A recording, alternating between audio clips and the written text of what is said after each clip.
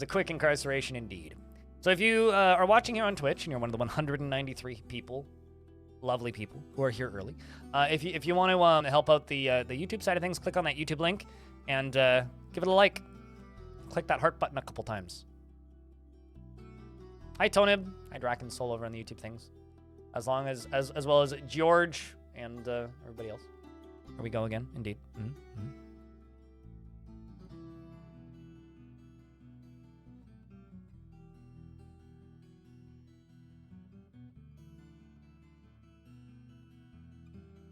We don't have a companion because our companion is dead. I mean, that whole party is dead, Elfie. So we don't have a companion. The squirrel is dead, and so is the dwarf. They are both dead. If you missed that bit. Speaking of dead, I have finished the edited playthrough of Adventure Mode, which is now up on the YouTube. So if you want to watch the final part of that, it's up now. So plan for today, chat, is we are going to generate a new world. And the reason I am generating a new world is the one that we've been playing in is a little quiet. Not too much going on. So I'm thinking instead of going with a pocket world like we did before, let's go with a medium world. Now, for those of you who are not familiar with this era of Dwarf Fortress, let's just say World Gen takes like 400% longer. So I'm gonna leave the number of sites in medium. Let's increase the number of beasts. Let's leave everything else normal. Let's increase the number of civilizations and just press go. So give us a bit more space to mess around with. We're gonna keep using the same tile set, which is Vedlinger. Unless there's overwhelming requests to use a different one. However, I'm going to state bluntly, I'm not going to use Space Fox because I do not like it. Yeah, we don't want to... We were in, I think, the age of... It was either the Age of Legends or the Golden Age in the other world, which is not so good for entertainment value in Adventure Mode. More monsters to battle. Yes, exactly. So, maybe you guys will start to understand why performance in the Steam version is a little better than it was in this version. I mean, look at this shit. Look how slow it runs.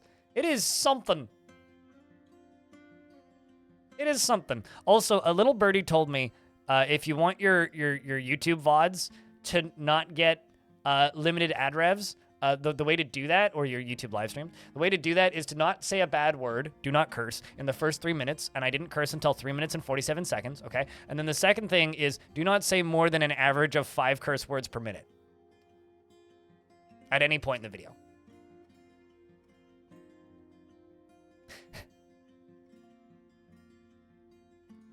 It's difficult. It's much difficult. Very tricky.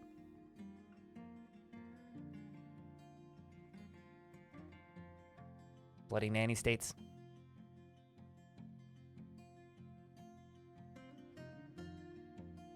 I gotta hit quota. You know, actually, in reality, I just don't care. Because if I get limited ads on my YouTube streams, it's fine. Realistically, it's fine.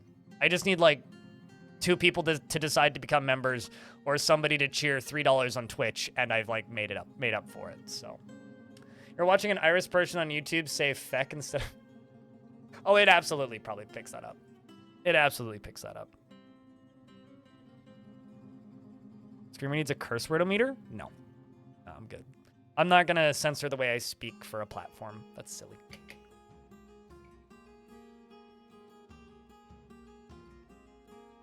Sounds like a pretty good time. Oh boy. I need to send the mods to Horny Prison.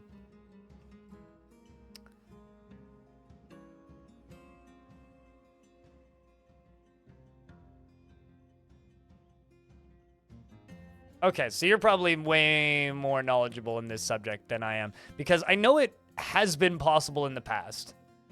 So... But maybe it's one of those things that's just been quietly broken for ages. Yeah, so this is a 250-year-old medium-sized world, which in premium would generate in like 90 seconds.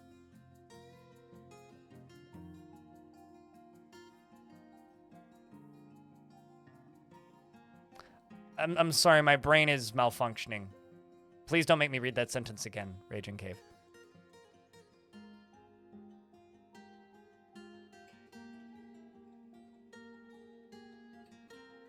But then how am I going to use the most useful website, bananaforscale.com, Zonalar? If banana is a curse word, then how am I going to accurately tell my height and weight without bananaforscale.com? It's the only way to properly figure out someone's weight is by going to bananaforscale.com. And how are we going to figure out how many people just came in from this raiding party if we don't go to bananaforscale.com and type in Hazaza? I mean, like, come on. Look, like, how in the world, if I get censored for saying banana, how am I going to know the scale of Hazaza per banana? See? To bananas. Oh no, it's not converting. Turns out Hazaza is not a valid measurement. Haz, thank you much for the raid. That was Dwarfin. Were you doing a spooky biome? I saw your stream had ghosties in the title. We're playing version 47. We're using the Vetelinger tile set, and we're gonna be playing some adventure mode in about, I don't know, whenever it finishes generating. Stager, hello, and Varion, hello. What's up, Smitchell, and Globlula. I feel like I oversaid that name. Vinsati, hello. Haz as well. Holy Kai, thanks for the $2. By the way, first bits of the stream. Pablo, hello. How's things? Elfie sniped that before you even saw it. That was pretty fast. Like, right, I forgot that when you tab out of Dwarf Fortress in this version when it's generating, it doesn't like to come back up for a little bit. Walnut is best nut.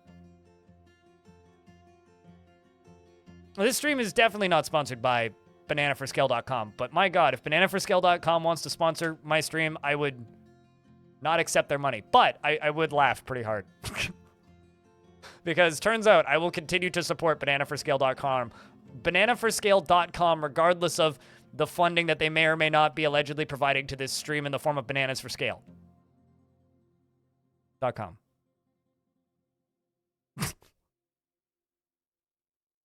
I have an unrelated question. What is the scale of banana? I mean, like, there's major, there's minor, chromatic, monochromatic, ABC, like musical scales. Anyway. What's up, Ghana Tank? How's things?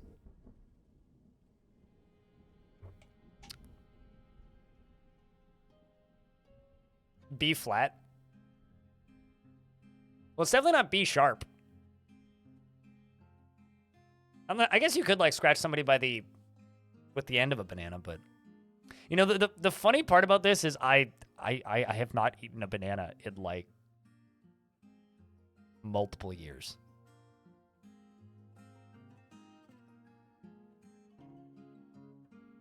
With a scale that measured anything you put out on bananas. You know, all right. Chat room, does somebody here want to potentially make $1 million on YouTube? Here's what you have to do, okay?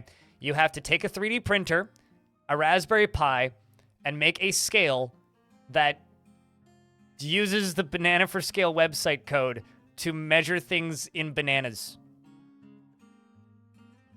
I don't know how, Rot, dude. And then make a video about how you made a product that nobody needs. But, like, come on. Someone needs to make that prototype. Get somebody in, like, Maker's Tube to go make a scale that measures somebody's weight in bananas. There's so many of those YouTube channels who just make products that are useless that nobody wants. You ate one this morning? Yeah, and how have I not had bananas in multiple years?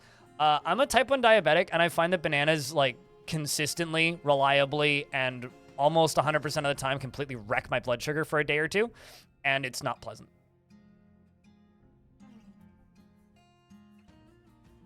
Resale the exact same scale on Amazon, profit. Exactly, there you go, see? Caloric trail scale, open it up. I'm using a kilo or pounds weight of banana with a little ASCII banana symbol for the display. Yeah. I love fruits, but my God, there's a lot of fruits I just... Because it's really difficult to carb count a banana, because it's either really low or extremely high, depending on how ripe it is. And I've never put the time in to get good at it. My little sister's really good at it. She can look at a banana and be like, oh, that's this many carbs, and like give herself the correct injection and be good. But like me, I look at a banana, I'm like, this thing wants to kill me. And then I put it down. My sister's been a type 1 diabetic since she was 6, and she's 3 years younger than me, so she's 26 now. So it's been 20 years. She's had several more years practice than me. You've never looked at a banana that way? You must not be type 1 diabetic. Or diabetic in general. Enjoy your banana milk drink. I will be jealous and miss bananas. You just use bananas as phones? Banana. Oh. All right, so this is the Fabulous Continents. We have the Grizzly Hills. That's a good name. What other good names do we have? The Swamp of Tongs. The Field of Mortality. Yeah, this seems like a fun place. Lots of elves. Chat, I have a question. Who can understand this map at a glance? If you can, press 1. If you can't, press 2.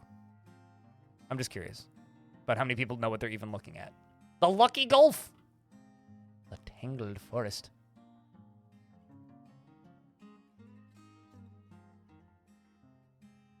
Three wasn't an option, so why is everybody typing in 3? Is 3 just, Mom, I need an adult? All right, well, this is a scary place. There's just a bunch of goblins on their own. Chat, we found the lurkers. The forest of lurking over here is just, it's a tiny little kind of, I mean, it might actually be connected to the mainland, like weird area that's mostly disconnected from the mainland, with the forest of lurking, and it's just full of goblins. That checks out. We found chat. I can see my house from here. We need that location. I mean, we could start there. I mean, I was kind of thinking about playing a goblin today, so we could do that. We could be a goblin with a pet slug or something. There's actually a lot of goblins in this map.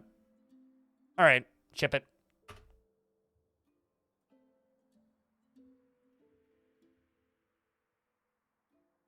That's math. Thanks, Crampton King. You can play... Okay, so in adventure mode, if it exists in Dwarf Fortress and it's intelligent, you can play it. So that includes goblins, humans, elves, dwarves, duh, and every single animal person in the world. So, like, you want to be a snail man and get squished immediately? You could be. Do you want to be a kobold and not be able to communicate with anybody? You could do that. We name the goblin Haza. No? Haz can name their goblin Haz if they play adventure mode? No, we'll go with whatever the game gives us. So, Region 6... Shush you. I think was the one. Let me just start off in Fortress mode so I know I'm right.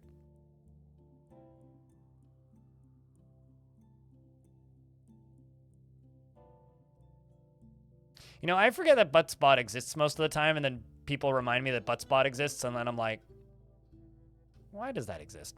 All right, yeah, this is the right world. Cool. Abort!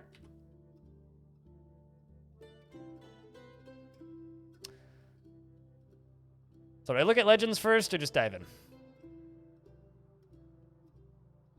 Let's look at Legends after. Let's just dive in.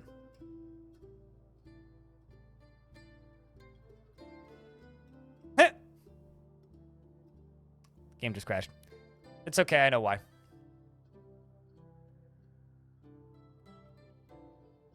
I can fix it. I just generated a world and didn't install the graphics for the new world. Install graphics. Update save games. Nobody panic, it's fine. Done.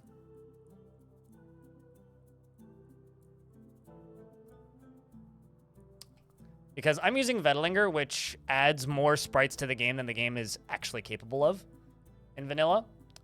And if I do that and I don't update the save games, it breaks. Start playing this one, Adventure.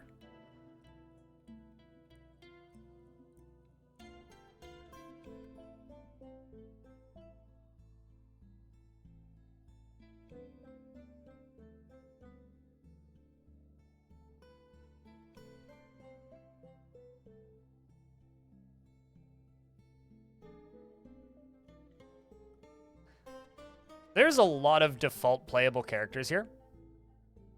We have Black Bear Man, Buzzard Man, Cardinal Man, Cheetah Man, Demon of Night, okay, Dingo Man, Dwarf, Elf, whatever that is. There's a Flying Squirrel Man, Goblin, Grizzly Bear Man, Hamster Man, Hand of Lerndrims, Hand of Night. So, I don't know if they ever fixed it, but every time I've tried to embark as one of these, like, Knight's Fist, or Nitham's Fist, or Olan's Warrior, or any of these, like, named necromancer creatures, the game crashes.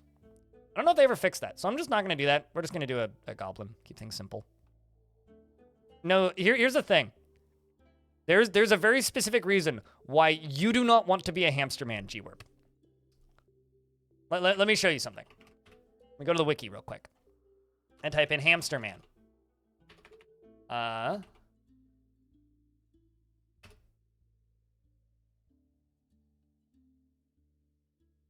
So a hamster man, while they are adorable, are maximum size 35,075 centimeters cubed. Your strength, carry capacity, and survivability is directly based on your size. That is tiny.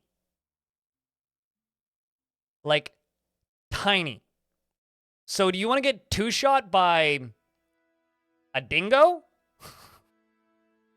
Which is like a very common enemy. Basically, do you want to not be able to do anything except for wander around in town because your carry capacity is so low that you can carry like 2 strawberries, a day's worth of water, and maybe a bolt or a small knife and your clothes, and that's it. Your carry capacity is extremely low, combined by also if anything breathes on you, you die. Would be good for death stream, I suppose. Like, basically, if you're gonna be like a hamster man, you need to either have a large party, which I don't really want to do today because I've already like determined is hard for people to watch with 2 in this version. So I think we're just gonna stick to single adventurers. Maybe I'll ask people to join me periodically, but we're gonna stick mostly to single adventurers. Or alternatively, all you can really do is wander around town and write songs, which is great. Big army of hamster man. or meme runs like that, because like in adventure mode, it's designed as like, how do I word this? It's essentially like you're playing D&D with yourself, right? So you can bring a party of characters, and I don't think there's a limit to the size of your party. So if you're gonna do hamster men, just bring like 80 hamster men. And then just like try and take down a I don't know, a jaguar or something. I'm just like, get them, boys! Everybody gets a dagger. No limit? Okay, let's bring 240 hamstermen. We are the party of hamstermen. And you just play the... Okay, that's my April 1st stream.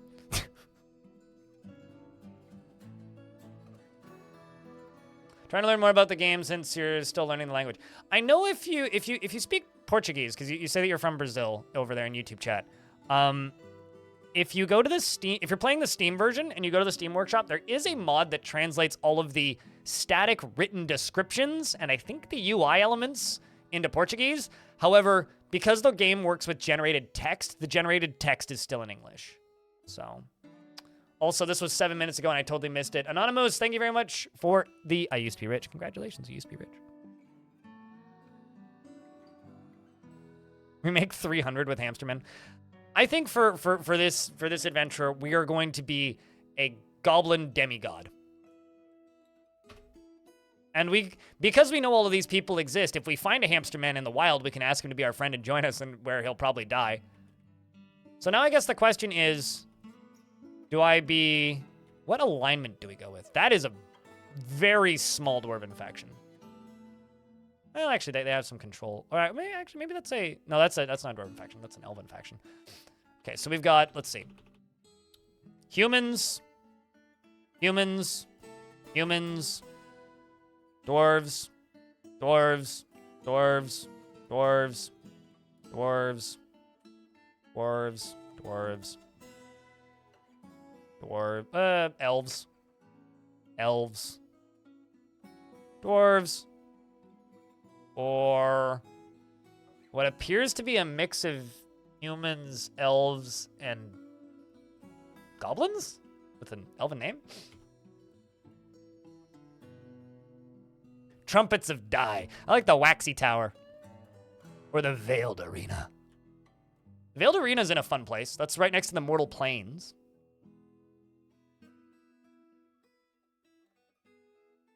So these aren't countries, right? These are factions, right, Clairvore? So they're not strictly countries. The Veiled Arena is a really good name, yeah. Which is a dwarven faction. So we'd be a goblin with dwarven culture. The Maroon Tower is also a pretty good name. Chat, I don't know. What's the coolest name for you guys? The Veiled Arena or the Maroon Tower? Although, if for the Veiled Arena, because like it's basically our starting zone, right? So we either start here or we start up there in the world.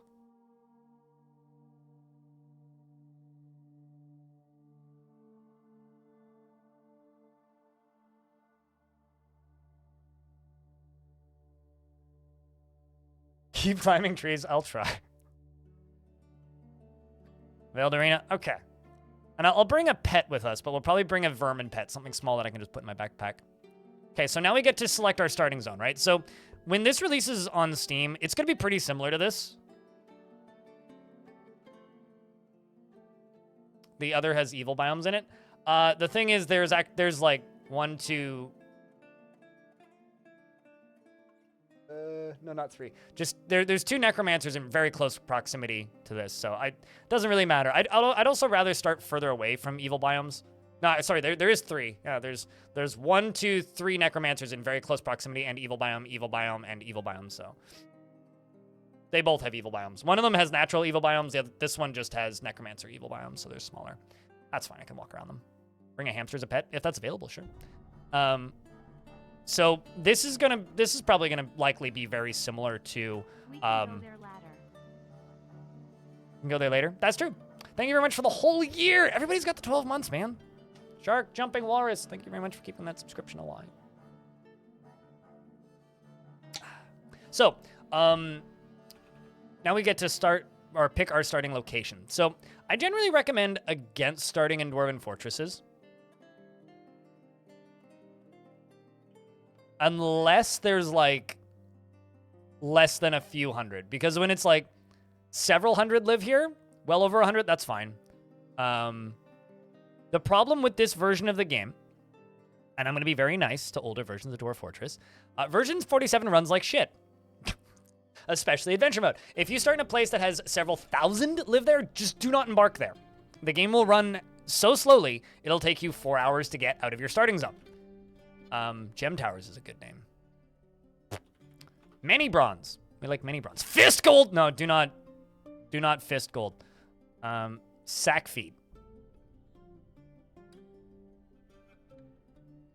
Several dozens live here. We could start there. We could start in Sack Feet. Let's see. We've got Hailed Lance, Sign Brass, Trust Town. That's a good name. Trust Town sounds like a British football team.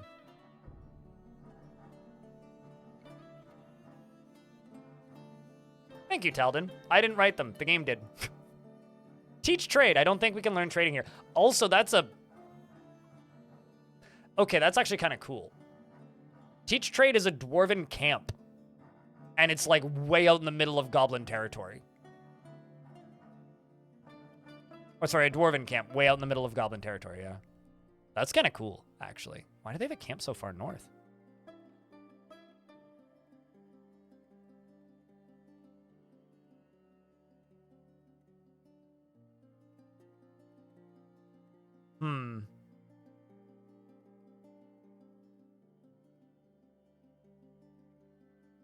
It is Sack Feet. Yes, that is the name of that one. Mm-hmm.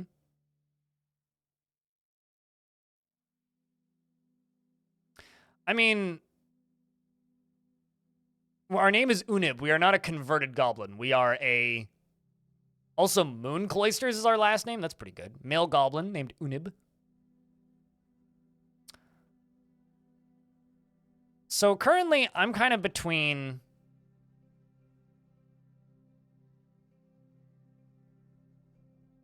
You know, honestly, what's his dumber sounding name? Bust Begun? Or Sack Feet?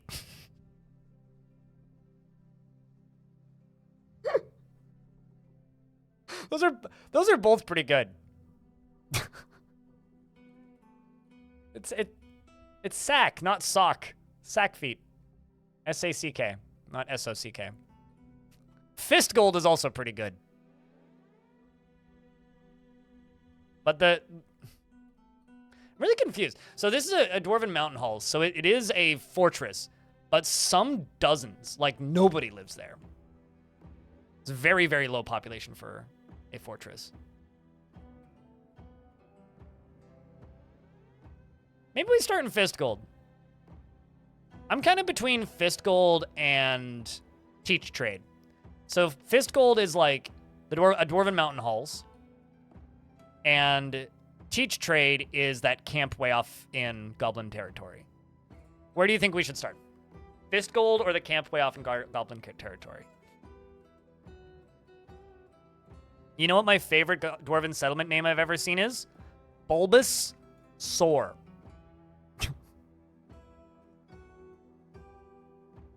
1, 2, 3, 4 versus 1, 2, 3. Of course, you guys tie it. Always tie it.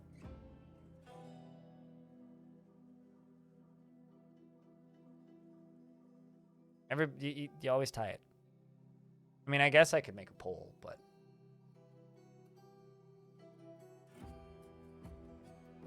Yeah, that's not helping, Crumwise. Now you're just confusing me. Here, I'll make a poll. I almost never do this, but... Let's make a poll. Manage poll. Create new poll. Where start?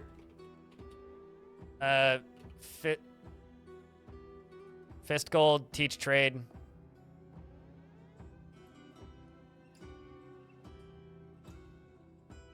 Or...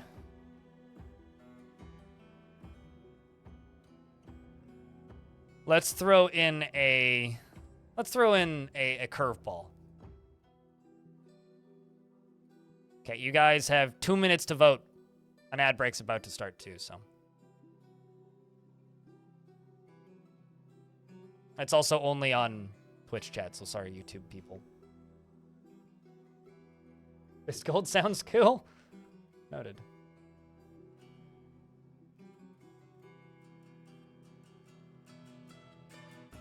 So the options are Fist Gold, Teach Trade, and Trust Town. If people in YouTube chat yell it, I might include it, but...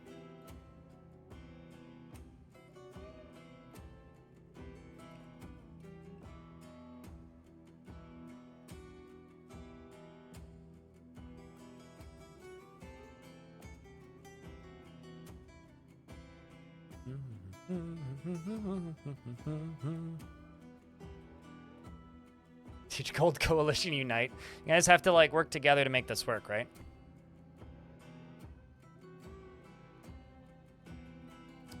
So chat room, the current poll at the top of the stream is the question of where do we start? What's our embark location? Our options, of course, are Fist Gold, Teach Trade, and I threw Trust Town in there just to have a third one, which is a fort. So we have the options between a Dwarven camp, a Dwarven fort, or a Dwarven mountain hall. For this just to be a coin flip, fun fact, I get a vote. So if there's a tie, I can break it.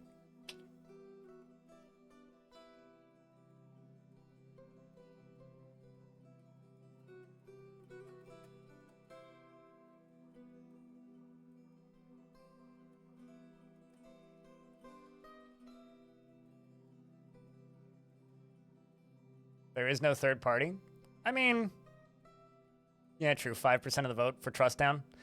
Whoever voted for Trust Town, the two of you, you guys get an award. So Fist Gold has won, 23 to 19. So we are starting in Fist Gold, the Dwarven Mountain Halls. Now, because this is an RPG character creator, we get to select our occupation. I'm thinking we're an animal trainer.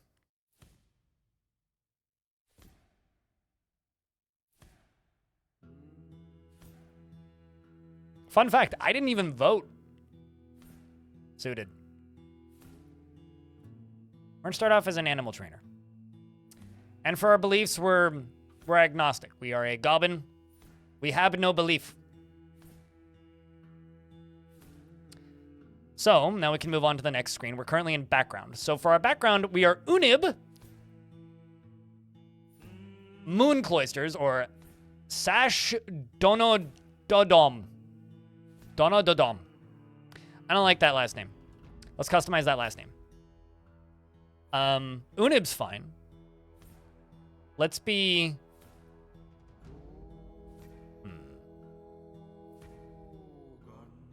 Let's just be Moon. Something easier to say, at least in English words. Moonvault. Ronstizodom. That works. I can say that. It's the first thing that came to mind.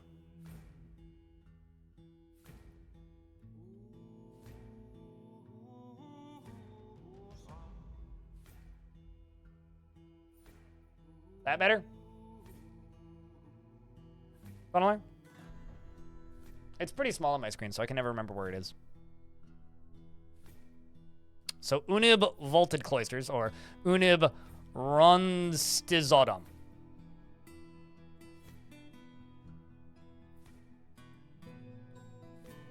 So let's try this again, because I actually put them in the wrong side.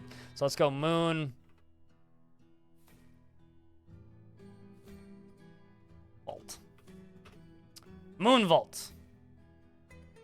Elron Ronstiz. That works. Unib of Moon Vault. So we are Unib of Moon Vault. We are a animal caretaker living in Fist Gold, Dwarven Mountain Halls. You have never strayed too far from home.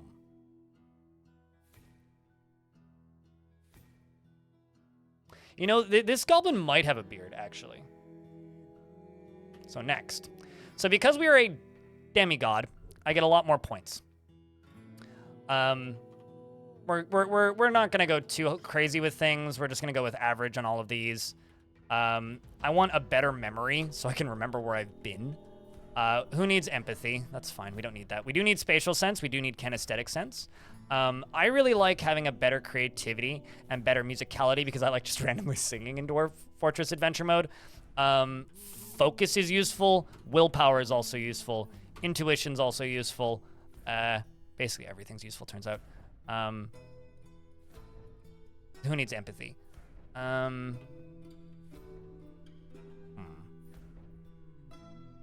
don't want to start crying every time I have to eat a turkey. So, empathy me.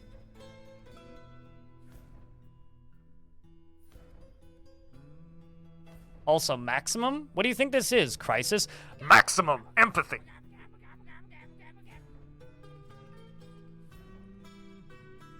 Let's go high creativity. Let's put my extra points into creativity and spatial sense. So over here, these are our skills. Now, a lot of them do nothing. Keep that in mind. I am a master animal trainer, by the way, which means I hope I can randomly tame animals. Question is, what weapon do I take? I'm thinking...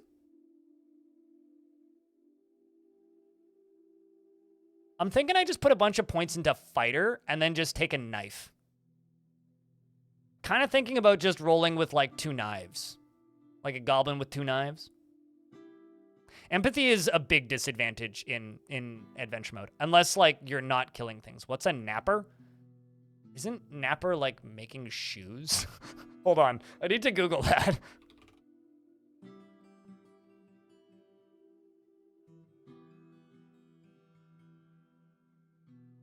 Apparently it's a portion of hockey armor.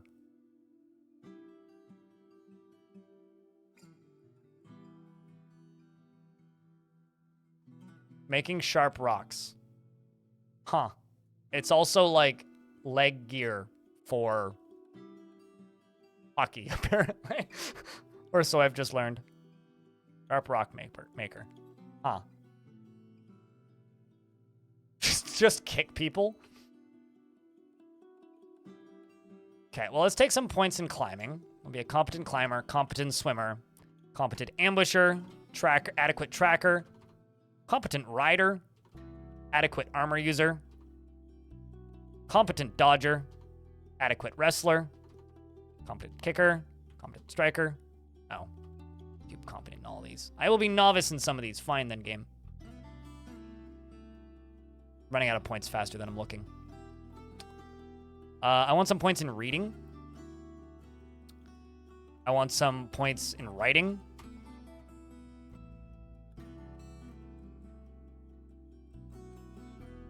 Let's take some points in intimidating and lying.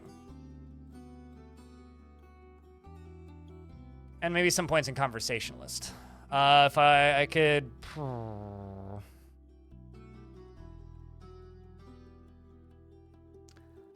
No. Those are like strictly like playing specific types of musical instruments, which isn't super useful for adventure mode.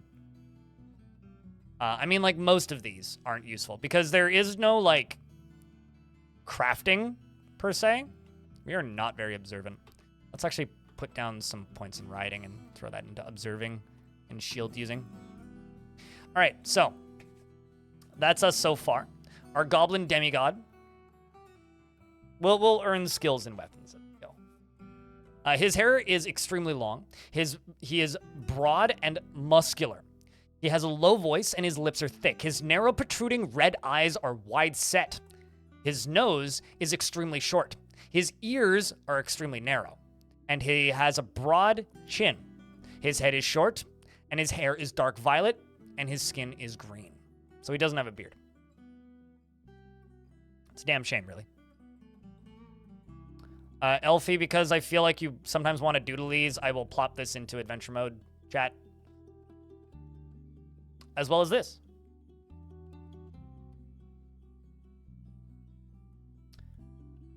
Also looks like YouTube chat was also for fist gold, so Twitch chat voted wisely. He personally values self-control, doesn't think one way or another about leisure time, and dreams of creating a great work of art. He can easily become absorbed in art and the beauty of the natural world, and he is troubled by this since he dislikes the natural world. He's impervious to the effects of stress, he is very quick to anger, and he tends to avoid any physical confrontations. He works to square this natural tendency with his respect of martial prowess, and he is pleased by his own appearance and talents. He is quite comfortable with others that have a different appearance or culture, and he has a calm demeanor, and he occasionally overindulges, is troubled by this as he values self-control. He does not go out of his way to help others and tends to not be swayed by emotional appeals, generally acts impartially and is rarely moved to mercy, and is a friendly individual and sometimes acts with little determination and confidence and tries to keep his things orderly. He's a strong need to craft object and an intense need to be creative. Well, fortunately, I can just like write poems in my mind. That's kind of fun. I like this goblin too. Yeah, I'll screeny shotty this for the... So in my Discord, there's a room called Adventure Mode Chat, which is just like share screenshots and adventures and whatnot, and things you do in adventure mode.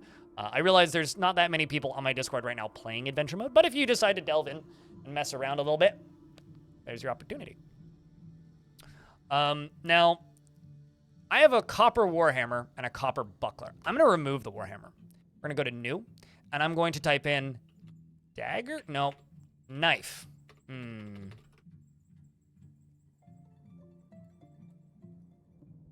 All right, well, let's see what my options for weapons are.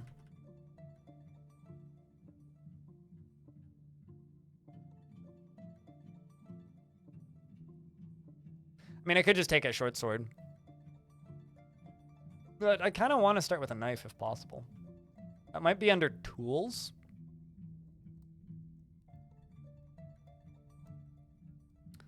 Many dice, jugs. I like that you could just start with a wheelbarrow. You know, you have to go for, like, a legendary wrestler and then just, like, beat the crap out of people with a chair.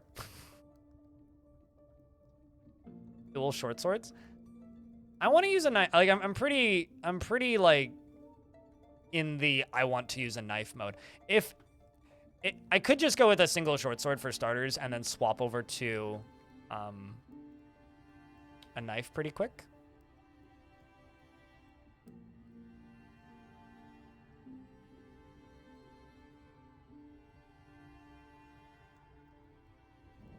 Purple-haired gobbo, though. Okay. Let's go with...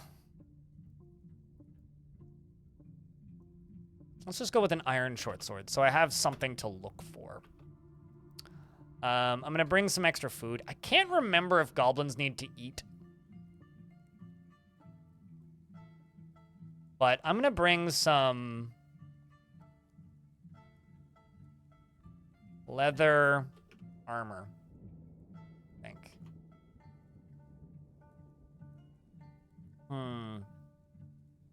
Ooh, wolf leather armor. Let's bring with wolf leather armor. And I'm going to remove my goat leather toga, which is sized for goblins. That's another thing that's going to be fun, is finding clothes. I'm going to have to find clothes that is specifically sized for goblins. I'm going to increase the crafting tier of my armor. Also going to remove my cap. And let's go...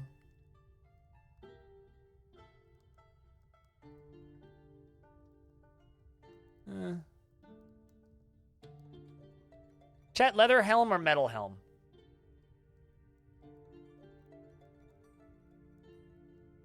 Let's just say that adventure mode is pickier than fortress mode in some ways. But yes, technically, Derek. Does it let you tailor your own clothes? No? I wish it did. Sewing should be a skill in adventure mode. Yep, brand new adventure star. New world, too. Metal is safer. This is true.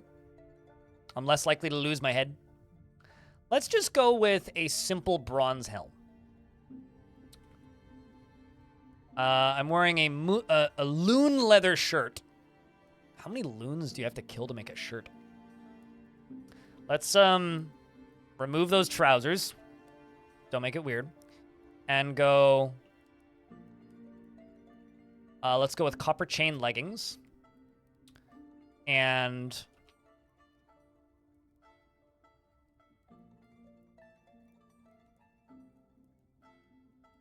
copper greaves. Elfie Bean, thanks for gifting a subscription. I think that's the first gift of the day. Yeah, that's the first gift of the day. Thanks for gifting a subscription to a shady necromancer. Necromancer. Blah, blah, blah.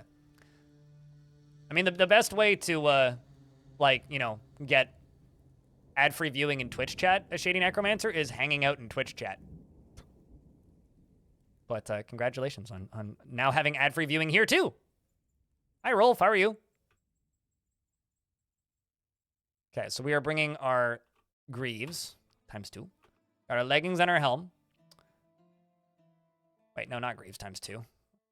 There would be gauntlets I need ×2. Got small reindeer gloves. So we're wearing small gear, which is technically what dwarves wear. In Fortress mode, it's just normal gear, but in Adventure mode, we are wearing small gear, which is what dwarves, elves, and goblins wear.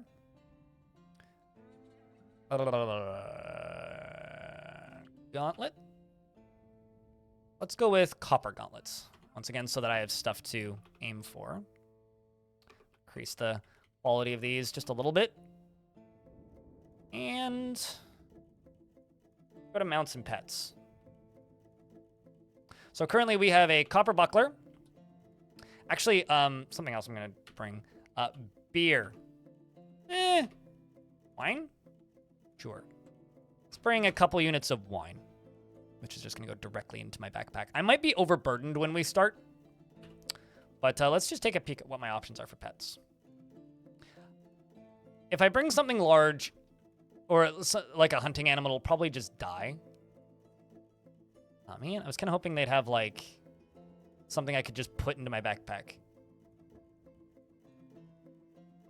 They really don't. It's a shame. And there's... Oh, man. I read ram is crab. And I would totally have brought a crab with. I don't really want to bring a mount. And I don't want something that's just going to die. Most of these are just going to die. Yeah, there's no hamster. There's no vermin pet options. Which is a shame. We'd probably actually have to be an elf aligned thing to get a vermin pet. And like war dogs, hunting, most of these will just die super quickly. If I brought a bunny, one, it's, okay. A few things about bunnies. One, bunny can't go into my backpack. Two, it'll just die. Three, food's easy to find anyway, so it's a waste of points. So no, I'm not going to bring a bunny and name it just so that it can die. Let's bring a nicer buckler with.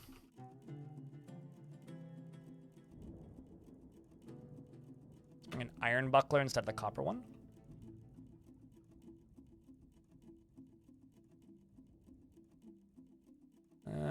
Shoes.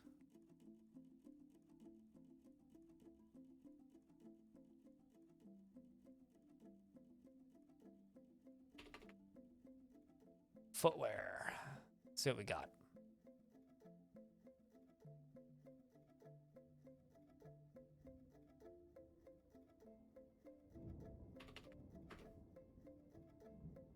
Could bring low boots or high boots. I kind of want to bring like just copper low boots. Bronze. Let's bring bronze. Bring two of those. Increase the value. Increase our copper chain leggings. Increase the bronze helm by 2. And there we go.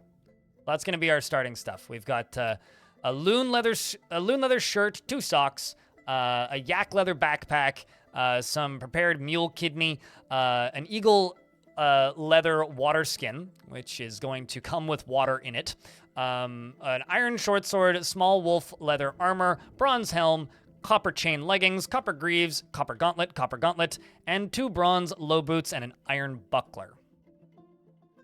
How long is extremely long hair?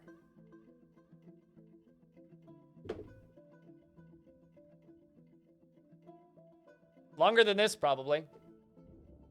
So, longer than this? I don't know. If this is long hair, I would say extremely long hair would be down to my knees. Like, it would be like an order of magnitude above long.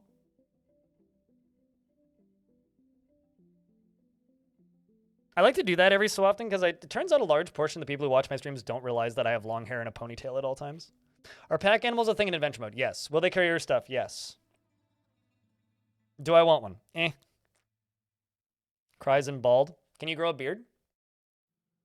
Because I really can't. My face hair is patchy. It was also gray by the time I was 16, so.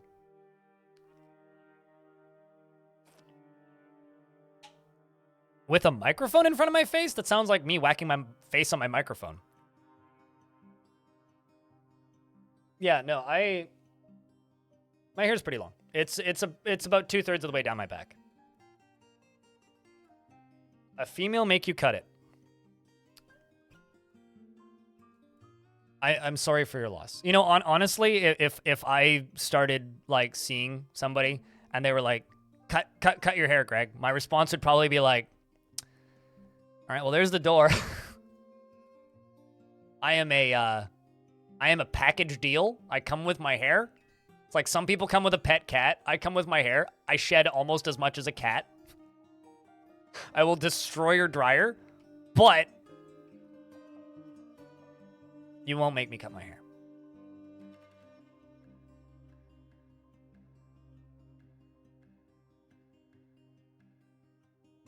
Been watching for 3 months. Where did the hair come from? I haven't had a haircut since 2016.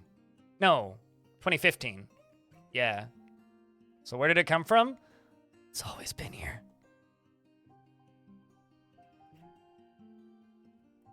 Well, there you go, Stone. Also, I hope you're doing well, Stone. When your hair was that long, you killed many of them. Yeah, like I have to almost comb my carpet before I can vacuum it. Anyway, so that's our goblin. We're not bringing any pets. So we are Unib Ilon Onstiz, Goblin Demigod, Animal Trainer of Fist Gold. A Dwarven Mountain Hall. Now I cross my fingers and hope it doesn't crash. Yay! I don't see anything in the background. That's weird. You've finally got your equipment together, such as it is. Now it is time for action and adventure. In the rush of excitement, you've forgotten where you were going to go. Perhaps some of your friends can remind you. Oh, I was going to say, why game no load? But there we go. What am I next to? Metalsmith's Forge. Yeah. There's steel anvils. Right here, there is a dwarf named Ficod. So I am this in the middle, that blinking X, that me. If you have questions, feel free to ask. I will do my best to answer questions because I am not an expert, but I know my way around enough to not die immediately. Been shaved bald since 2008. It was about 2008 that I started trying to dodge haircutting appointments. There was a point when I hit, I think I was about 12. I was born in 1994, so when I was around 12, I started avoiding the barber shop. And the reason for that I remember is my grandma took me to get my hair cut at one point when I was visiting her, and it was such a bad haircut that when I got home, my dad shaved my head. Literally, it was non-recoverable. My dad just shaved my head. And since then, I have more or less been kind of trying less and less to get my hair cut. And then when I moved out and got a job, I stopped cutting my hair. And then I remember at one point I had a manager back when I worked in fast food, and she came up to me and she's like, Greg, you need to cut your hair. I'm like, why? It's in a bun. And she looked at me and she goes, because you have to cut your hair. It's in our dress code. I'm like, well, then you have to cut your hair. And her hair was longer than mine. And she never complained about my hair again, which is pretty good. Just out of curiosity, is it possible to kill yourself with your own blade? Like seppuku? I don't think so. Can you stab yourself? I guess you could put your blade on the ground and then jump on it.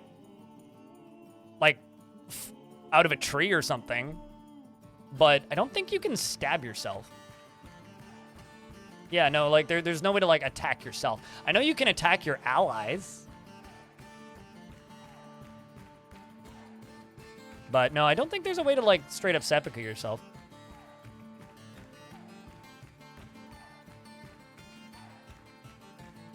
Perfectly balance your sword upwards. I mean, you can jump off of a if you're just trying to kill yourself in the game, you can climb up a really, really high thing and jump off it, and you splat really well. Trust me, it's nowhere near as kinky sounding as half the other places we could have lived. Raph.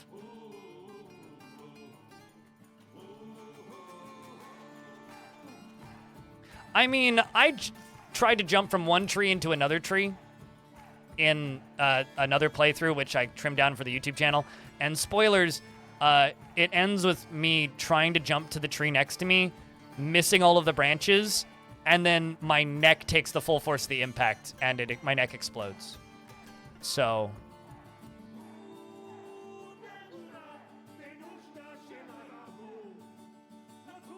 in tabletop D&D, you had your barbarian punch himself to keep rage from ending, and you rolled a 20. Wait, did your head explode?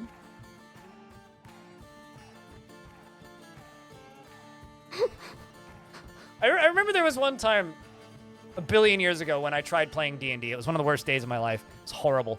But there was one amusing thing that happened where one of the people that we were playing with was playing a very stealthy goblin who had extraordinarily low intelligence. And, but as high as they could get wisdom. So they couldn't speak, but they were very, very wise. And this goblin would just sit outside whenever we were in between dungeons and whatnot and bang rocks together. And, every day the DM would get him to roll a 20 or get him to roll a D20 to say how well he banged the rocks together. He rolled a 20, banged them so hard together that, he created a new material that then allowed him to speak through the material, which was quite amusing. What a hell of a way to die. Falling out of a tree? Yeah. All right, so I can move around. We are in the basement of a dwarven fort, so I get to find the way out, which is going to be fun. I can press X to see my natural abilities. I can, as you can see, I can compose poems, musical compositions, and choreography. I can write something. I have the natural ability of pet animal. I can butcher if there's an animal nearby. I can make sharp rocks. I can carve. I can make an axe, basically. I don't know how taming animal works. I'm assuming it's using interact, but I don't actually know. I need to look that up on the wiki. We have a dwarf here who I'm going to speak with because they're the only dwarf around. I'm going to greet them. And I say, hello, Ficod. And the dwarf Ficod says, hello. It is good to see you. Life is, in a word, metals. Hopefully your friends can dissuade you from this foolishness. And by this foolishness, they mean me going on an adventure. And now I have several different options of things that I can ask. And because I actually have some, like, intimidation skill, I could actually try interrogating people. But what I'm going to do is ask them how they're feeling. And they say, this is an attack. What is going on? Oh, shit. I need to put my weapon away. And so I'm going to ask them again how they are feeling. And they say, what's the rush? And I'm like, okay, so you like slowing down. Doesn't like working hard, clearly. I'm going to ask them if they can ask about the surrounding area. And they say, ask me when I've returned to my home. Okay, so you're not a very useful person, clearly. Or you're just refusing to speak with me. They're neutral towards me, though. I'm going to inquire about any things. And they say, we've got beasts and the missing treasure. Let's ask about the beasts. A great beast threatens to bring ruin upon our people. The pit of fastening is in the Savage Horns. Seek this place if you want to hunt Niweni Silverworm, the Braided Vault, the Dragon. Ooh, we have a dragon. This vile fiend murdered Ifiri Bortongue. I wanted to say Bort on you, but... Huh, so there's a dragon. Let's ask where this dragon is. Ask for directions, ask for the whereabouts of the dragon, the branded vault. I don't know myself, and I don't even know anybody that could tell you. Okay. I'm going to state my values. I'm going to state my value of the truth. And they say, I agree completely. I'm going to... okay, dude. Demand that the listener yield. I make an item. Change subject. Ask the listener wait here. I'm going to ask about the surrounding area. Ask me when I've returned home. Okay, fine then. I will politely ask about the listener's family. And they say, I had an older half-sister named Udil. In the midsummer of 144, Udil was struck down by a forgotten beast. Pifey splash submerged in Paddle Learn. Well, that's sad.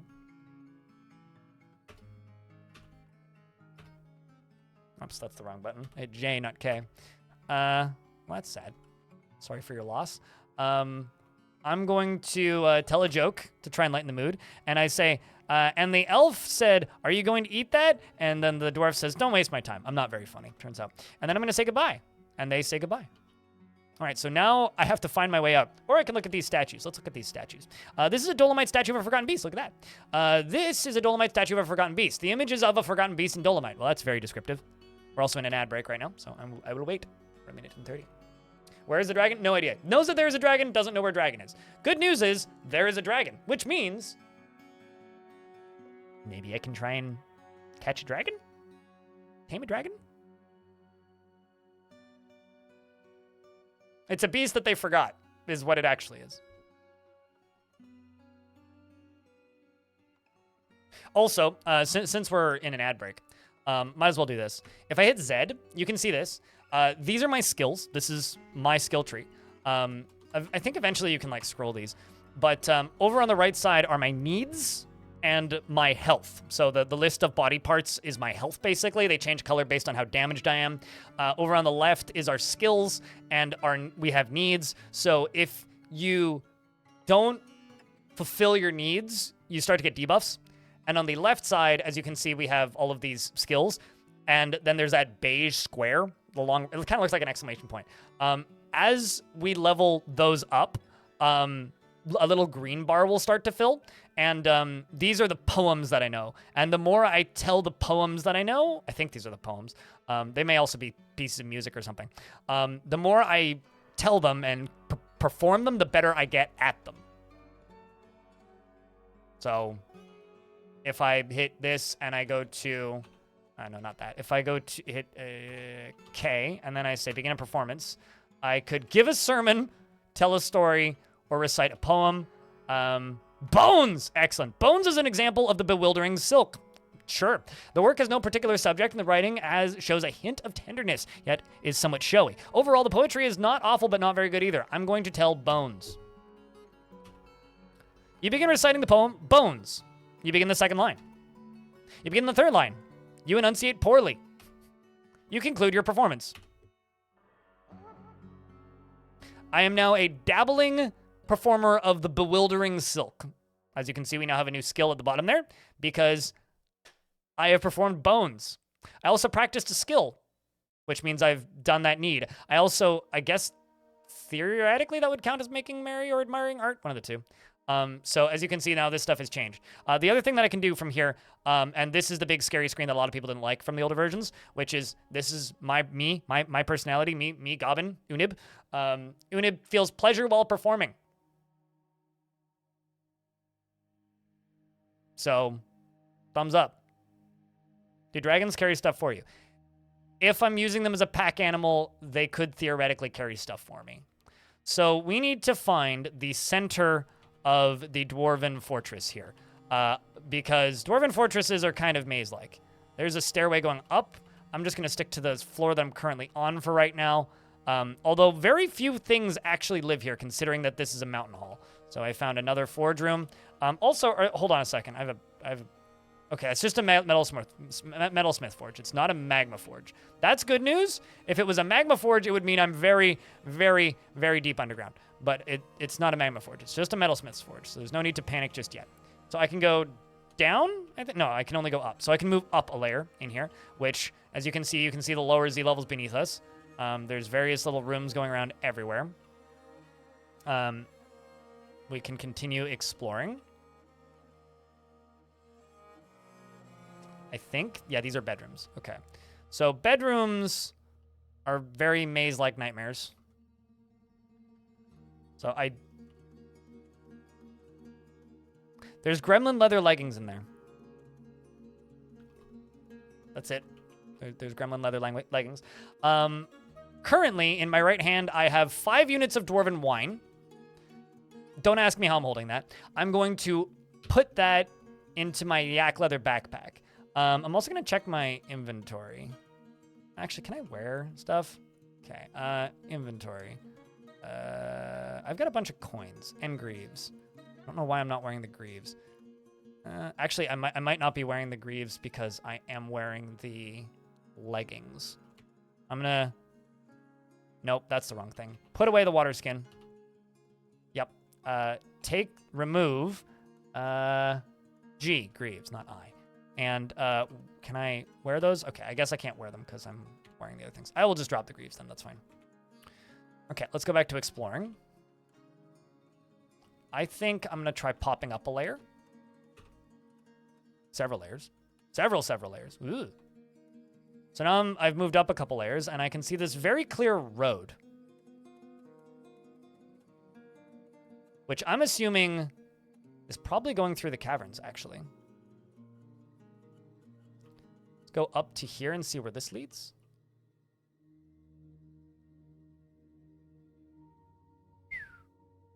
Uh-oh. So there's stuff going on underneath this. You've discovered an expansive cavern deep underground. So this is a cavern entrance. What do we have here? Well, the game just crashed. Means I think we lost all of that progress.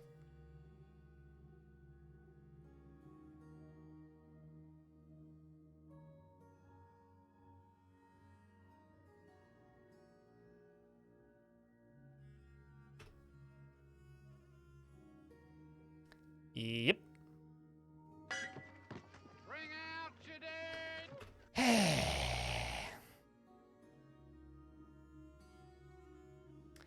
Was DF always prone to crashes? So when I used to play a lot of Dwarf Fortress, in this version specifically, no, it wasn't prone to crashes. And the reason it wasn't prone to crashes when I played Dwarf Fortress in this version, I'm going to try and replicate that same build as best I can. The reason I never found it to be particularly prone to crashes is specifically because I never played with graphical tile sets.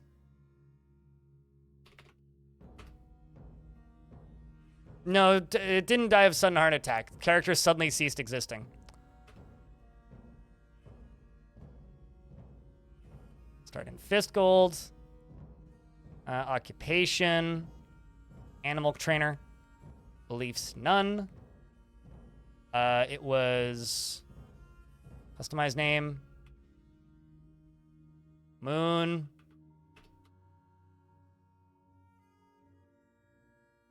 Vault.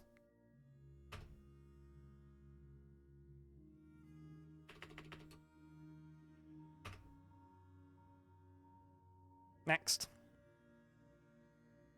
Yes, but I didn't think to use it. So the reason it was never particularly crashy for me back in the day is because I never played with a tile set. Right? I always played ASCII.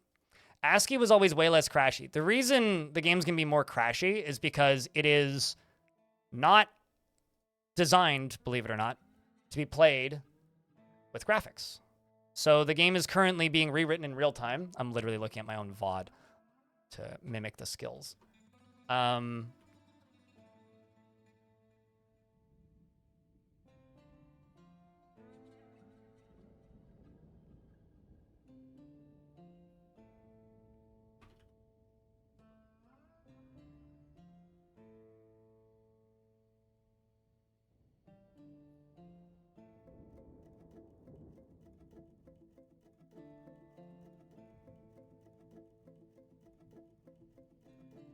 And then, let's see, we did...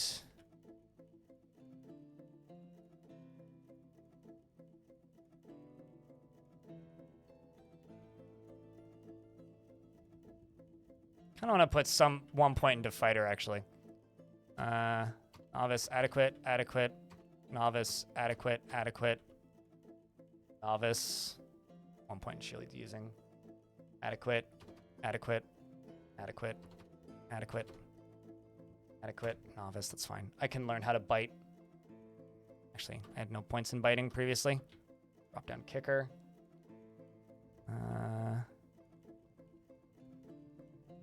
Reader. Wordsmith. Writer and poet. But because, like, I understand that people who are watching this likely want to be able to understand what I'm doing. And at least for me, I can play ASCII just fine, right? It doesn't bother me. I quite enjoy looking at ASCII, actually. But believe it or not, there's many people who do not like the way ASCII looks and just won't watch streams if you stream in ASCII. So if I were to stream in ASCII, the game would be way less crashy. If I were to use an ASCII tile set, the game would be way less crashy. If I were to not use text will be text, which allows you to see multiple Z levels, the game will be less crashy. However, the difference is people will be less inclined to watch. Also, we are a lady this time. Let's go swap that. Become male.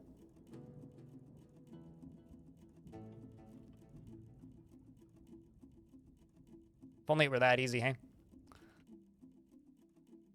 Well, we'll have to go with a different personality variant this time.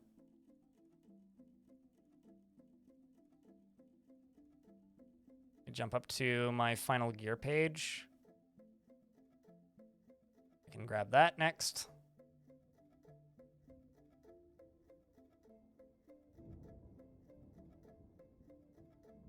Manticore Alpha, thank you very much for the 11th month. I can tell you who gifted to you, Epics. Or Ekipix. It was gifted to you by Devil Dawn. His hair is extremely long. He has a very narrow chin. His somewhat narrow nose is upturned. His ears are extremely tall. His somewhat narrow head is short. His lips are thin. His hair is crimson. His skin is green. And his eyes are red. So I could randomize this a couple times if we want to try and get something that's closer to the original. But I think that...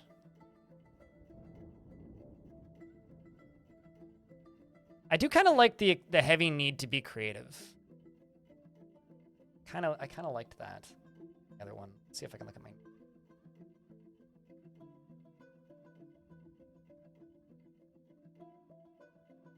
So this is the like UI for all of your values customizations. I have no idea what any of this stuff means.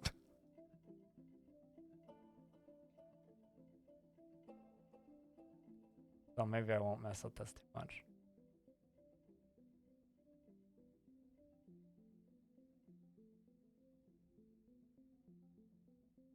I like how we are we are cruel, not merciful. Yeah, I think we'll just leave that.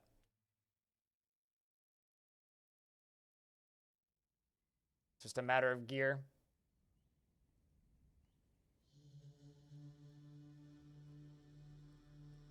I see my gear now, so we'll read this. He personally finds blind honesty foolish, does not care about family one way or another, and doesn't really see the point of working hard. Dreams of crafting a masterwork someday, is frequently depressed. Feels strong urges and seeks short-term rewards, and does not generally respond to emotional appeals. Dislikes helping others and is very quick to anger. I don't like this goblin as much. I'm going to randomize this.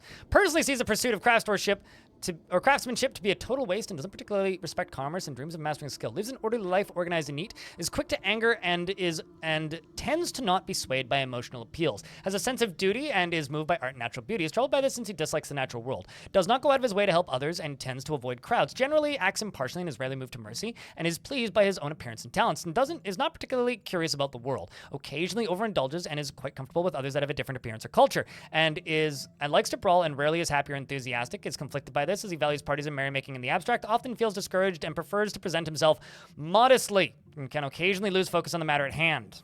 All right, that's okay. We'll go with that. And then for stuff, we brought what? Let's remove that and that.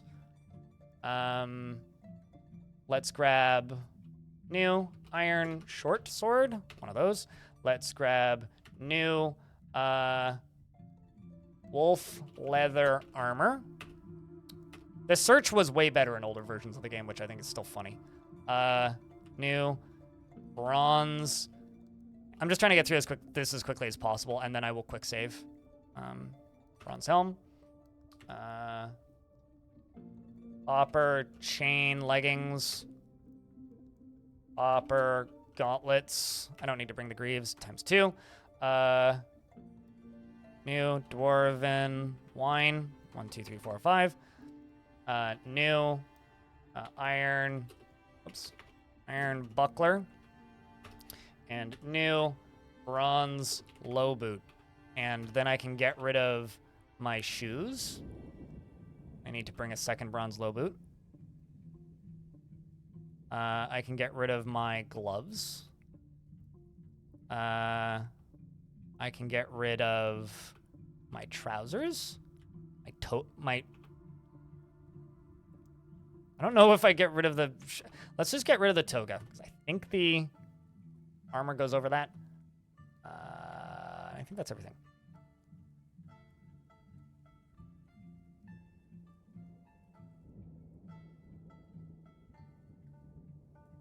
Yeah, lots of dwarves and goblins and people in Dwarf Fortress don't like my honesty. He finds blind honesty foolish, which I think is ironic on many levels. Oh, I also don't need the cap. Okay, so I'm going to, not add more boots. I'm going to increase the quality of that, increase the quality of that, increase the quality of that, increase the quality, increase the quality, increase the quality, increase the quality, increase the quality, increase the quality, and swan gizzard. That's my food. And, oops, not an extra sock. Let's increase the quality. Increase the quality. Ironically, better socks are something I would absolutely bring if I was going camping, but... and then next. And then next. Then go. Okay.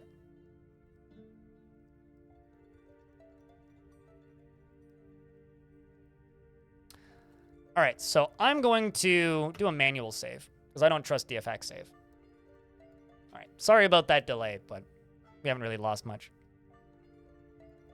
I remember having a note somewhere about which traits lead to needs and can be fulfilled normally in adventure mode good times. I wonder if that's like there's probably like a page on the wiki on how to do that stuff, but that's stuff I'm gonna need to learn, Nox, because that's stuff I'm gonna need to make tutorials out of. But there's no real reason for me to like worry too much about it until I can see the new UI. But I should learn how that menu works. I won't do that on stream though.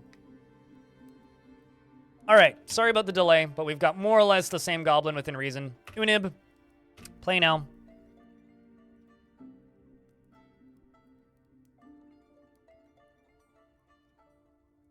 Minorly annoys you? It massively annoys me. All right, so this time I'm just in a long room, and I immediately find some stairs. Let's go up those stairs. I find an expansive cavern deep underground, which is actually how the game crashed last time. So I think what happened is for some reason the game didn't properly load the plump helmet textures, because I'm looking at these. There's plump helmets everywhere, right? Which I could fell a tower cap if I had an axe, but you could actually build a camp underground. That'd be really cool. There is webs here, so I'm going to go this way.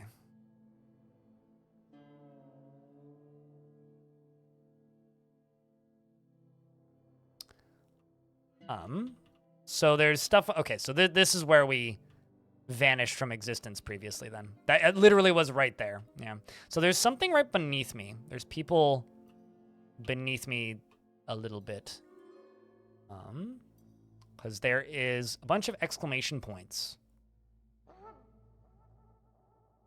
further up. But I could also try going north and see if we hit a different stairwell. Okay, so this was where the game crashed. I'm just going to back up from there. People are beneath me? Yep. I'd say just like real life, but then I'd sound like a bad person.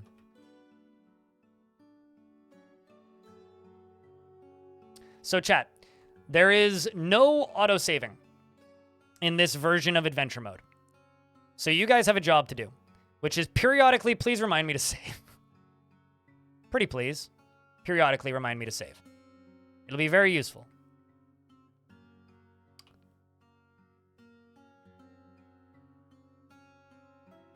Okay, so we are already leaving this location, which I don't really want to do. So it's time to continue exploring this dwarven fortress. Which direction did I come from? Oh boy. I think it was north, so let's just... No, actually it wasn't, because I found that cavern, so... It's been south?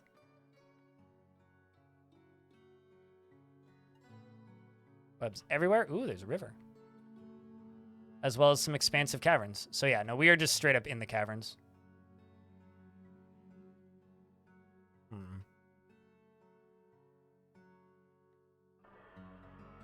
No, I didn't mean time. I meant location of where I started.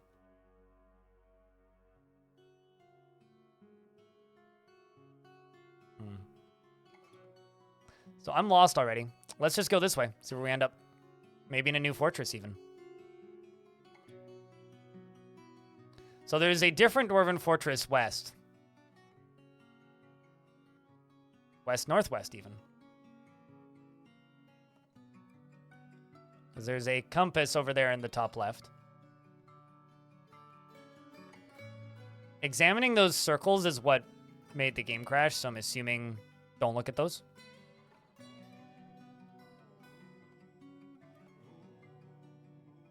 So if you ever see roads underground, it crashed again. Well, that's actually okay, because I can, well, one, I have the save, but two, it'll put me back in the actual fort itself. That's actually not a bad thing. Okay, so Cavern's crashy with this tile set. Got it. Who knows what it's trying to load? Ways out appear and disappear. This is true. So yeah, no, I'm blaming the vast majority of the crashes that we're gonna see today, assuming we see multiple crashes today, which we already have. Well, I recognize this, I think. Assuming we see more crashes today, which hopefully we don't. I'm blaming the majority of the crashes on the tile set. Which also, this is interesting. Why is the UI not zooming in?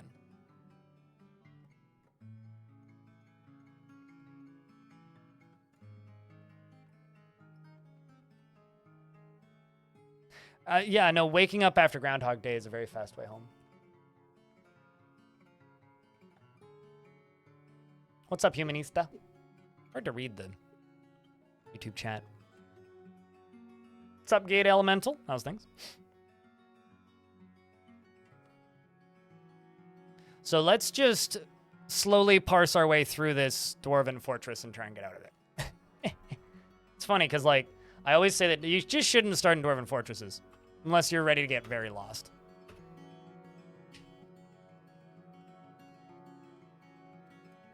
Unless you're ready to get very, very lost. Just don't even bother. All right, well. On the bright side, there's a bunch of statues in here. A statue of Thrips. This is a statue of Thrips. How about this one? This is a statue of a dwarf in Dolomite.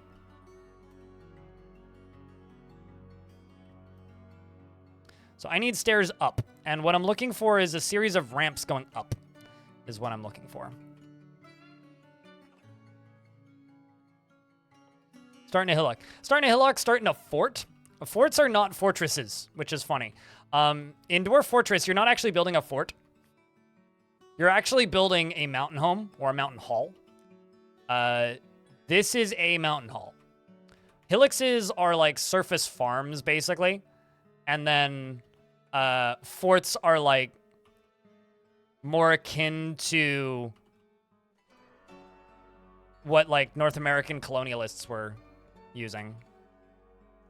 I can go up one layer. Discovered an expansive cavern deep underground. Okay. This is just bedrooms. Bedrooms, bedrooms. Let's go up another layer. Ah, this is where I ended up that last time. I'm scared to go in either of these directions. Bloody eldritch horrors. This way. These are probably all bedrooms. Or random bedrooms under construction with like a single cabinet in them. Let's go this way. More bedrooms. Those are completed bedrooms, actually. It's really fun, like, exploring these when you reclaim a fort, because it's just like, you just keep, it's like, you'll be living in a fortress for 8 years and then find another round of bedrooms. You'll be like, where did all these bedrooms come from? Like, I don't even know. There's some dwarves over here. This is progress. They're either above me or below me. Possible it's somebody below me.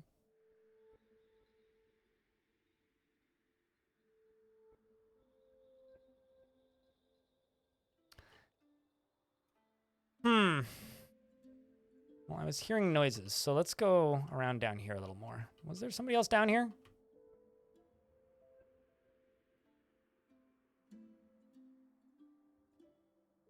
Oh, that's interesting. You can fast travel underground? Holy shit, I had no idea.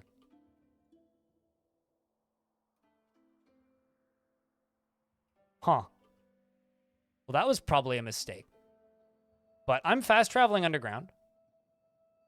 So God knows where I am. I'll try and walk west.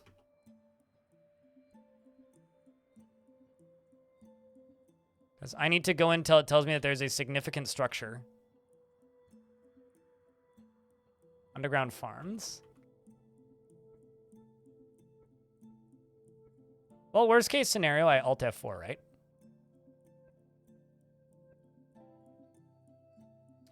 I know how to get out of Goblin Pits, assuming they're above ground.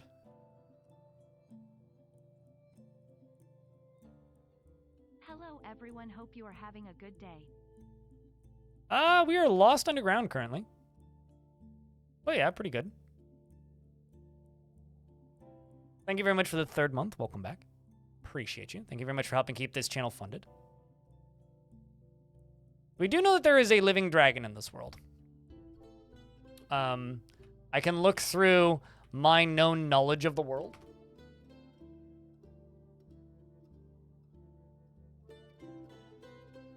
Okay, let's just go back to fast traveling.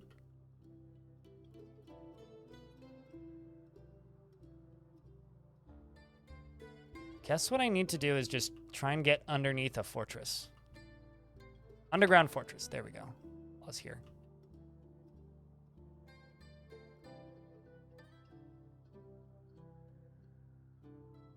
This looks like constructions. See a wall there. Although, I think this is actually not a dwarven fortress. I think this is a goblin fortress. Based on what we're underneath.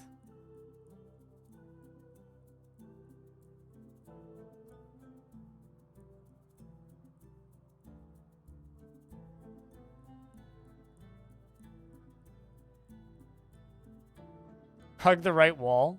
You mean the wrong wall? What is that? A naked mole dog. Here he is.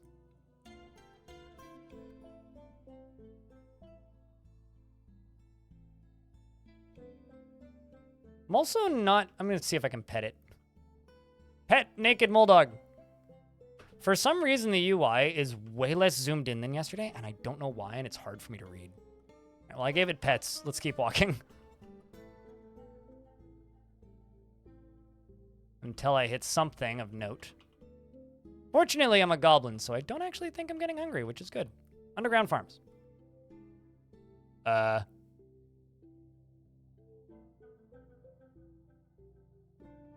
have an axe dwarf. And a bunch of chubby drothlas. Are you friendly? Is this an attack? It is alarming. I strap my weapons to my back. The sunken eyes dwarf. Ask for him to cease hostilities. And he says never.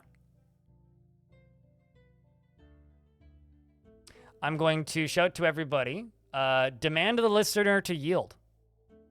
And he says, you first, coward. Well, I guess I'm fighting a dwarf now. I'm going to put my dwarven wine into my backpack because I was holding wine in my hand. And I draw my sword. Zoom this out a little bit because we are now in combat with this guy. Apparently. Although, I kind of don't want to fight him. I'm going to express my emotions. He is neutral towards me, but he doesn't really want to talk with me. I'm going to speak about my emotional state or thoughts. I say, huh? What was that? And the dwarf says, a great beast threatens to bring ruin to our people. Oh, no, I'm not. It's not in a wineskin, Nox. It's literally was just in my hand. So they have a hydra who's going after them. It's called... this is really small. Hold on. Disable text. Wondering if I can disable text will be text because somehow text will be text got turned on. Let me double check. We're in an ad right now, so I'm just gonna fiddle with it for a second.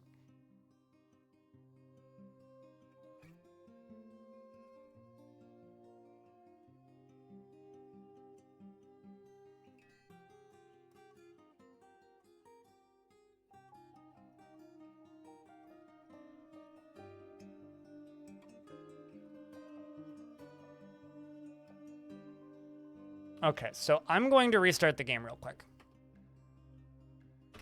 We'll save. It'll be fine. I gotta enable something. Well, I'm a dwarven goblin, right? So.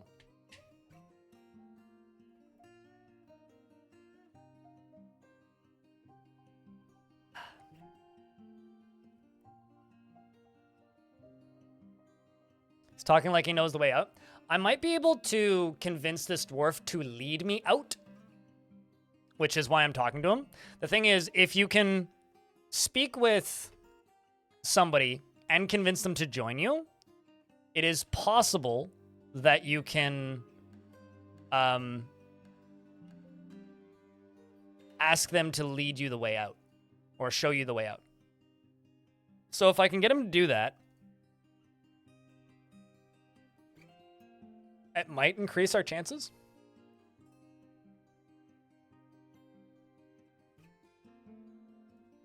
There we go. Start playing. Oh, no, continue playing. There we go.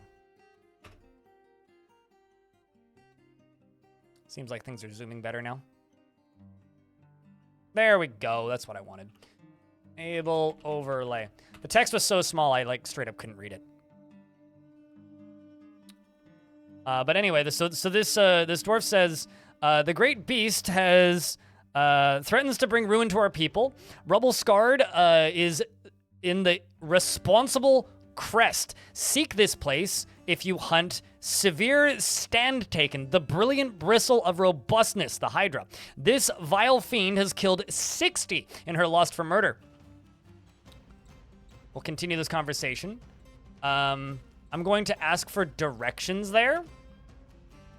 He says, I don't know myself and I don't know anybody who could even tell you. Okay, well, I'm going to ask a favor. No, I don't want to do that. I'm going,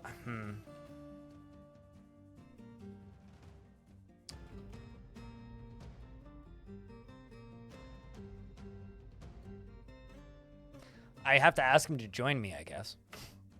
Ask the listener to guide me to a location. Well, at least we know about this dragon, the burned vault. Guide me to Rubbed Scarred.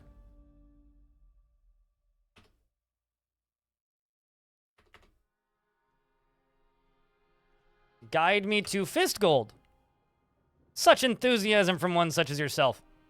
That a yes?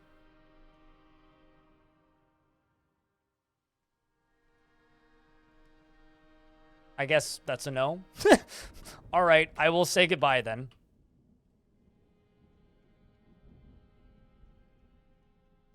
A giant rat up there. He's stuck in the labyrinth too. True, he also doesn't know the way out.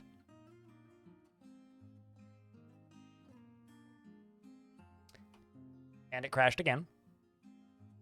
Yeah, we really need to get out of here. I guess, like, the only way to really travel around down here without it breaking on me is...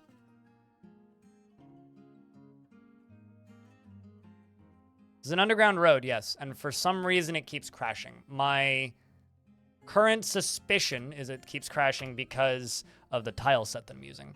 Fortunately, I can fast travel pretty safely. Bring out your dead!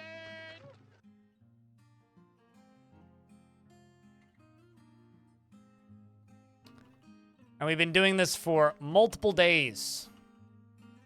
Underground stair! I found a stair. Okay. I don't know where I am. But it's a different dwarven fort. Oh, god damn it. The UI is all the way zoomed out again.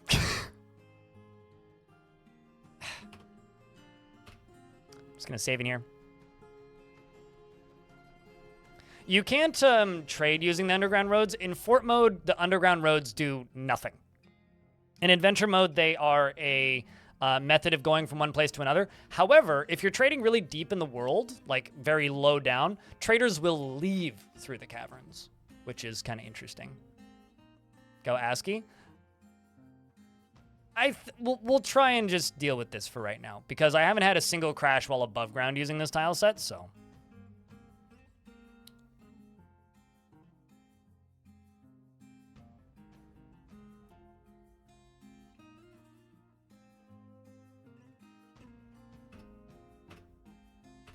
Annoyances aside, we're just going to deal with it. Besides, currently, I'm... Why do you keep... I don't like using tile sets, chat room. I'm with you. I really wish I didn't need to do this, but... Did it just disable my true type fonts again? Nope. Then I don't know why it's not letting me zoom. Whatever. I'll just deal with it and squint. Okay. Let's move up. Bunch of voices over here. They may be up or down a layer.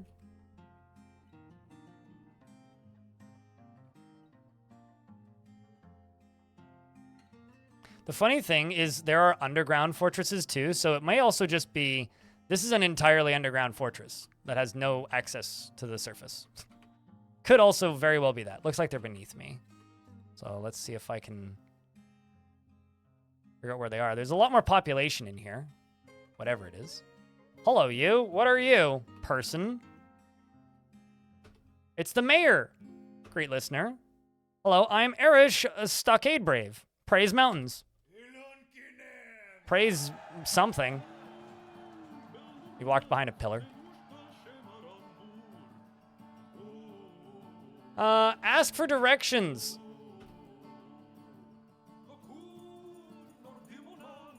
Salam Sunk Boots is well trained and would probably have that information. Okay. Ask the listener to join you. Guide me to a location.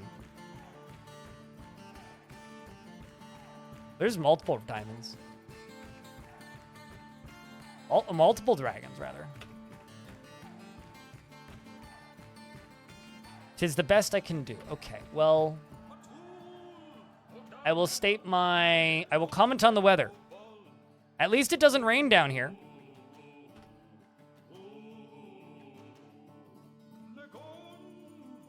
The exploring continues. As labyrinthine and nightmarish as these halls can be, it is kind of fun. Just running around in them. Aside from the crashing. Crashing part's kind of annoying, but...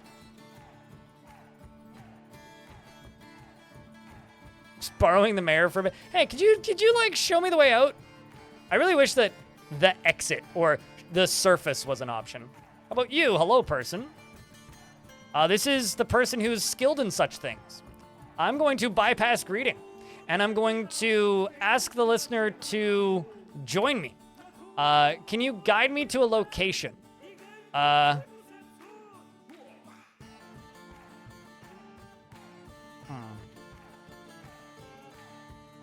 no option for hillixes, but there's hill titans, so that's fun. There's also a rock. This is a fun world. Ivy match. I don't know what that is. Swamp Titan. Hill Titan, Forest Titan. Blossom Plash.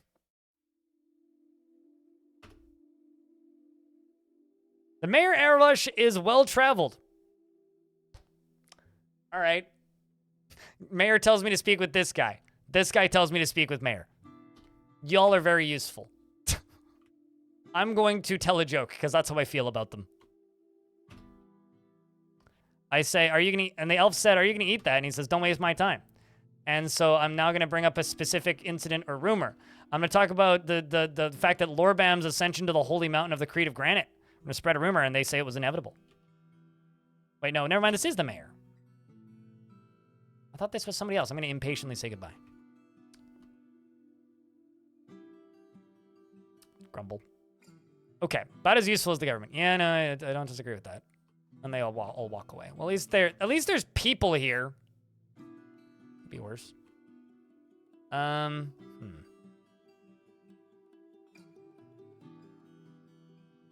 Goes nowhere. This goes nowhere.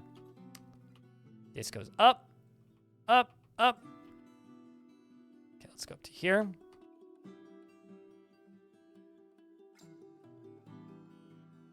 I found a round-eyed militia commander who's currently in bed.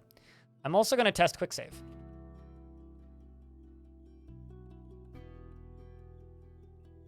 Okay, only used in Fortress mode. That's what I thought.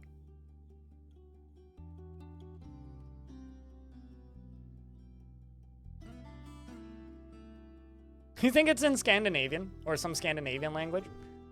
Yeah, no, I believe it. I mean, I'm just a random goblin prismatic. You're just like in an underground fortress, and then random goblin shows up and is like, how do I get to the so-and-so? And they're like, I don't know, go talk to so-and-so. And then you're like, okay, hey, so-and-so, how do I get to the so-and-so? And then they're like, I don't know, go talk to so-and-so. Seems pretty fair, if you ask me.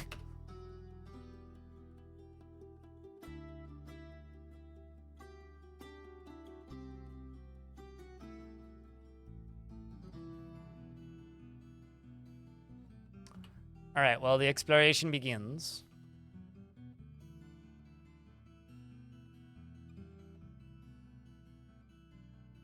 Because there may or may not be a way out.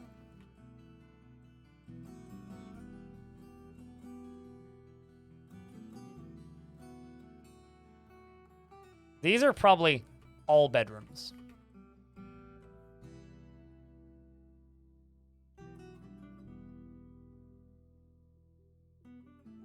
Except for the hallways that connect the hallways that connect the hallways. You know, now that I look at this, I think the only logical reason I could see to design bedrooms like this would be if you were worried about where creature attacks. Lots of gear in here, though.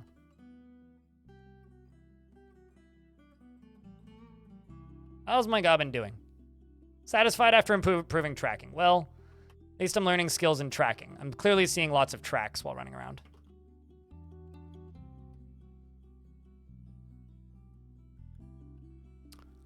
Well, if I go a little bit this way, and then I go a little bit this way.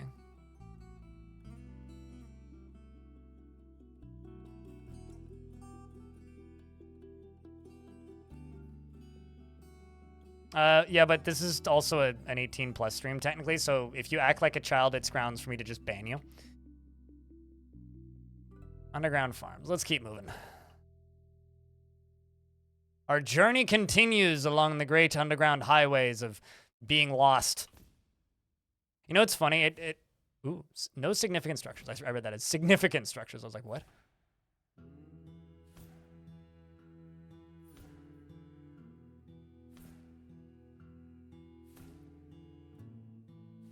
I think it's a legitimate rule, or in rarity.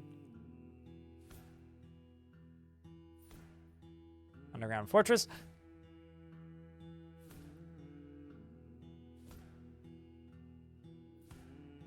Chat room, guess what? Okay, well, it's kind of laggy. But I got good news. I found a way out.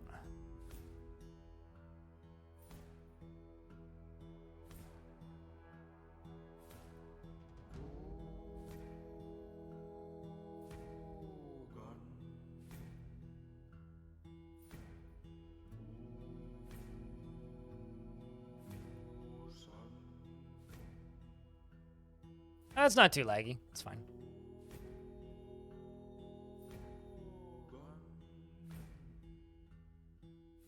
Guess who's on the surface now, boys and ladies, and everybody else? Your Goblin Unib is what? So you see those H's? You know what those are?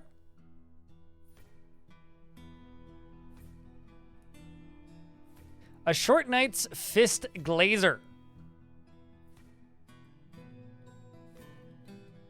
These are what Necromancer experiments looked like before they had sprites. Small feathered humanoid. It has wings. Its charcoal feathers are long and narrow. Its name is Reg. This night creature was first created by the human necromancer Sapa. Search, warmth, worship boats after horrible experiments on Lycott mob crafts in Fence Belt in 170. Depends on the tile set you have installed. Okay, so we're gonna save.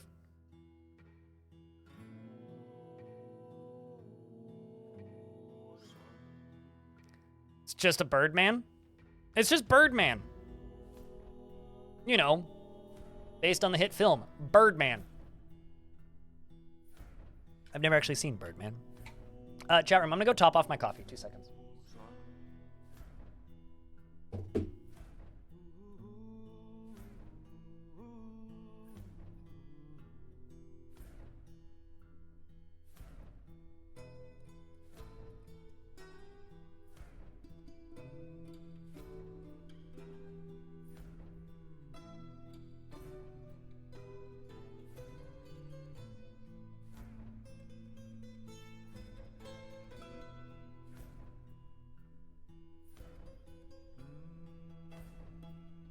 What has been decided, Ben?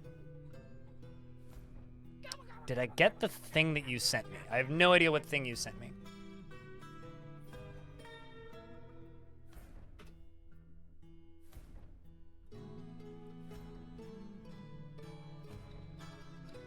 Are we winning? Well, I'm no longer underground, so sure.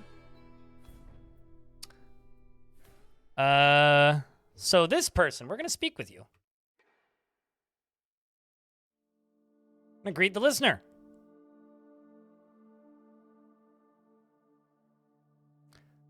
And I say, hello, my name is Unib Moonvolt. And they say, hello, I'm Reg. Tin shoved. I'm gonna ask about the local ruler. And they say the Contical Theater rules Ring Panthers. So we are in Ring Panthers. I don't know anything else about them. Aside from that, they rule. Okay. And I'm going to ask about somebody. Let's ask about this Drurgan.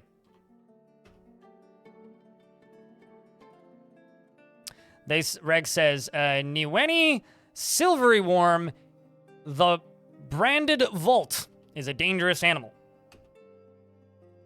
And then they walked away, and now I can't see them anymore. I'm going to ask about any troubles. And they say, well, let's see. We've got beasts, bandits, skulking vermin, and bone-chilling horror, and a missing treasure. Pretty normal. Let's ask about the beasts. A great beast on our behalf would... What? Vanquishing a great beast on our behalf would bring us all much glory. Rosy Heart, the Mortal Distracting. The Mortal Chat, this is its name. I'm going to read this out loud. I didn't make this up, I swear. The Mortal Distracting Crack is in the virtuous walls. Seek this place if you hunt Reno Glowflame, the Sweltering Diamonds, the Dragon. This vile fiend has killed 22 in his lust for murder.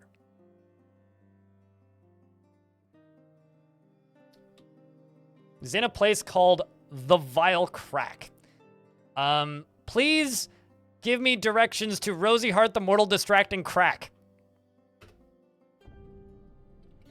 And they say the Dwarf Catan served planks is well traveled and would probably have that information. And I say, okay, thank you. Goodbye. I'm also getting all of this dialogue down on the bottom of the screen, which is like rumors and whatnot. Clear voice dwarf. There's no way I'm going to find that dwarf, by the way. I'm going to greet this dwarf. I say, hello, my name is Unib. And they don't respond. Okay, fine. I'll walk away then. Somebody's mad.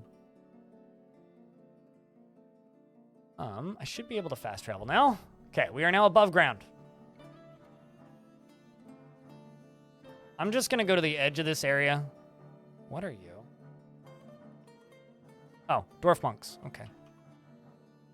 I'm going to speak with one of these monks. I'm going to ask if I can stay the night. Hello, I'm Tekid Tree Metal. Life is, in a word, volcanoes. They worship a god of volcanoes, they must. I'm going to ask to stay.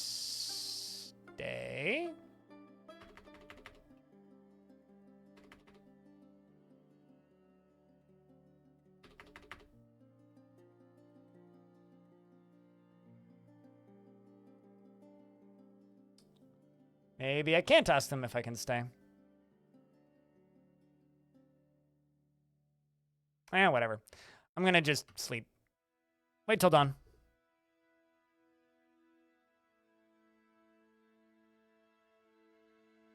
Regain consciousness. I'm stunned. I'm going to drink some of my wine to pick me up. I'm going to eat one of my gizzards as a pick me up. Because, like, I will get debuffs if I don't eat, but I can't actually starve to death, I don't think. I've gained a lot of skill in tracking, believe it or not. Save. I think we're okay now, but sure.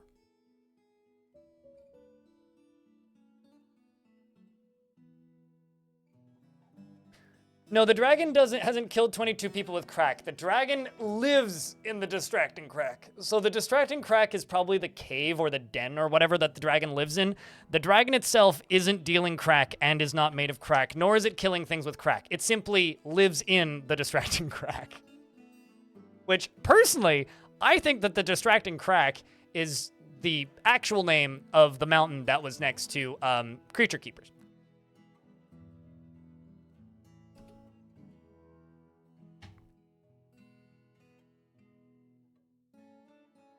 Dwarves that chase the dragon for too long eventually arrive at the crack. Yes. All right, so let's get away from this place. The population's too great. All right, so let's see where we are.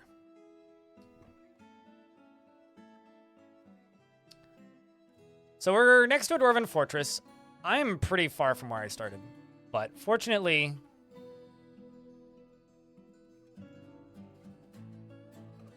we just need to move away from this area a little bit because it's laggy.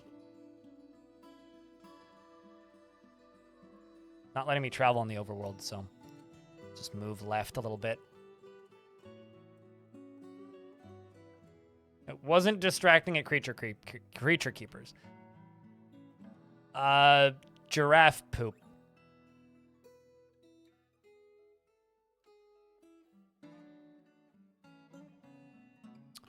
That's all I have to say to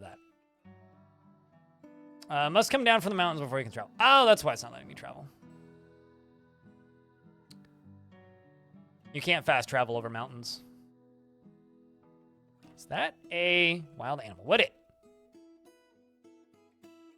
A skinny wolverine. I want to stab you with my sword. Okay, fine.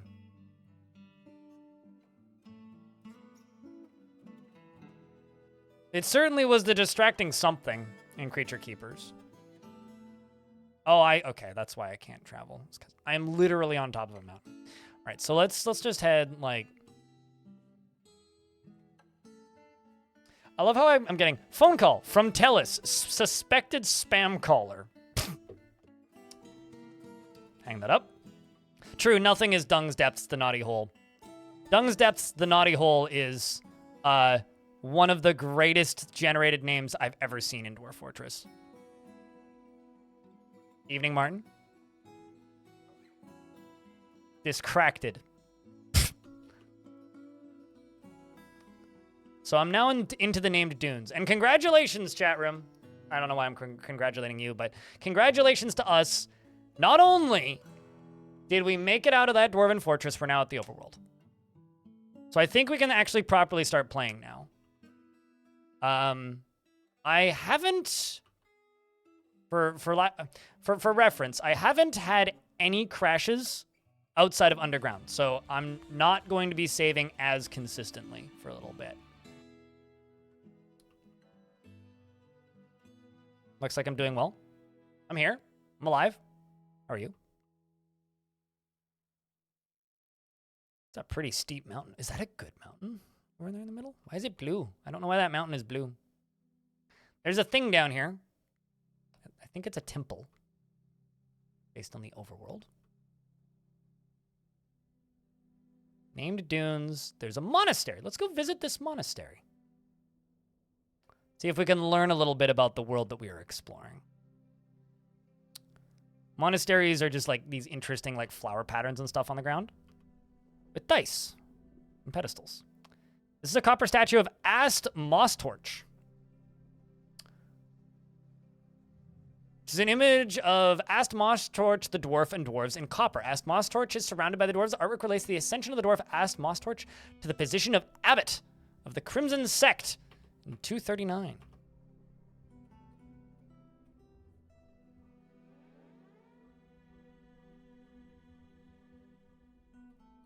I wonder if I can interact with the dice without having to stand directly on, without having to pick them up. Uh-oh, what are you? A goat. It's an ibex. Irish Stupid, thanks for the 39th month. Welcome back. Yeah, I'll still take the reminders to save, but we should be out of the worrisome bits for a little bit. There's some sort of structure here. It's got smooth dolomite walls and a door. It's just a door. Is it open? Ooh, it is. Would you look at this? It's full of thrones and tables. This must be this absolutely 100% has to be a dwarven monastery. It's just like full of tavern stuff. Move through. Okay. It appears to have multiple floors. Like it's got a multiple Z-level high ceiling. But I can't see up super high. On the side. I apparently just found small creatures. I found a beetle. Bet you I could pick up the beetle. I wonder if I can make that beetle into my pet. I pick up a live beetle with your right hand. Interact. T. There's nothing to do with the live beetle. I suppose I could throw the beetle. What's this? I found a slug. You pick up a slug with your left hand. I now have a slug. Pick up that frickin' beetle, blind my man. It's a beetle. Bonesaw, thank you very much for the 11th month. Welcome back. So now I've got a beetle and a slug in my hands. I can drop them. I don't know if I can tame them.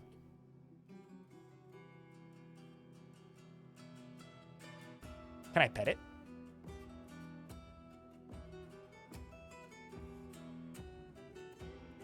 I suppose not.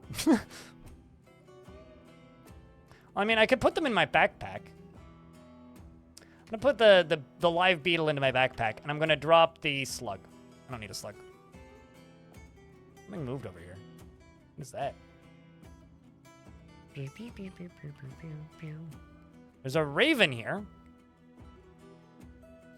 Ah, I see. There are ravens just above the ground flying.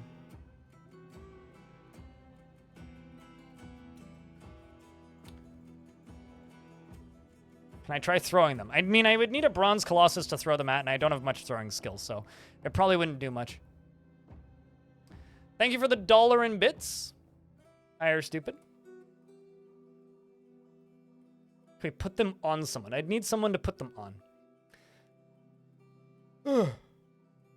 Can a Kia steal you in adventure mode? Only if you're hitchhiking. Irish Stupid, thank you much for the $1. Second bits of the stream.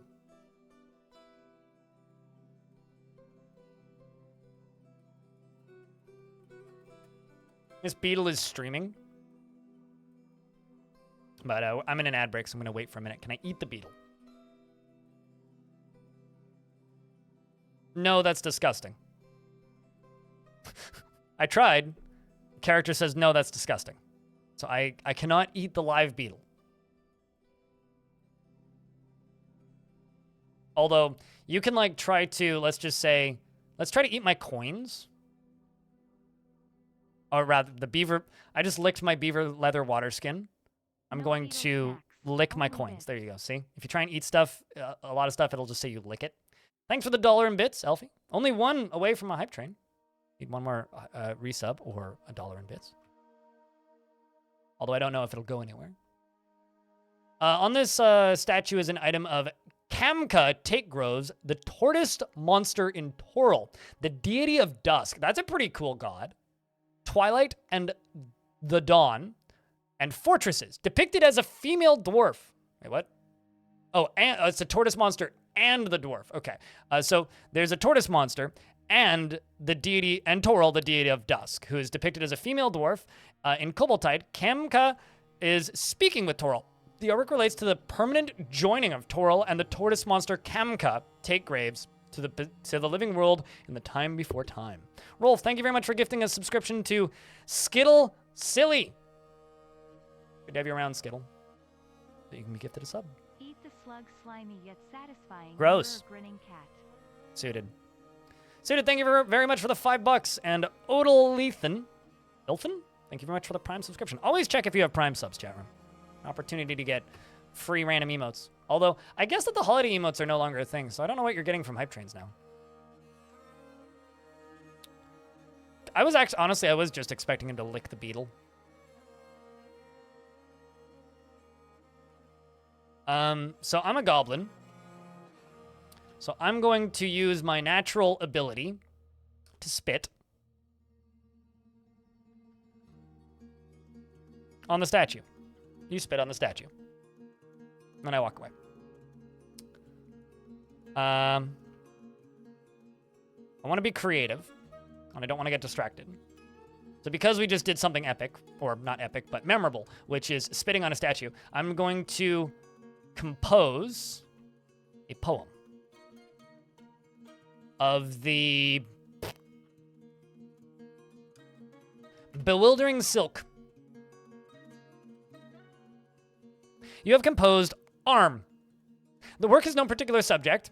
The writing has a hint of viciousness to it, but it is somewhat showy. The poetry is very, very bad. I wrote a poem called Arm. There are some critters over here. A frail one-humped camel. I'm going to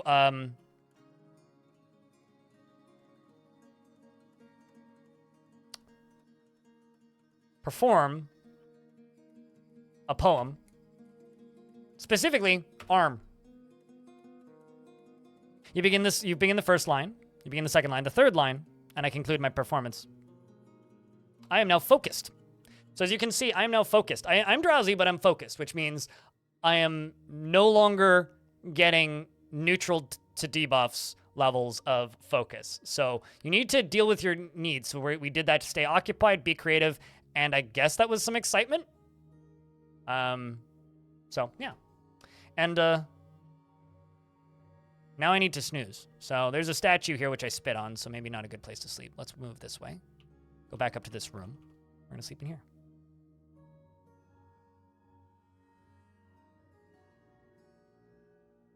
Cannot rest until you leave this site. Well, screw you. There's nobody here. Guess I'll sleep with the camels then.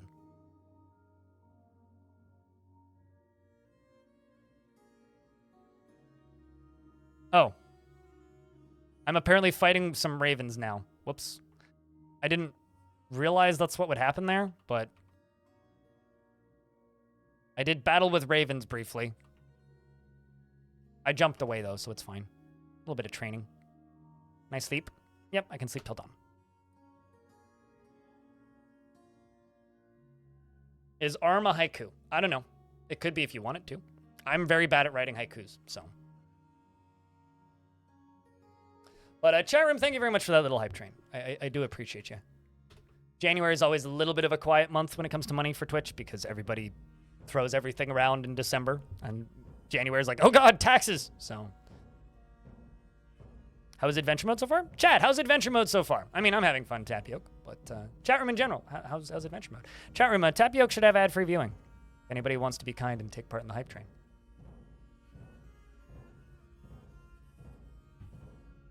Should you do a thing? I don't know, should you? I don't know what a thing is. My hands are cold. It's quite cold in here, but if I put on the sweater, I get way too warm. Otherwise, my hands just get cold. Yeah, a bit crashy while we were underground. It's stable now that we're above ground. Thanks for the $1, Holy Kai. Appreciate you. All right.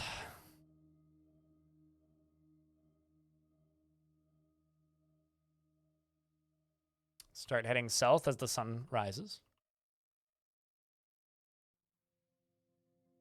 And as I continue to explore. I have to be a little bit wary of asterisks on the world map, because asterisks can be things that can kill me. And as you see, there's this big thing of purple and gray there. That is a scary area. We would like to avoid that. Thanks for the $3. Appreciate you.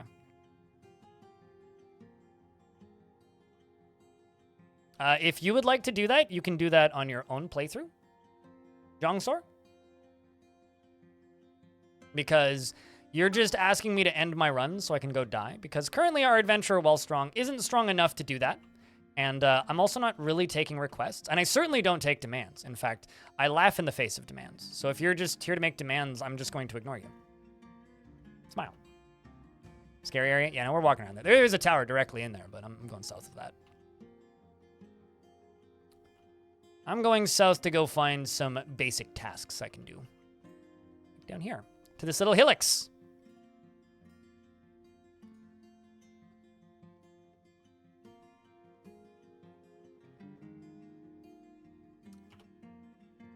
This is Anvil named.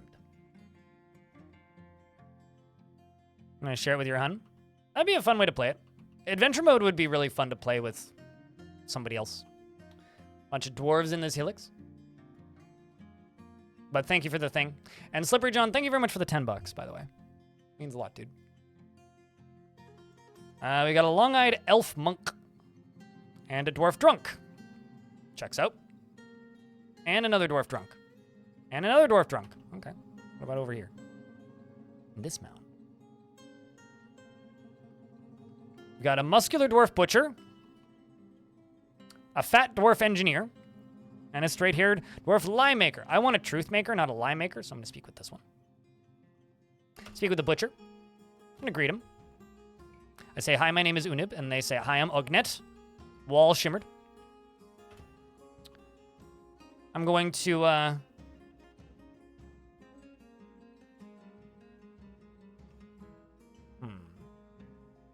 Yeah, regular dwarfs then. Claim this site for yourself. Ask for permission to stay. Ask about the surrounding area. The Dunes of Seizing is a half day's travel to the west. The place, it is a place of great evil. Ognet looks around nervously and leans forward, speaking quietly, and says, goblins. It's terrifying. Mate, I'm a goblin. Not very tactful, is he? Let's ask about the local ruler. And he says, the Quakes of Voicing rules Anvil named. I don't care one way or another. Change the subject. I'm going to ask about the person's schemes or plots, and they appear unconvinced, and they say, I have nothing to say to you. Ooh, so you are scheming. I'm going to ask about the site's neighbors and trade partners. The people of Anvil named go to Hamdash to trade. There are 5 other villages which utilize the market there. Okay, so there's a place called Hamdash, and there's a market there. Let's ask for directions to... Can I not ask about Hamdash, the place that I literally just found out about?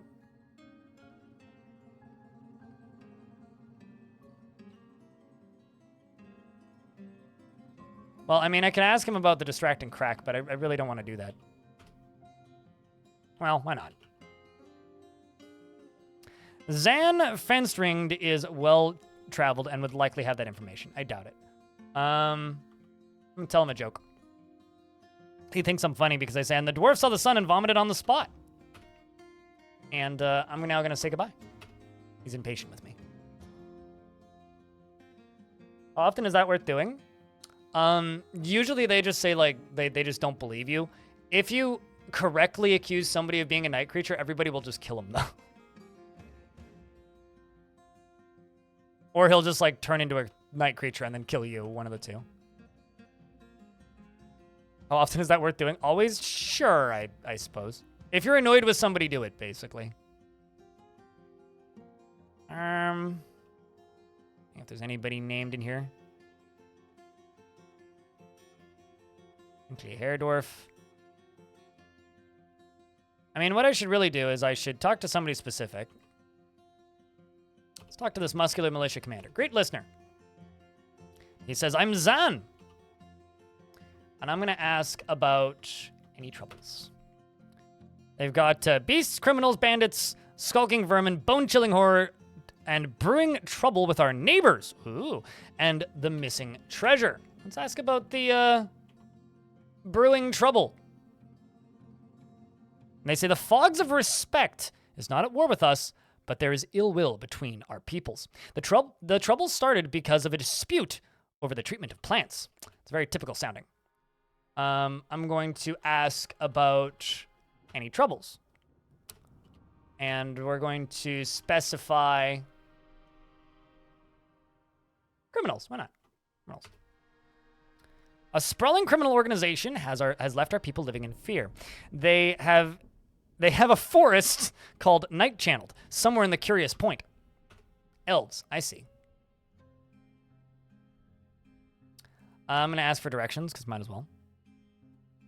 It is a day's travel to the west, and you receive a detailed description. There is a great keep there named the Outrageous Palace. Never mind, that sounds like those sound like humans then.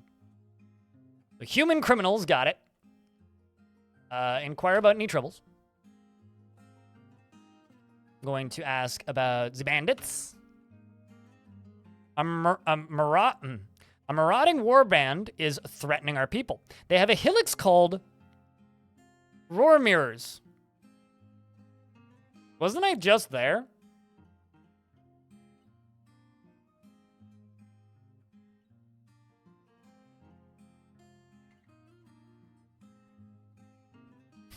Pretty sure we were just there. In 56, the famous Quakes of the Veiled Arena founded Roared Mirrors, and he tells me how to get there. What's up, Mallow Dust? Our gray floor is going to stay gray. So, in older versions of the game, they were multicolored, okay? Like, it would be the color that the stone was beneath them. But I asked Tarn about this a couple times ago when he was on the stream, and it was like maybe about half a year ago now. And his response literally was, it was one of the most common pieces of feedback that people were annoyed by that, and so they removed it. And at the time, he stated that they were thinking about bringing it back as an option. I'm annoyed they removed it and never complained about it, so I don't know who the hell was being dumb and complaining about multicolored floors, but, like, I don't know. Honestly, go leave feedback that you want them back, I guess. I would like them back. I'm going to continue inquiring about troubles. Let's ask about beasts. A great beast threatens to bring ruin to our people. Wooden esteemed, the mahogany bird is in the mire spike. Seek this place. If you hunt Gaika sculpted robust, the fear of growths, the rock. I fear growths, specifically on my elbow. This vile fiend has killed 23 in her lust for power. More than the dragon we heard about earlier. I'm gonna ask for directions, and he says it's in the mired spike. Okay. Whatever that is. I'm gonna continue. Let's ask about this missing treasure, which actually translates to free treasure. Moral Augustician, the Inigo Avalanche once dredged tattoos the pyrite toy boat. Returned to Hamedashed. Last I heard, it was in the rare tomb in Critter Puzzles.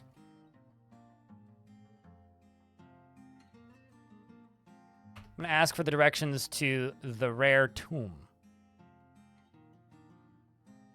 Critter Puzzles is far to the west.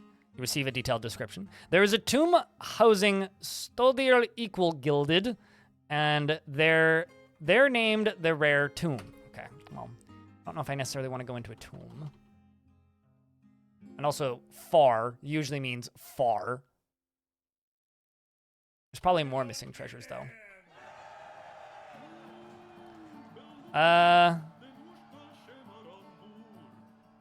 Moral Augustin of the Indigo Avalanche once Against trade, the Forgotten Beast parchment scroll returned to Haimdash. Last I heard, it was in the Crypt of Mines in Castle Cities. Okay, now we're talking.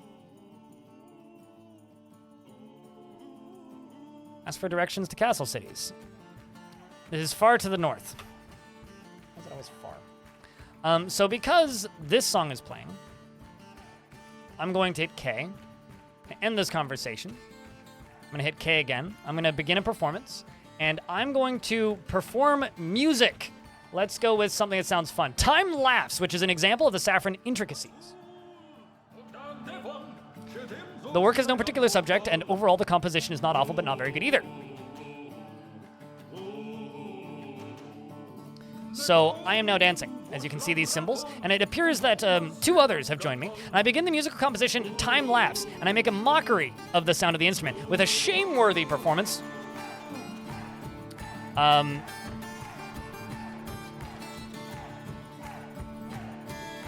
everybody else is telling jokes mostly.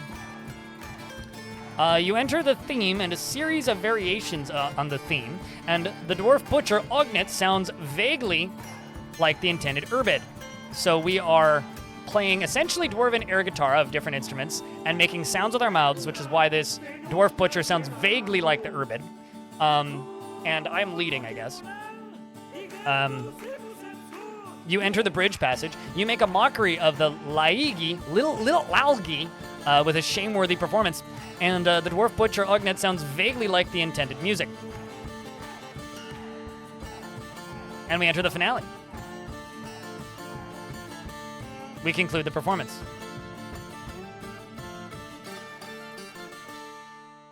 And a dwarf farmer says, Time Lapse was performed. It's interesting. So you do actually you become focused usually when you do this sort of stuff. And we're currently level-headed, which is good because we've been drinking alcohol and all that. So we are in a good mental state.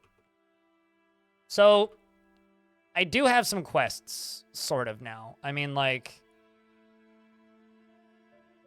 certain presences of known items in places. I apparently got attacked by an ibex. If you want to filter these, there's filters up at the top. So people, sites, groups, regions, bestiary, artifacts. So these are the 2 artifacts that I'm aware of. And yeah, both of them are pretty far away.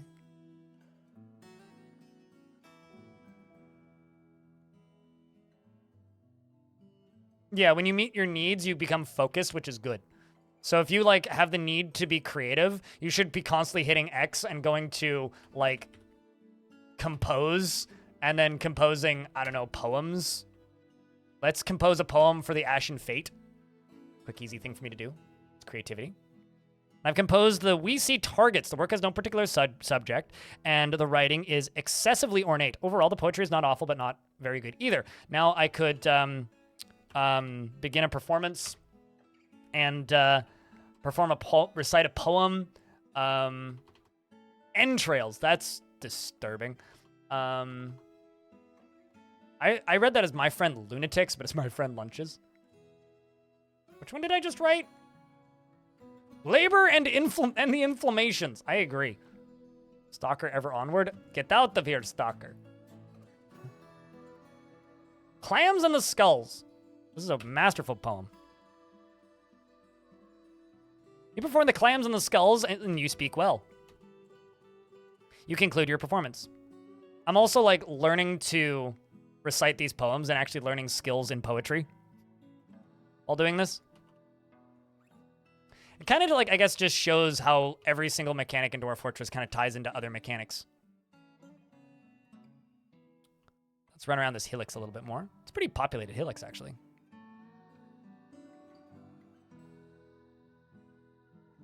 Actually, at this point, I should save.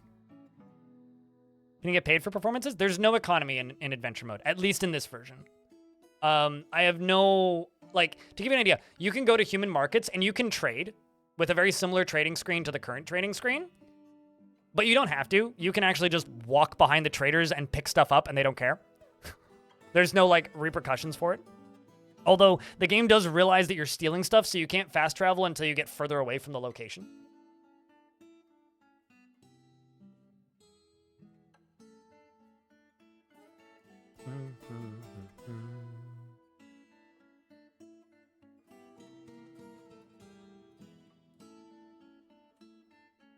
And also Bobtron, what's up?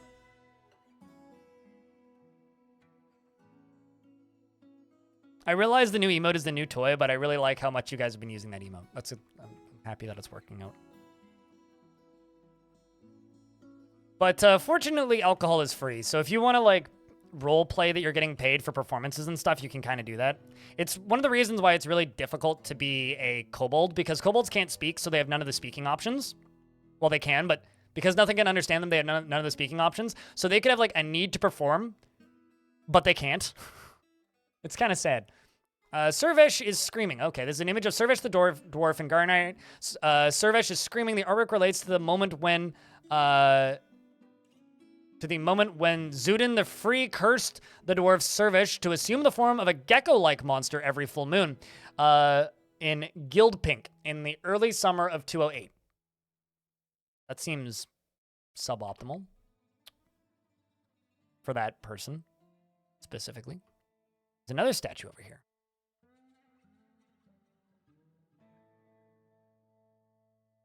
On the item is an image of Canna.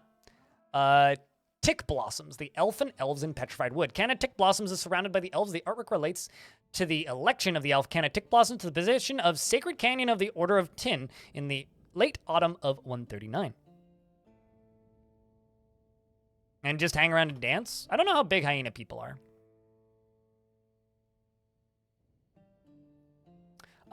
Diamond, have you seen our most recent shitposting tool? It's Crypt Stare. Or, sorry, not Stare. Glare. I should change it to Stare, because Stare almost makes more sense, but... Alright, well, let's start fast traveling. So...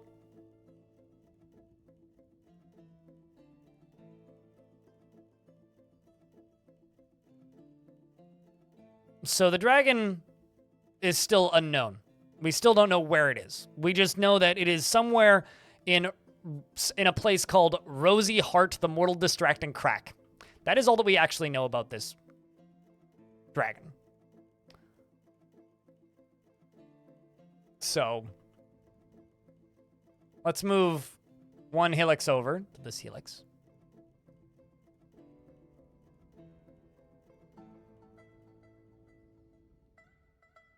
If anybody over here has more information.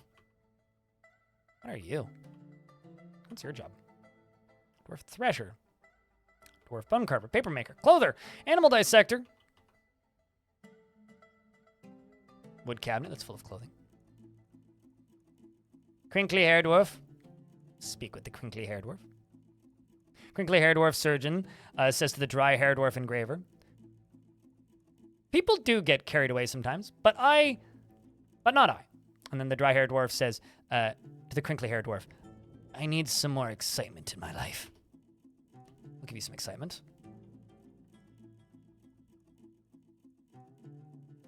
I'm gonna greet this listener. Hello, I'm Tun, they say. I'm going to ask about any troubles. Let's see, we've got beasts and a missing treasure. Ooh, more specific this time. What are the beasts? Tun says, mastering the forces of nature would glorify us in the eyes of the world. The spry of larva is in the swamp of amethysts. Seek this place if you want to hunt Noleth Haildranus, the oceanic leopard of Bruise, the swamp titan. This vile fiend murdered Cuddle. Urge wound. The goblin is drawn. Woo. Wait.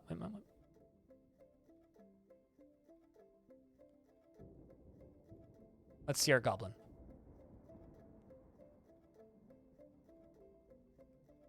Elfie drew our goblin. That's us currently.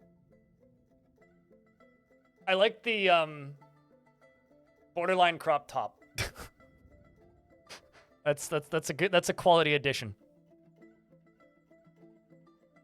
I'm gonna get stabbed in the stomach and die. That's how I expect this to go. Kind of looks like a Bratz doll in a good way. Also, to the people over here on Twitch, there are 230 people watching on Twitch, 50 people watching on YouTube currently. You want to help out the YouTube stream, the best way to do that is by jumping over to the YouTube channel and leaving a like on it. If you need help with that, here's a link. And of course, if you lurk over there and inflate the view count, that's also useful. All right. And plan for the stream today is, you know, it's about 12:30 right now. I'm probably going to be playing adventure mode until 2, 3, and then we'll swap over to fort mode. On the item is an image of Servish, the dwarf in Saltpeter, making a plaintive gesture. The artwork relates to the moment when Zudan, the Free, cursed the dwarf Servish to be a gecko-like monster. It must be a very memorable moment in this world's history.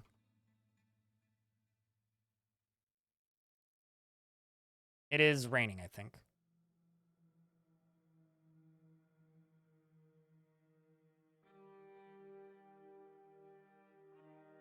Rail Dwarf Herbalist. Great listener. Devil'don, thank you very much for gifting a sub to Tapioca. Appreciate you. Hello, I'm Cybrick Tome Quests. Life is a word, wealth. This person must worship a god of wealth. I'm going to,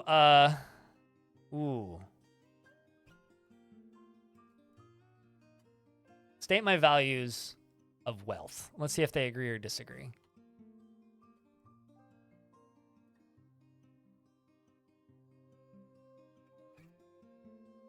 Ire Stupid, thanks for the $2 super chat. Can I not do that? Okay, fine. Our truth cunning. Stoicism, harmony, merriment, leisure time. Let's state the nuances of commerce. You are thinking about this all wrong. Trade is the lifeblood of a thriving society, this dwarf says. And I am going to acquiesce, which changes my values, or I could argue the worthlessness of commerce. Or I could argue the nuances of commerce. I'm going to argue the nuances of commerce. And I say, there is something to be said for trade as a necessity, but there are better things in life to do with one's time. And the dwarf says, I guess I'm not sure. And I'm going to press the argument. Tapio, thanks for the 5-pack of gift subs. Appreciate you. Cheers, man. And I say, there is something to be said for trade as a necessity. Okay, I say the same thing again. Just think about it. Trade is the lifeblood of a thriving society. You don't really have much to say. I'm going to dismiss the listener's argument. If you insist so strongly, we can move on. We were debating trade, yes. I'm going to ask about the local ruler. And they say the yellow trade of medicine rules trust wire. It is for the best. We should trust wire, chat. Inquire about any troubles? Well, let's see. We got beasts and the missing treasure. Let's ask about the missing treasure. This one person, Cybrick, wants so many things returned. We're also stuck in an ad break now, so I will wait. Looks like you got a bunch of regulars too, so well done.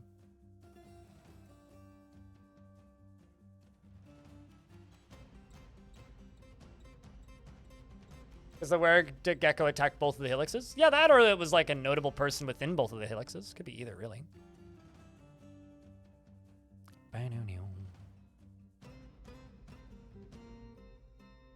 I love the fact that they're debating trade, though. Always fun. Should just go around debating people. Could just be like the debate me bro of like the Dwarf Fortress world. Just going from place to place being like, well, just I will question all of your morals and like refuse to drop it until you fight with me. Just have like maximum intimidation and lying, and just regardless of what they're like saying, you just disagree constantly. So when you're playing Fortress mode, for those of you who are unaware of this, all of this stuff that I'm going through manually is what Fortress mode is doing in the background. So if you ever wonder why Fortress mode can lag sometimes, this is partially why. It's just all of this talking. And we haven't done any combat yet today, but like, it's the same sort of thing. So Moral Anguish Mountain of the Indigo Avalanche once work-trained the Grasping Evils, the giant cave bone toad bracelet, returned to Heimdashed. Last I heard, it was held by an elf named Salo. Beast furs.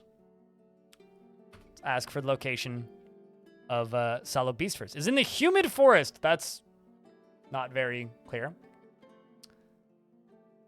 So is your name Chicken with a G? It's like Gicken? Thank you very much for the raid. If I've butchered your name, please correct me. Chat room, can I get a round of beers for the raiders?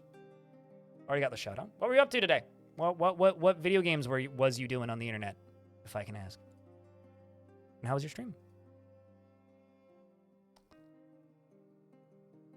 We're playing some Dwarf Fortress Adventure Mode, and I am asking about locations of things. And then I'm gonna ask for directions to Heimdashed, maybe? Yeah, I can't do that.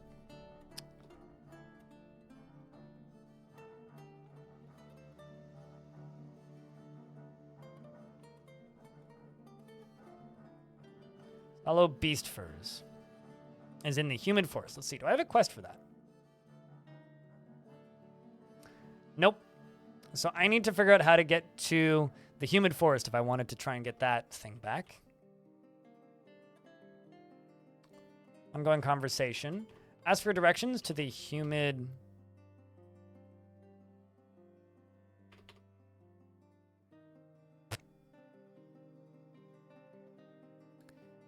Can't ask for directions to the humid forest.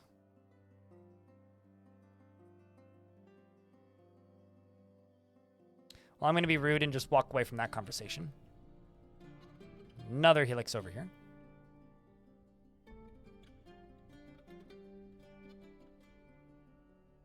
I am constantly amazed by how many people think that when I state that I'm going to be streaming some adventure mode, they think that I'm going to be playing the, like an unreleased thing. Round-eyed dwarven child they're playing. And there's somebody who's pissed down here. What's up with you? Crinkly hair dwarf. He's enraged at all enemies. Okay. Also a bunch of monks out here. I'm gonna greet this monk. And he says, hello, I'm Etor Paddlestud. Praise marriage. They must worship the god of marriage. I'm going to inquire about the listener's profession. I am a peasant. I think you're a monk, but okay.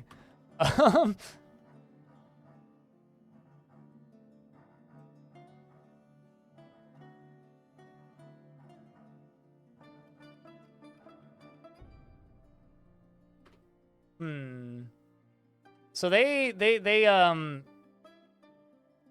praise marriage. So let's ask about family. You can always rely on your family when everything else falls away. No doubt, he says.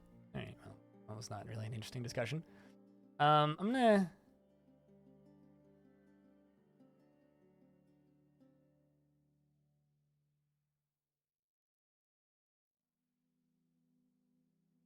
This is classic with a tile set. For full clarity, for anybody who's confused, this is Dwarf Fortress version 47. Not some pre-release version of Steam. The reason I'm playing this is to remind myself of how to play this version so that when Steam version comes out and is updated properly, I can, teach other people to play it. Nobody knows where that dragon is. Everybody knows the dragon exists, but nobody knows where that dragon is. I'm going to interrogate because you're in a religion. So who's your boss? I have nothing to say to you. Who do you work for? Okay, fine.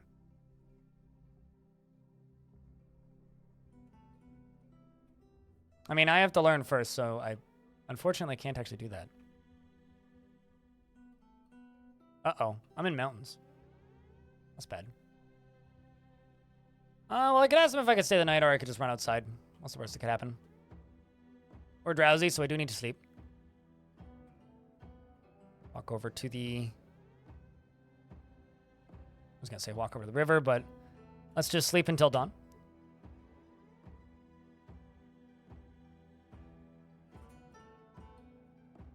They'll also go insane, because then they won't be able to socialize, Graph.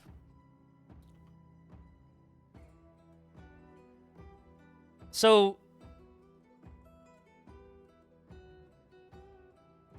I have a question. Do you understand how Dwarf Fortress's development works?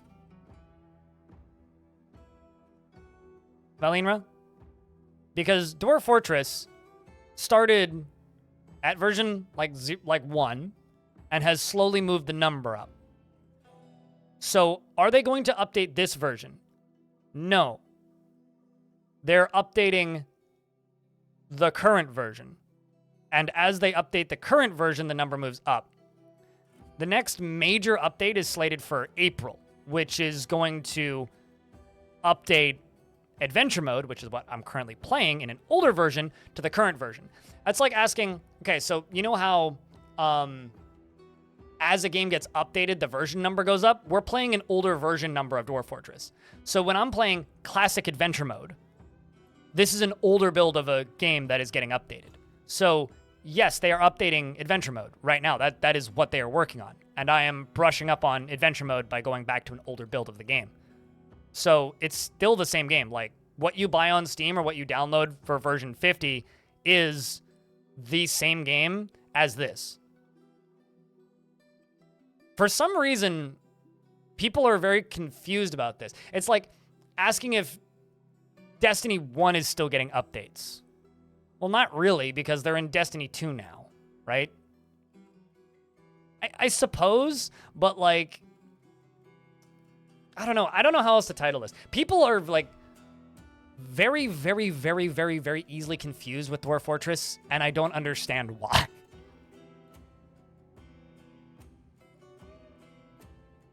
It's like for some reason, this game, people are just like, either don't follow it particularly closely, which is fair.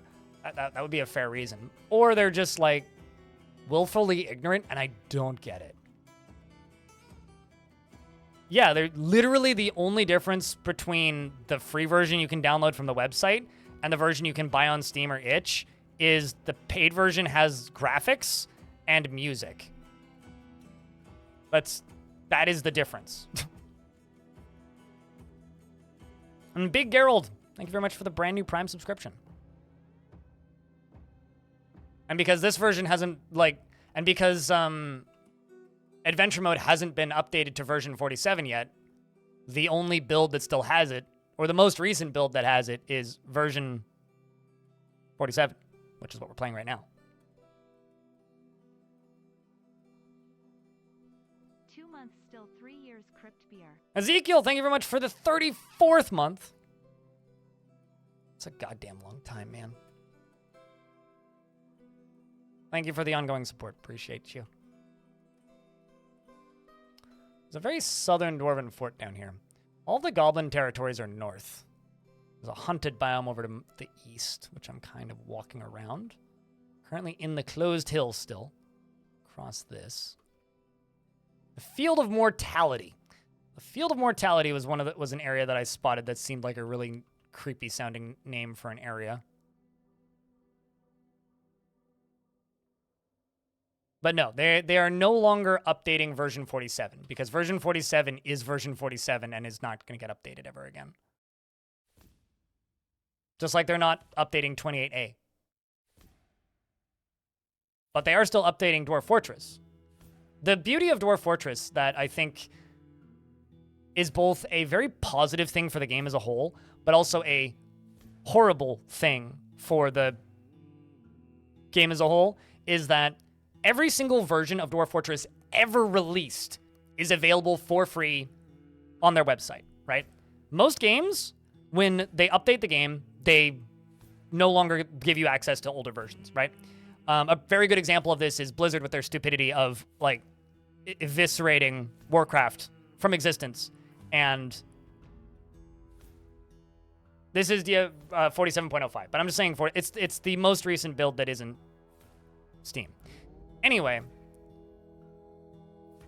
the psychotic thing is that because Dwarf Fortress does that, there are some people that have a version of the game that they play, and they will never play later versions of the game because they like a very specific version for whatever reason. And they're not huge numbers of these people, but there's enough of them that I notice them in my comments section. They show up in the Steam reviews. They show up in the Steam forums that are endlessly mad that version 30 or whatever is not getting updates anymore. Or version 47 is not getting updates anymore. Version 50 is getting updates, and version 50 is free. You can go download it. But because they like a particular version of the game and not different versions of the game, they are the most obnoxious people to deal with in the world. And it really sucks. And then you'll have people that are just like, can you open source this version of the game? And then it's like, well, it would expose the code base, so no. And it's just like, the only reason I'm playing version 47 right now is to, like, reestablish my knowledge of this mode so that I can make tutorials when it comes out for version 50. That is the reason we're doing this. Also because people kept asking me. This area is full of necromancer experiments. This one's a wrestler. Hello, this person says. They say they're Lorebam, and I say, can I stay for the day even though you are a necromancer experiment?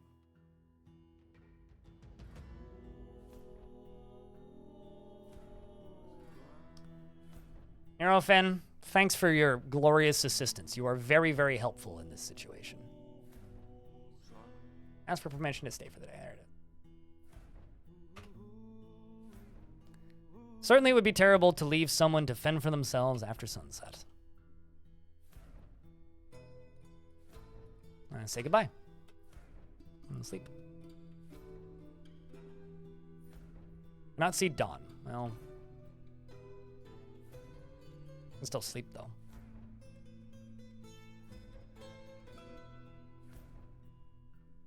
I think it is a privilege that we still have access to older versions of this game, right? If Dwarf Fortress was a normal game, I wouldn't be able to download a version of the game from 5 years ago and play it, right? Where the heck did the stairs go? What?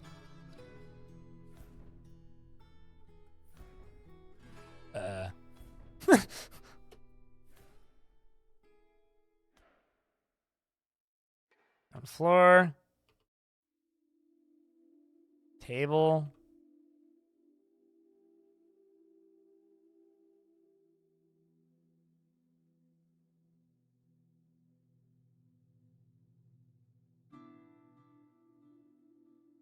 I'm confused.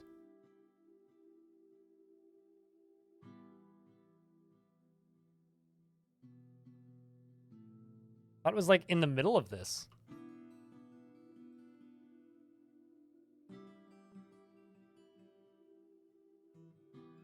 My friend who got you into Dwarf Fortress hates the Steam release and the newest version because he said it breaks his immersion to have rendered graphics instead of ASCII script, and the new version broke keybinds. It didn't break keybinds, it just doesn't have them. There's a difference. And he's been using for years. That's okay. I played Dwarf Fortress on and off from 2009, and it took me 90 minutes to get used to the new version. So just because your friend... There it is. Why is it under a table? That's confusing. In my opinion, one, the keybinds are coming back. And if you enjoy a video game, your response shouldn't be, I hate this version. I'm going to be an angry, mean person now. Your response should be, okay, let's leave feedback. And the feedback's been taken. And within a couple of weeks of releasing the Steam version, they said, okay, we'll get that back into the game. DF Hack for premium and version 50 off the website for free already has most of the keyboard functionality back if you dig into the DF Hack experimental builds. And they're literally working on it. Dwarf Fortress is a slow development game, so if your friend who got you into Dwarf Fortress has played this game for a decent period of time, probably realizes that the development for this game is slow. They had to rebuild the entire UI for the Steam version, right? And if that's your stopgap, okay, cool. But why in the world are you going to go screaming that the game needs to regress back to a state where maybe a couple hundred people played it instead of literally tens of thousands of people a month? you're making a very unreasonable request if that person is doing that, right? And generally, from my perspective, when I see people stating stuff like that, it just makes me want to smack my head so hard against the wall my forehead bleeds. Like, I've encountered so many people who are just like, negative review on the Steam release, time played 20 minutes, doesn't have same hotkeys. Like, what is wrong with you? So, okay, you're gonna actively attempt to damage a game that you like?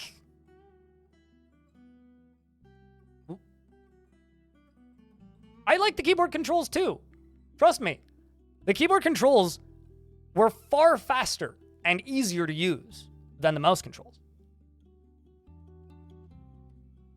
But if they'd never swapped to that, the game never would have sold that well. And they never would have been able to hire Putnam. And the game wouldn't literally run 100 times better. So, sure, there are cons to a game updating. But if you are that set in your ways, fuck off. Go play version 47 and don't bitch. Go mod the game. Version 47 is more moddable than version 50 anyway.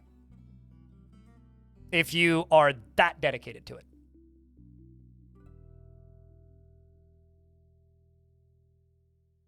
But don't go screaming that they need to actively damage their careers and regress. Wonder if Masterwork mod is still around? Please don't promote Masterwork in my chat. I really need a command about that. Masterwork, the last update was for version 44, so you'd have to go back to version 44 to use Masterwork. But I don't think we'll ever see another variation of Masterwork, not after Meph, you know, getting accused of plagiarism and all that. Just going to quickly plop a save down.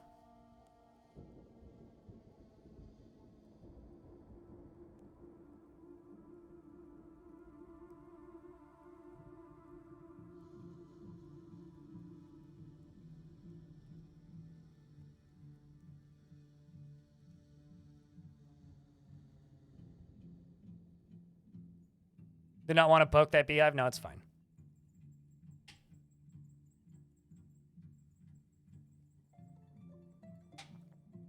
What is the goal here? Well, adventure mode is best described as an extension of the world simulation, right? Like Dwarf Fortress, you could say that about Fortress mode. What's the goal here?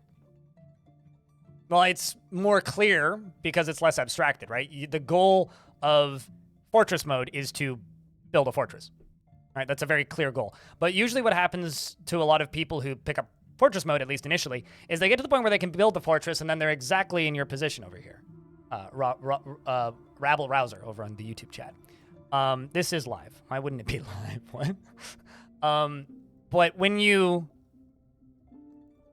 are playing adventure mode, you are playing Fortress mode. You are playing Dwarf Fortress. You are playing the simulation of the world, which is the gameplay of Dwarf Fortress, right? So the idea of Dwarf Fortress as a simulation, or a fantasy world simulator, is here, have a world. Now poke it. Fortress mode is a series of ways to poke the simulation and alter it, right? Adventure mode is another series of ways to poke the simulation and alter it. A lot of people who play adventure mode play it differently. You could essentially what you're doing in adventure mode is you are playing the role of one of those dudes that comes into your tavern and visits. You know, the bards, the scholars, the monster slayers, the mercenaries. That is what you are. You are not a normal dwarven worker in a dwarven fort. You can kind of do that, but at least currently in this version, the way adventure mode plays is you are an adventurer. So you're a visitor. You're somebody who comes and goes. You can build camps where you can store stuff. You can claim locations and then embark on those locations. You can write songs and then teach other people those songs, and you'll see them pop up in your Fortress mode games. You can join a fortress you've already started. You can steal artifacts from one fortress and take them to another fortress that you have and then reclaim it. You can literally assassinate kings. Like, if you're playing Fortress mode, right, and there is a necromancer that's really, really bothering you, and you retire that fortress and you play an adventurer for a while and then go kill that necromancer and then build a new fortress, that necromancer gone now, right? No, it doesn't. Not if you've rebound all your keys. And also, interface tweaks is a really bad mod because version 50, snaky, is not fully keyboard compatible. So what's the point? Just, who cares? I mean, it'll help you learn the hotkeys that are there faster, sure, but when people are asking for like keyboard bindings, they're asking for the entire UI to be keybindable again, which is a work in progress. It's literally what Putnam's working on right now, as well as better search filters for mouse support. So it's like, I don't know. People get, I guess at the end of the day, people get weirdly militant about video games, and it is perpetually flabbergasting to me. I do not understand why people don't have patience to a degree. I guess what it is we live in an era where people are used to games updating at the speed of Fortnite and not at the speed of like actual work-life balance. And people think that they are the only person that matters. And the way I've always recommended people play Dwarf Fortress, which is funny, because I play this game for a living, and if people aren't playing it, my income drops significantly. In fact, my income directly correlates to the current player base of Dwarf Fortress. But if there is a thing that really bothers you about current version Dwarf Fort, the best thing that you can do is go play something else for a couple of months. Like, quite literally, that is the best thing that you can do. If you are in the position of Big Geralt's friend and you hate something about a version of Dwarf Fort, go play Warframe. just go play literally anything else. The Steam page wasn't around for 8 years. What are you talking about? The Steam page was made in 2019. So it's been around since 2020, 2021, 2022, 2023, and now we're in 2024. So 4. And it was released after 3 of those years. So every month for 8 years? I think you're exaggerating slightly.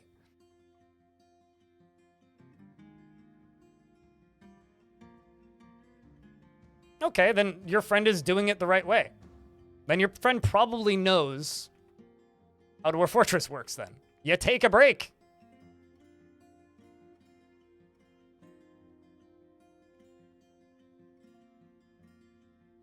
It's a weird place for there to be a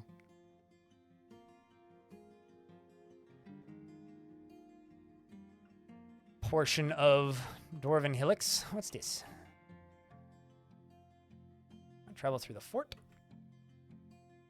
I'm just mostly looking for a good place to start my questing right now.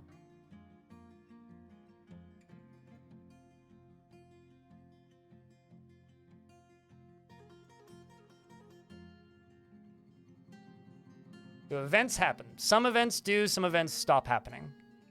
Like alliances can't form and break during Fortress mode. Just as an example.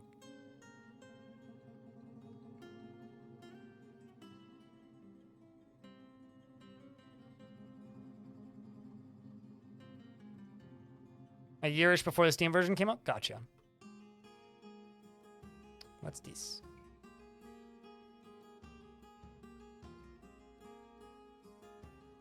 Another fort.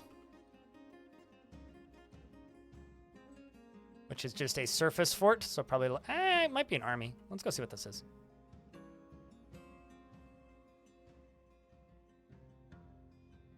Bunch of crows up there. Cavernous Dune. Good name. No, they can break. They can't form. You can't form alliances.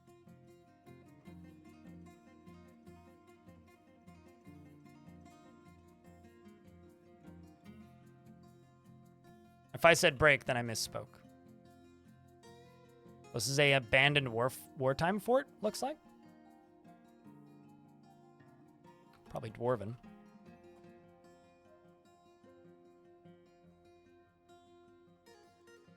Seems pretty abandoned, though.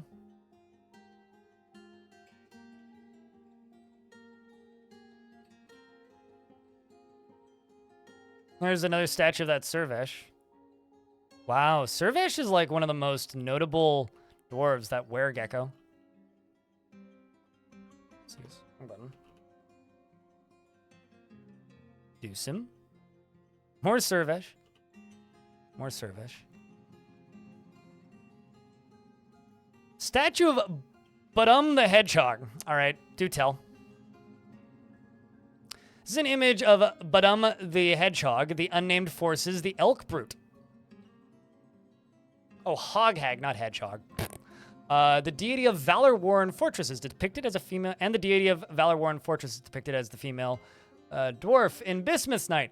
Badam, the Hoghag, the the untamed forces, is speaking with Zudun the Free. The artwork relates to the permanent joining of them. So, demon coming to the overworld and world gem.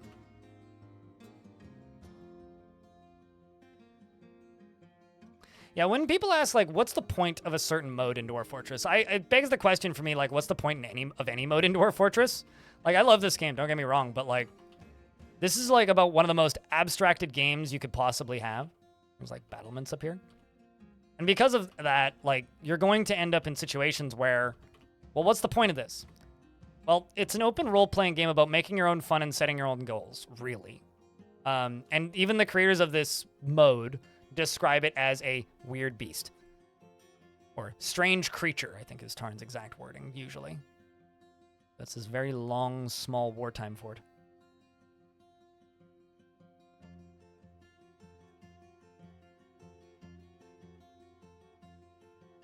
Also, rest in peace, Juice. Hopefully it was fun. There is no building library, if that's what you're asking. No, the game has its own randomly generated locations, and it builds them based on prefab pieces that were designed by the creators, which are going to get an overhaul when they do the map rewrite, which is in a couple of years, probably. But if you've built fortresses in Fortress mode, you can visit them in Adventure mode. I could chase those and fight those, but I don't really want to. This is a very large world in comparison to the previous ones that I played in, so I'm just taking my time to... These fast travel, not obstacles. Maybe it's these friggin' ibexes. This way. There we go. But, like, the world that this game generates is, like, the size of countries, quite literally. I've also been pretty passive so far. I guess I haven't slept in any Untamed Wilds areas. Sleep until dawn. But yeah, you can visit your own forts in Adventure mode too. Did something wake me up?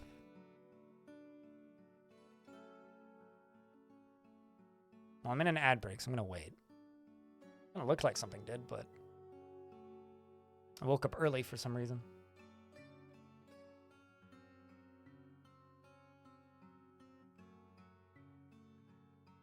For before blind, you didn't mean that, but... Oh, it's if I... You probably can't hear me because you're probably in an ad break.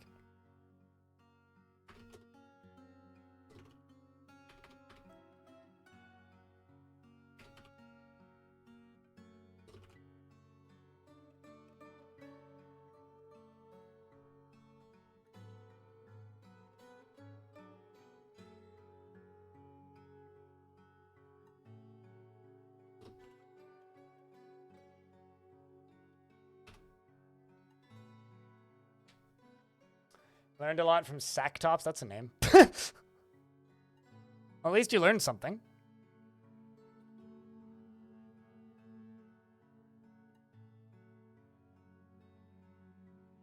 I feel like at this point, I might need a disclaimer for my stream that if I seem upset, it's unlikely I'm actually upset. There's water there, but it's frozen.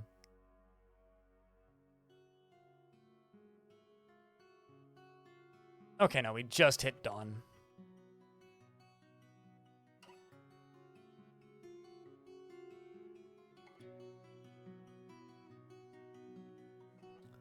Pretty big dwarven helix right here. And the whole world is interconnected. I don't actually need to use the overworld to travel. It just speeds things up a lot. Wow, this is a huge helix. Thin Dwarf Farmer. Great listener.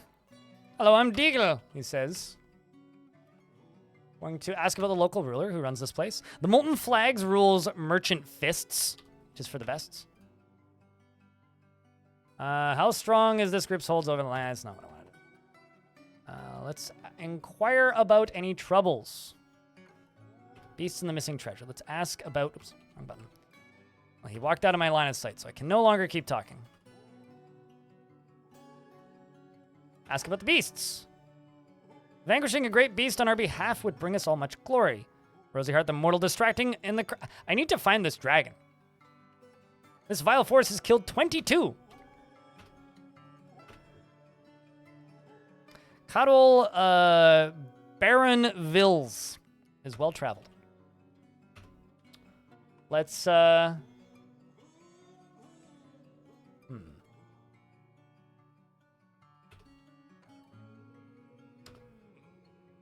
Cattle Baron Vils is mayor.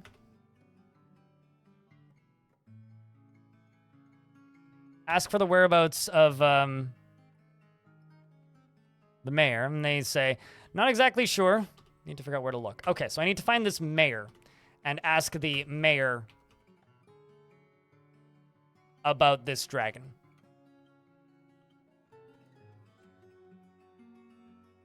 There's not too many hills in here either.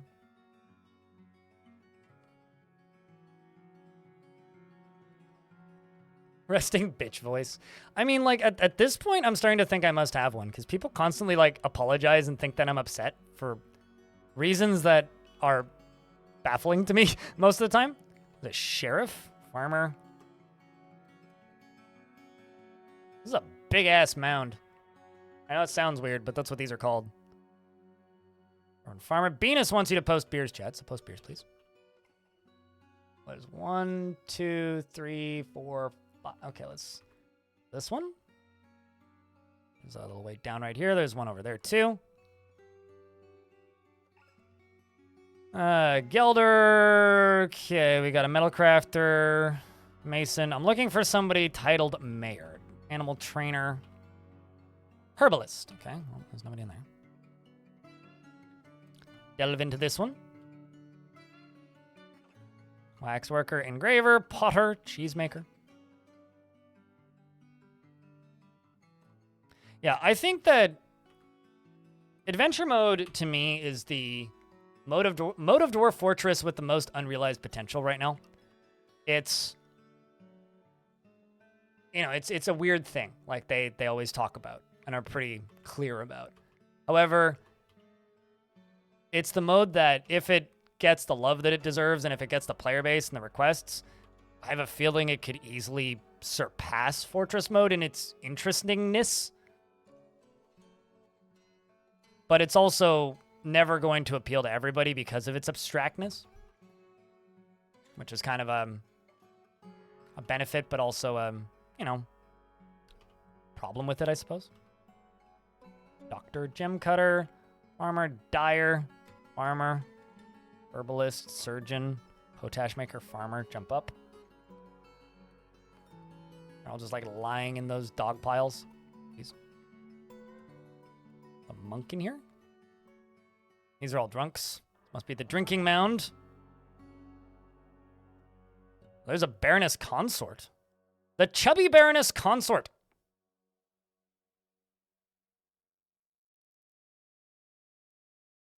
With the resting bitch face, she was exceptionally pretty and very quiet. And one day, she disappeared. Couple years later, you saw her pushing a stroller onto the bus. Hopefully, it all worked out.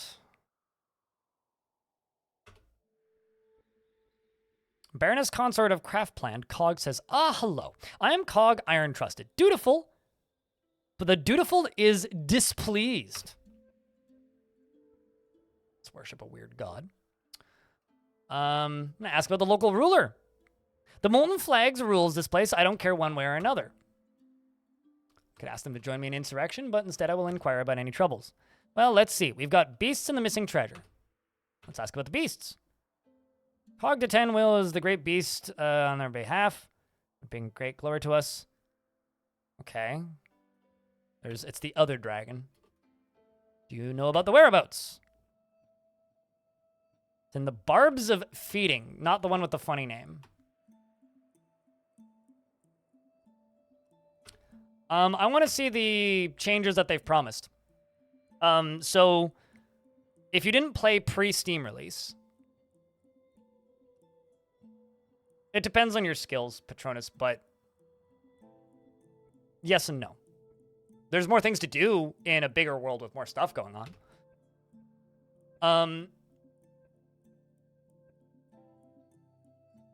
I want to see the changes that they've talked about doing.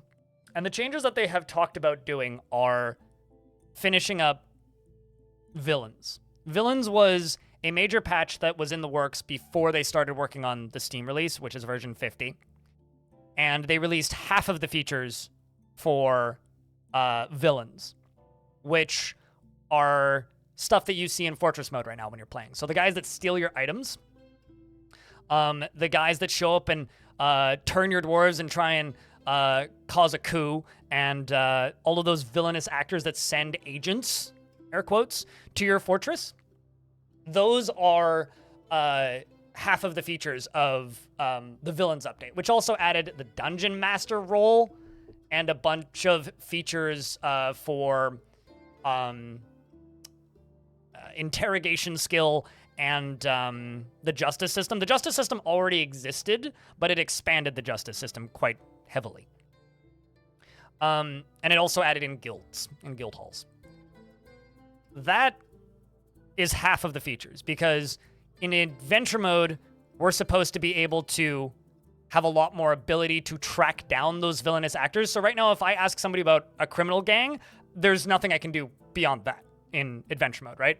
There's just criminals. They'll tell me where they are. I can go kill them. That's it. That's all I can do. Or guess who they are and then kill them. That's it.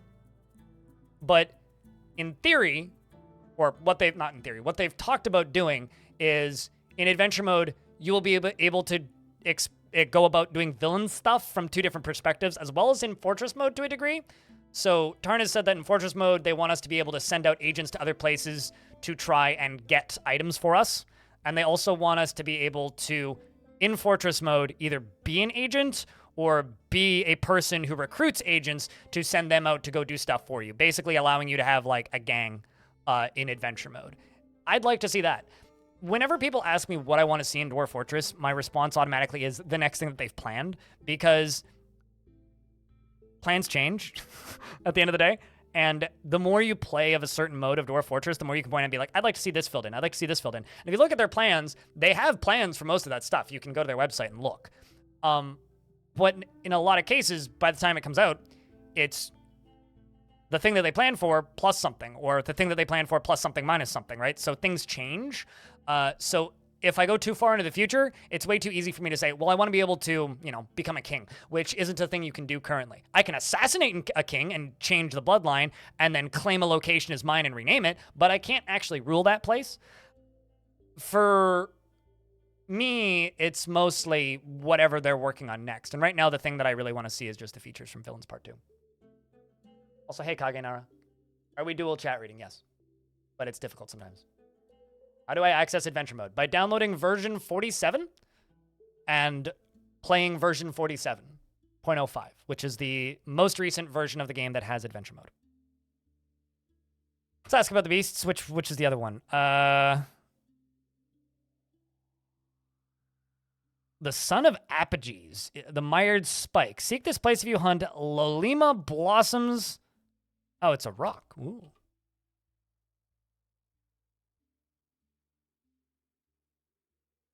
Do you know how to get there by chance? It's far to the northwest. Hey, I got a detailed description. Do I want to seek a rock? I think that could be a bit of fun.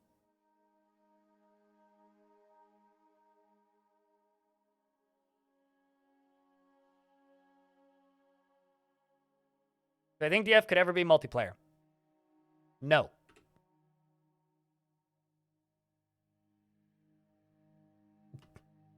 End of discussion. All right, well, let's see if we can find that. We now have a direction to head in. Do I think I can kill a rock? Probably not.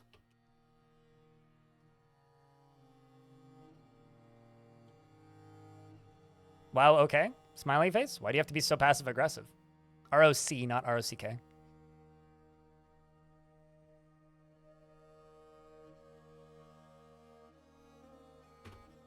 It's a simple answer. I gave you the simple answer and you're being all wow, okay. Okay, wow, okay then.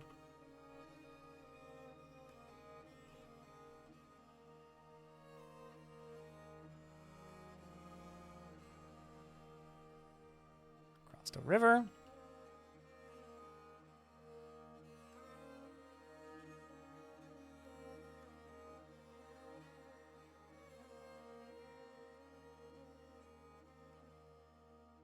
Tapioca, do me a huge favor. Will Dwarf Fortress ever be multiplayer? No. New discussion.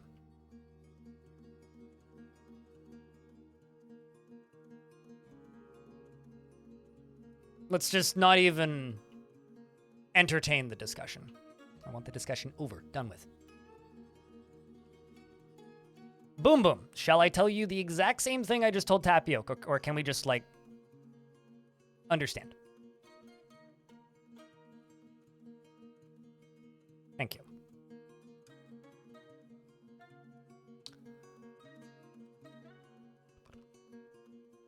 That's actually not too far to the north.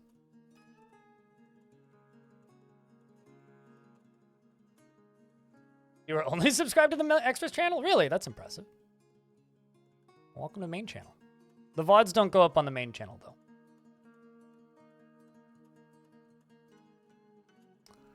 Well, the sun is going down, and I'm on the edge of a mountain, so I'm gonna clear up the edge of the mountain a little bit. Uh-oh, what are you?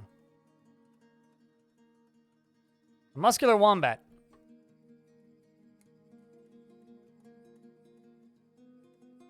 Going to attack it. Going to actually pull out my...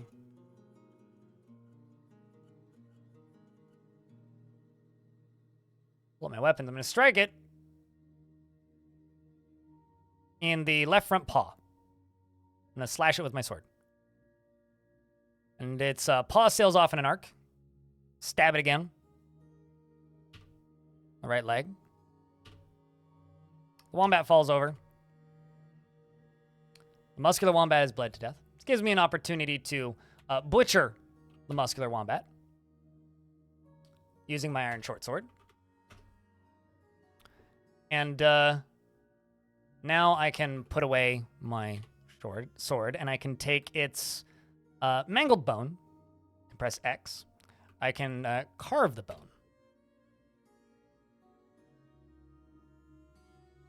And what do I make, chat?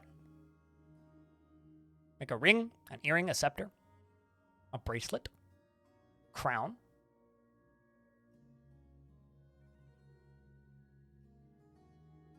Don't forget to save. Yeah, we'll do that when I sleep.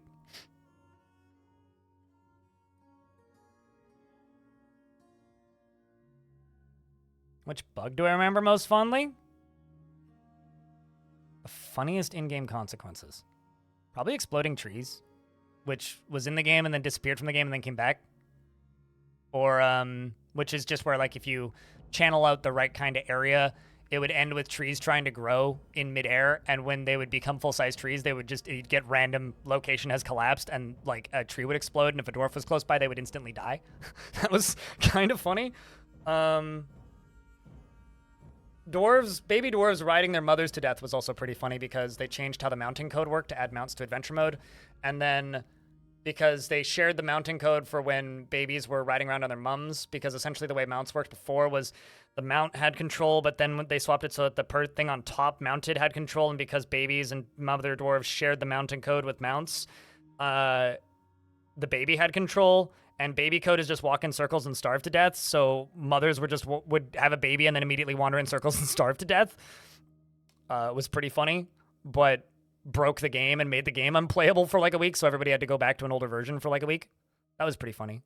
Yeah, intercontinental ballistic trees were quite funny. I don't know. There's been lots of funny bugs over the years with this game. I'm going to go, I think, with a ring, because a couple people said ring, and I don't want to take my helmet off.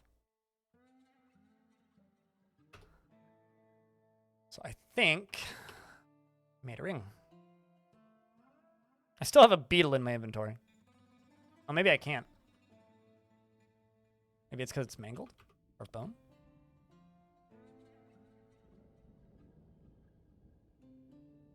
Oh, I see what I did wrong.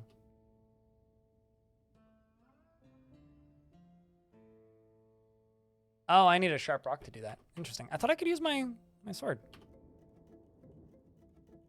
Let's try. Let's try using my sword, because I think I can use my sword to carve a rock. Maybe I can't. Oh yeah, I can. Okay. I make a wombat bone ring, which I can now wear. I can also look at it.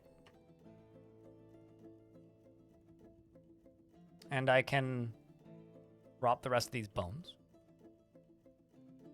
I'm unfocused because I haven't been with family or friends in a while, and I'm unfocused because I need to eat a good meal. I'm going to eat the prepared swan gizzard. I guess that didn't count as a good meal. Angry after... I got into an argument that made my dude angry, which is kind of funny.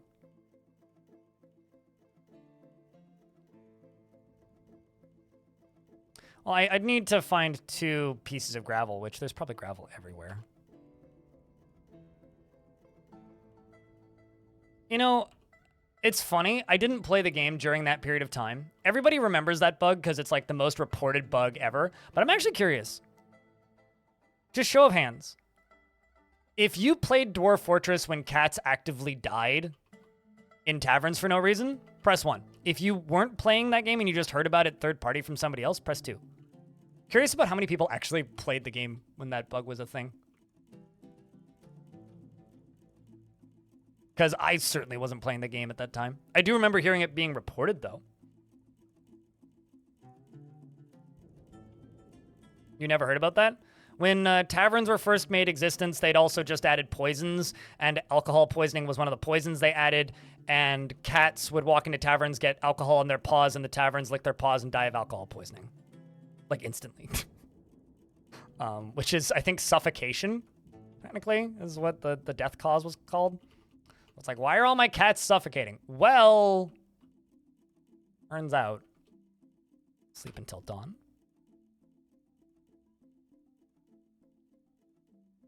I'm a little bit worried I'm not going to be able to kill this thing, but... I mean, I've only killed a wombat.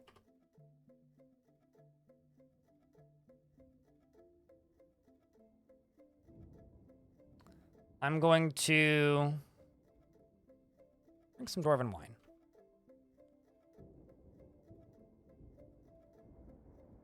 Still need to eat a good meal, which is a bit of an issue.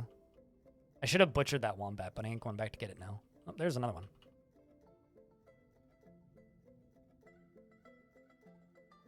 Slim wombat. Okay. Alt Y. Let's stab it in the upper body. I'm going to bite it. Wait, never mind. I punched it. I hit B instead of G. Oh, well. In the upper body from behind. I punched it in the butt. Let's wrestle the wombat. I'm going to grab the wombat with my left hand. I'm going to grab the right front leg with my left hand. We're going to wait a turn. I grab it. I'm going to continue wrestling. I'm going to wrestle with my left hand. I'm going to throw it. You throw the slim wombat by the right leg with your left hand. The slim wombat slams into an obstacle. Now is an opportunity for me to pull out my weapons and strike it. Man, I can't really hit it.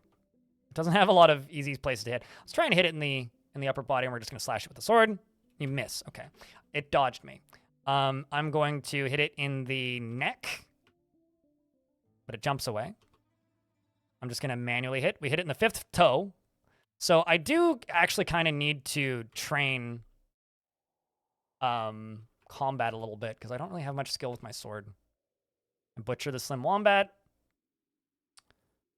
Let's take the slim wombat meat. Let's take 4 of it. And I put it into my badger leather backpack. And I'm going to eat the wombat meat. One piece of it. Did that help me get focused? That count as a good meal? Doesn't count as a good meal. God damn.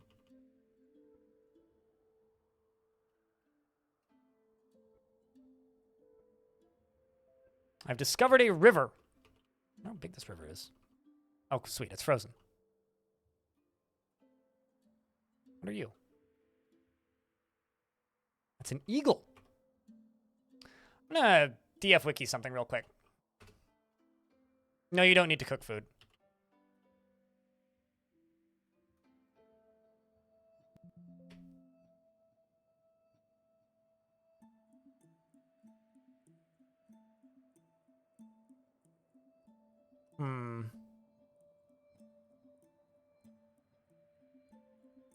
Wondering if I can't train a wild animal as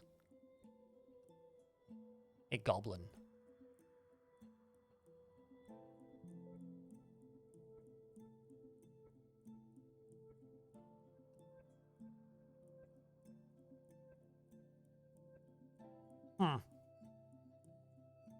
Not that I can find. Oh, for it to be a good meal? I'll be honest, I don't know. Discovered another river. Yeah, we're getting there. So, let's just pin that one so I don't lose it.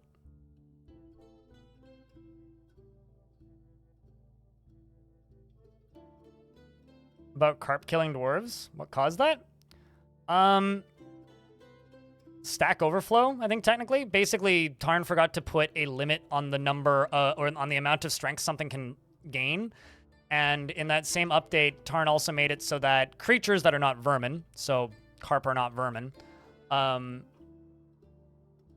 and rather, Tarn changed it so that if you're swimming, you train strength. Same with hauling boulders. And as the oversight goes, the classic oversight goes, if you forget to tell certain things that they can't train strength, the result is that you just get extraordinarily... You just end up with extraordinarily strong carp, and eventually they would just get strong enough that they would climb out of the food, out of the water and kill dwarves.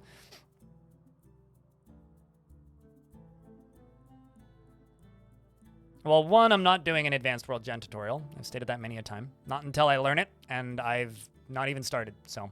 And good meal tutorial? Nope, not doing any adventure mode tutorials until adventure mode is out. So I'm going to shout to everybody, great listener. Say, hello, my name is Unib Moonvault, and the Knight's Fist says, greetings. I'm gonna continue shouting. Ask about the listener's master or boss. He appears unconvinced and says, I have nothing to say to you. Ask how the listener is feeling. I could tell you all about it. Comment on the natural surroundings. How I long for civilization. This is another adventurer, probably. Ask about their profession. They say that they're a peasant. Well, sounds like I can walk around you then.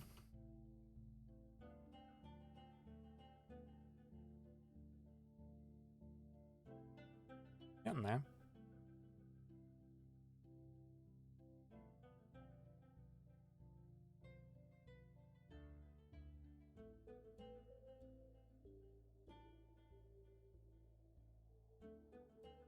No, it's not that it didn't come over well in text. It's just, I'm not going to do it. So, it's one of those jokes where it's probably funny to people who aren't me.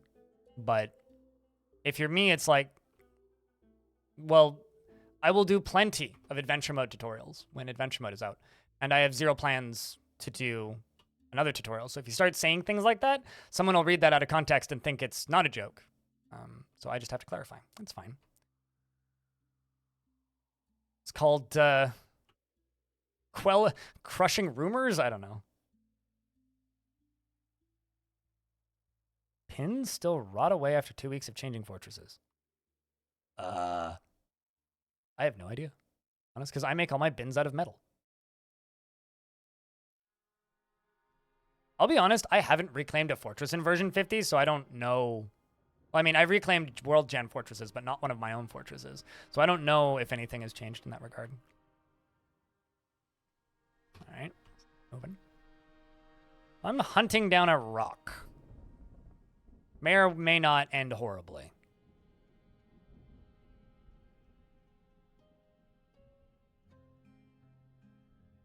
Do they disappear or do they move? Because, like, the last time I reclaimed a fortress was in version 47.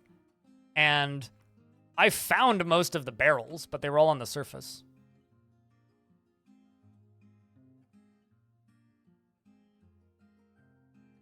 All right, we're getting there.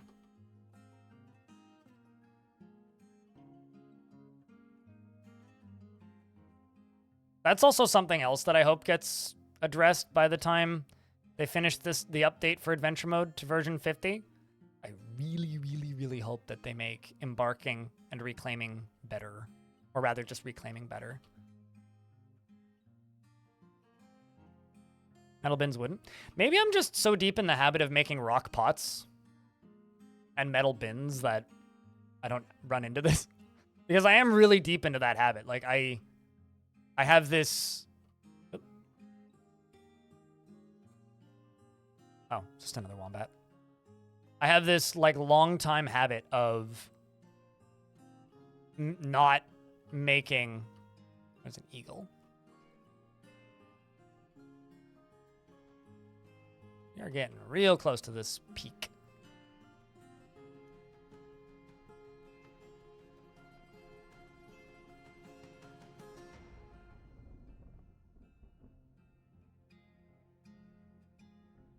But yeah, it's because the time dilation difference between... or rather, I would bet it's because the time dilation difference between Fortress and Adventure Mode and World Gen is so severe that certain items would just vanish. After buying them from traders? Yeah, true. I kind of wish that we could specify material of bins and stockpiles. It's like, use bins and stockpile, but only made of these materials. But, you know. Something to throw into the request queue, I suppose. Also, I hope you're doing all right today, Renfield. And also, just to clarify, Drunny and the Mason, you're referring to version 50, yeah?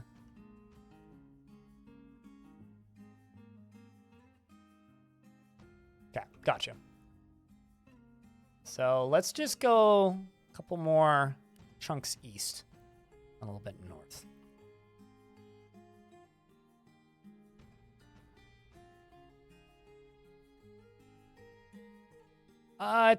Technically in Selena, if it's maximum Warren level, that's a Wolverine.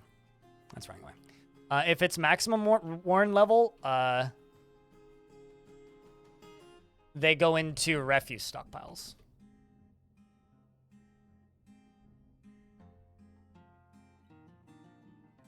So, but that means that they are tattered. Although I find that, like, I have very little issues with worn clothing as long as I have a clothing stockpile and plenty of, like, what's the word? Bedrooms with cabinets in them. But I also don't mind if there's, like, occasionally just some socks on the ground, just throw those out. You know, just like my apartment, you know, I find a sock on the ground. Greg, when did you put this here? Anyway, in the trash with you. Buys new socks. There was one time somebody in my chat stated, they're like, what would you do if you had unlimited money? And they were just like, somebody in chat said that they'd buy a new pair of socks and a new pair of underwear every day. And you know what? You've hacked Taylor helped you a lot with clothes. Yeah, I don't consider those fixes. Like, yeah, there are ways to do things in DFHack, but when I'm talking about, like, things that I want in the game or things that would be nice to have, I want them outside of DFHack. It's like, I was talking yesterday for a bit, which confused somebody in chat quite a bit, which was, I was talking about how I'm looking forward to Putnam's improvements to the UI, and they're like, but DFHack already improved the UI. It's like, sure. But, like, we take a second, and we go to Steam charts, and we go to Dwarf Fortress to look at how many people are playing Dwarf Fortress on Steam right now. There's 1,267, right? And then if we go to Dwarf Fortress Hack on Steam, there's only 309 of them are using DFHack. So, unless they're using it externally, which, frankly, I doubt, because not many people go through the bother of installing something from GitHub. So only about 300 of those people have that expanded search functionality, right? So you can launch DF hack by launching DF. Okay, so Whip City, I'm going to blow your mind here for a second. If you launch DF and don't launch it by launching DF hack, it also launches DF hack and counts your hours for both. If you launch DF through DF hack, it also counts your hours for Dwarf Fortress. It considers both pieces of software running concurrently, which is why I somehow managed to rack up like 120 hours on Steam a week, even though I only have Dwarf Fortress running about 60 hours a week, usually. So it counts both.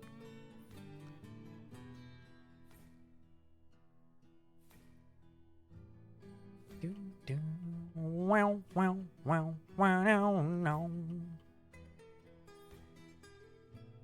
Ooh. Bunch of activity here.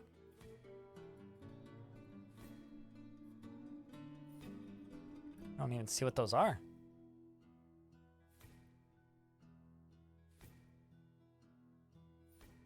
There was some sort of wild animal up there and they're all gone. Ah, it's a bunch of wombats. What's that? Found a yak.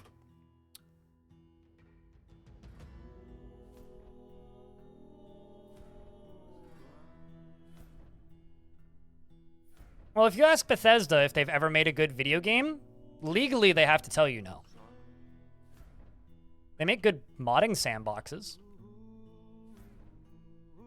Is it weird that I consider Bethesda more like modern Bethesda games, so like basically post-Morrowind, to be like Gary's mod with some structure?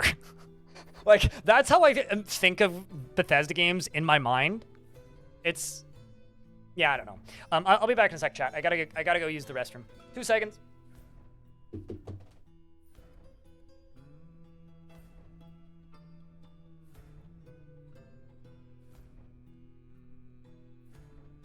Cheese for everyone!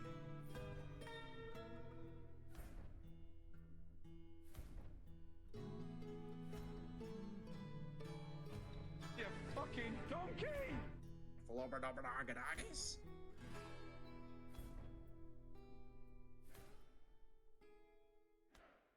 Sandwich! Over here, he has a sword!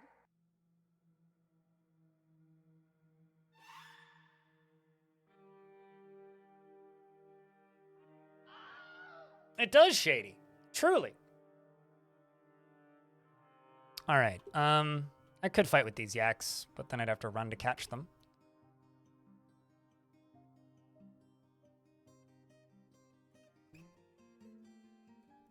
Still not quite there.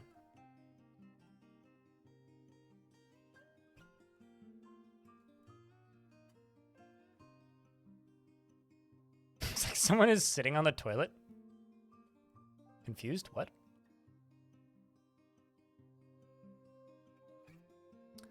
Running through various depths of snow.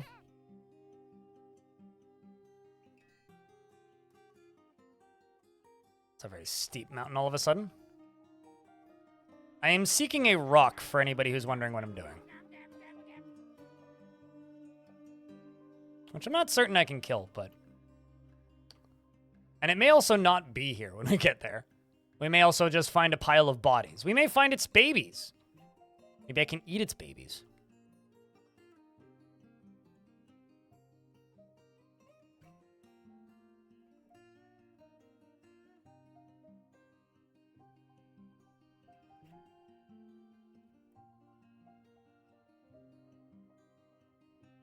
Because we, you know, are that little @ symbol and we're going to that 0.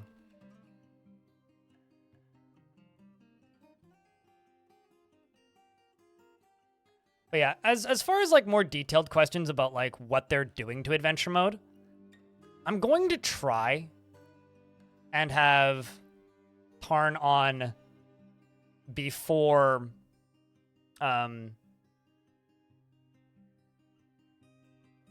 before it releases. I'm gonna try and just have him on stream and talk to him, maybe like a month in advance or something. I'm already kind of loosely talking with Kit Fox about setting something up with that.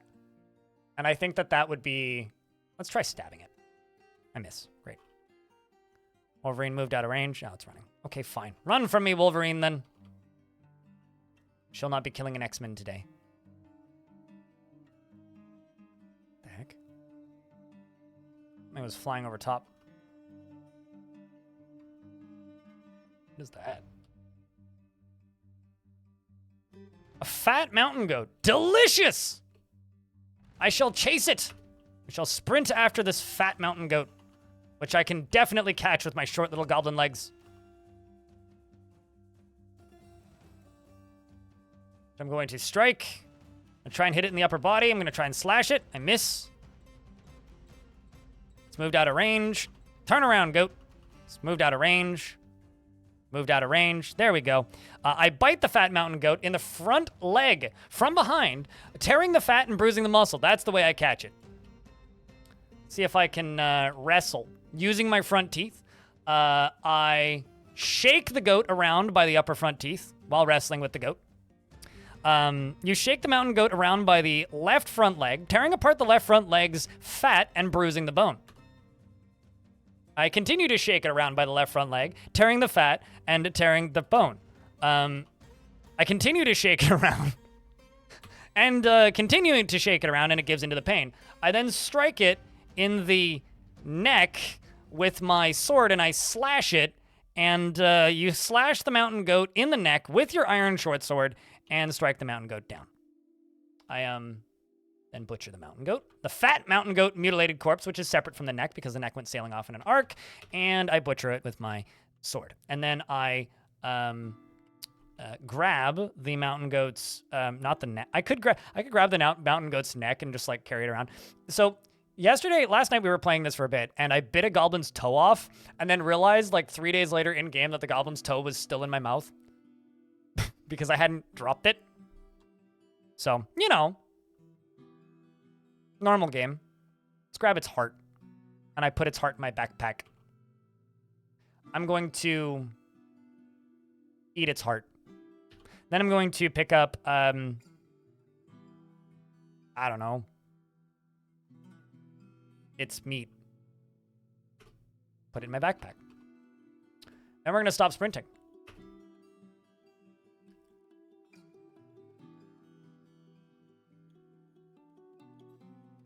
I just ate that goat's heart. That goat will never be capable of love.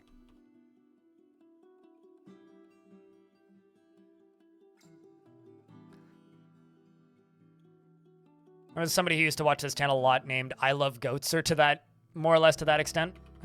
There's so many necromancer experiments in these mountains, it's ridiculous. Dodok's warrior. Uh-oh. Is it aggressive with me? Okay. Neutral attitude. I'm gonna brag about the fact that I killed a goat. I see this person, and I shout, I have taken down one mountain goat while stalking the mired spike. And they haven't responded yet. I ask how the listener is feeling, and Dodok says, I was out in a blizzard. It makes me grouchy. I'm going to ask this person to join me on adventures. And they said, I would rather not. And then I say, any troubles? And they say, a few minutes ago, a Dodok's warrior attacked Unib Moonvault in the mired spike. Hold on a second. Is this person speaking in third person about how they attacked me?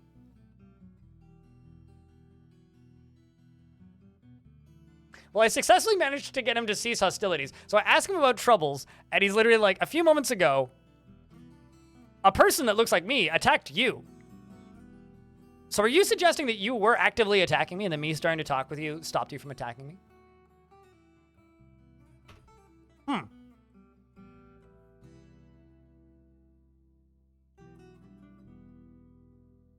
That's funny. Inquire about any troubles? There literally is no troubles. I'm going to bring up a rumor.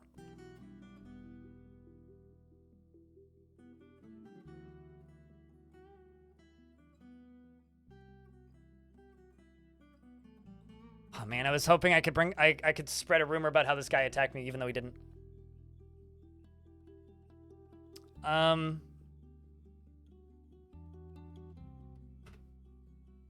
Let's change the previous menu. Let's ask this creature's profession. And they say that I'm a peasant. Ask about the listener's family. Their family is... The head of my family is blank. So they don't have a family. I could accuse them of being a night creature and then kill them.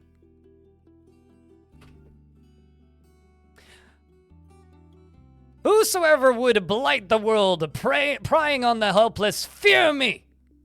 I call you a child of the night, and will slay you where you stand.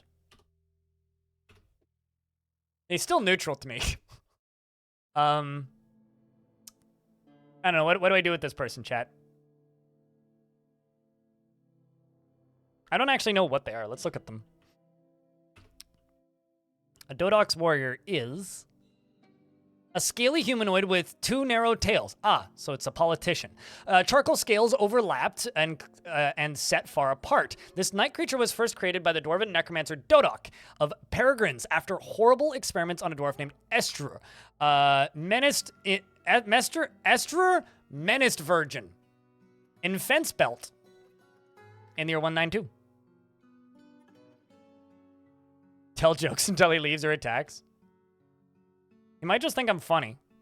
Or it just might think I'm funny. Well, it tells me to calm myself. Tell a joke. Okay, so it thinks I'm funny, so that's not going to go well.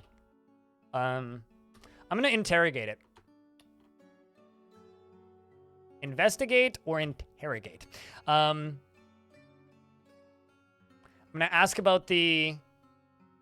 So I am a dabbling persuader and a novice intimidator. I'm going to ask about the dabbler's schemes and plots. And they say, I do not scheme. I could try and get into an argument with them. Ask them about their master or boss. I serve no one. Are you armed? Oh, never mind. It's naked. It probably actually doesn't have any boss.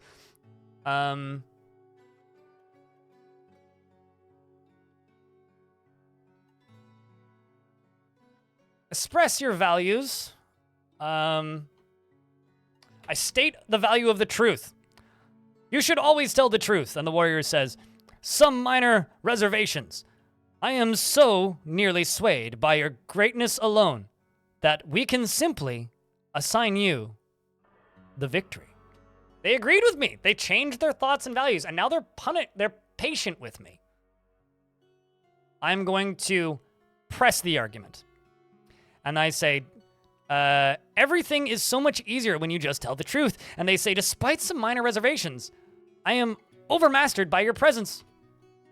I press the argument. And I say the same thing. I got into an argument with Unib Moonvault, and that makes me bitter, he mutters under his breath. And I say, I require a substantive reply. Everything is so much easier when you just tell the truth. And they said, even if I don't change my mind, we can both agree that you are by far the most persuasive. And I continue to press the argument. And I say, I require a substantial reply. And they say, ignoring that, I don't quite concur.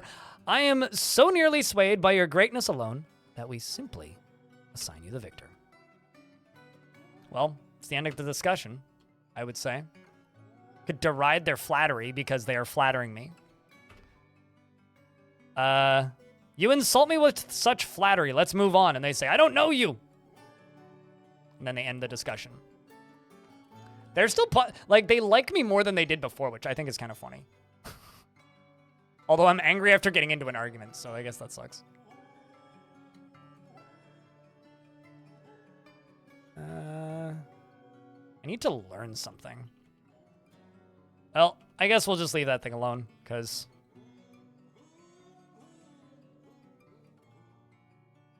I'd feel kind of bad if I killed it at this point. All right, so we just need to go straight east to get to where I'm headed.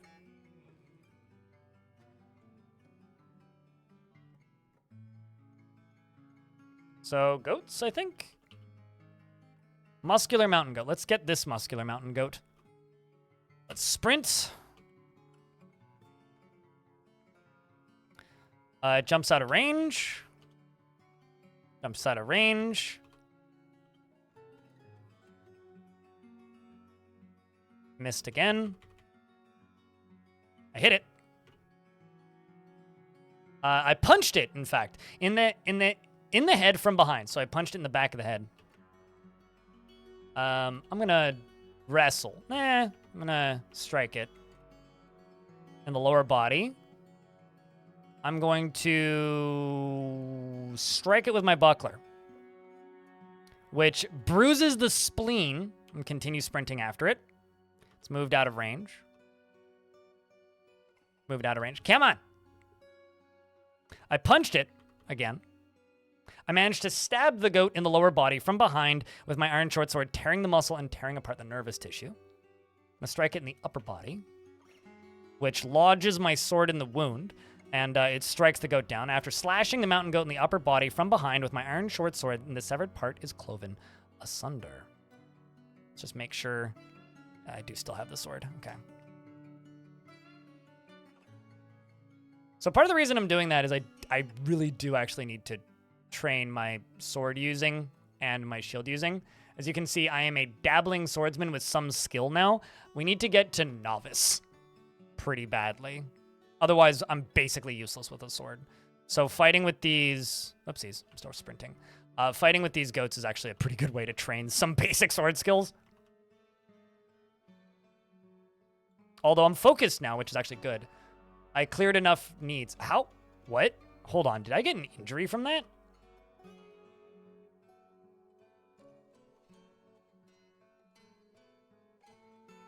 Or is that just because I've been sprinting?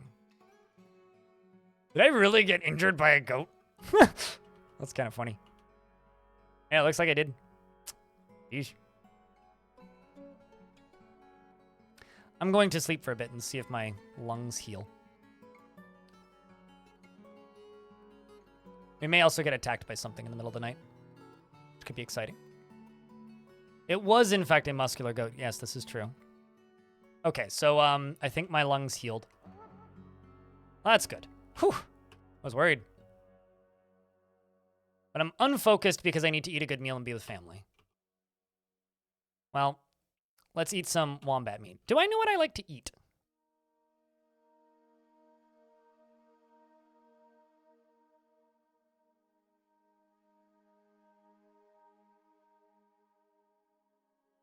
No.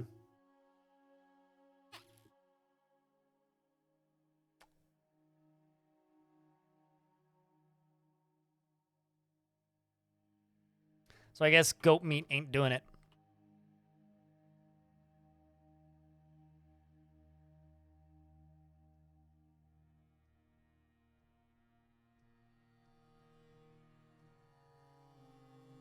All right, so I am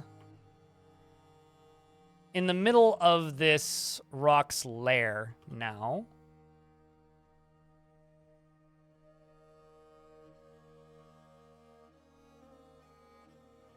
There's another one of those horror creatures. So it's somewhere here. So if I view full map, yeah, we are literally right on top of where this creature's lair is. So I need to explore around a little bit to try and find this creature's lair. True. It was, in fact, a muscular goat. This is accurate. We're waiting for the sun to come up. Okay, so this is a road going across the mountains. There is an icon on the map over there, a little bit to the east.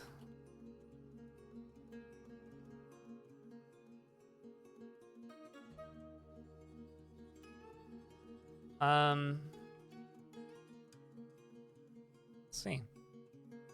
Let's head a little bit to the east. What that icon is. Sun's up now, so we can see better.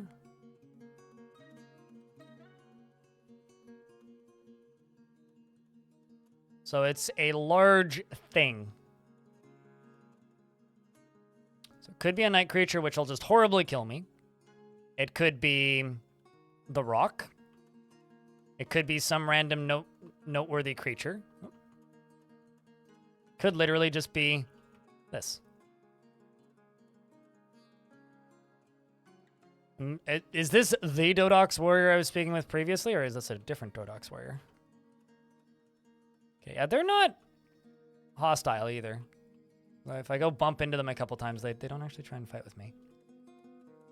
Okay, so now I'm east of the spot that I'm looking for, so let's go back. There's another one. There's the road.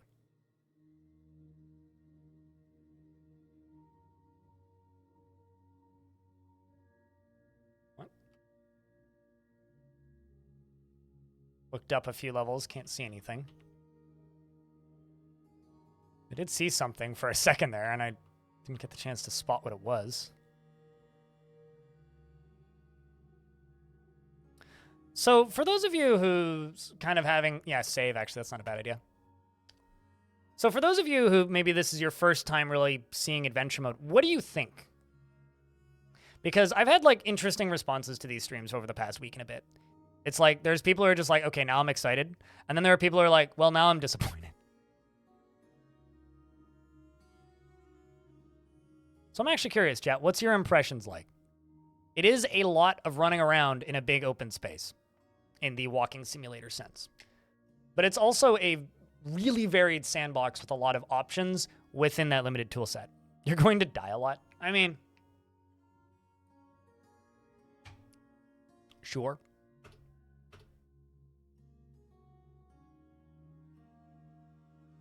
I mean, I want that so bad.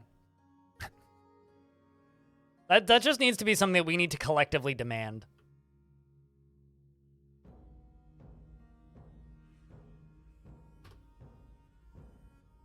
I think it's one of those things where, on its own, adventure mode is a weird thing, and I don't think it's that good on its own. But I think combined with the other features of adventure mode, I think it's a really neat thing. Kind of reminds you of Caves of Cud. If you have very minimal experience with open world rogue-like style games, like proper roguelikes, not what modern people call roguelikes, then yeah, there's definitely is similarities there. But the difference is Caves of Cud has structure. Adventure mode doesn't. So also on the overworld up here, that's not what I wanted.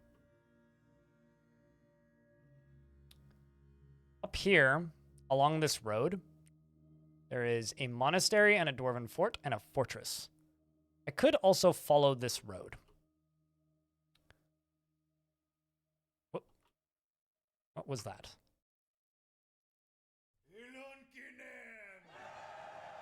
A bird. Is that an eagle?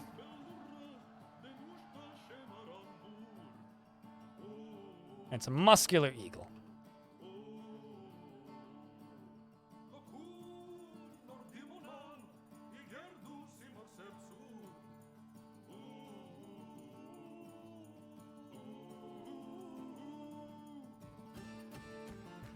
Going to attack this chubby wolverine. Slash it in the upper body.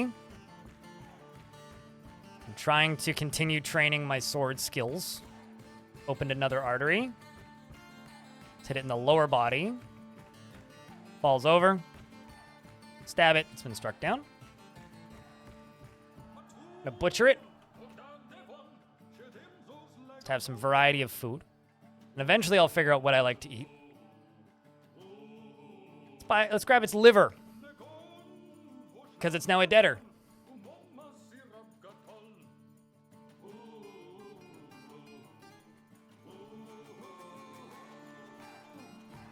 I mean, I could totally see why. I mean, I know people who, like my artist, Cooler, who did the majority of my emotes, right? Cooler primarily plays adventure mode. Like, barely ever touches fortress mode. Like, not that he doesn't like fortress mode, he just plays adventure mode. He just kind of like zenly wanders around the world and explores stuff and gets lost and discovers things and rinse and repeat. Hold on a second. He's still in that location? Wow. You know, actually, I'm going to continue following this road. This road might actually be taking me to where I need to be. It kind of looks like I need to go to the mouth of that river. And if that's where the rock's lair is, might be a good place to start.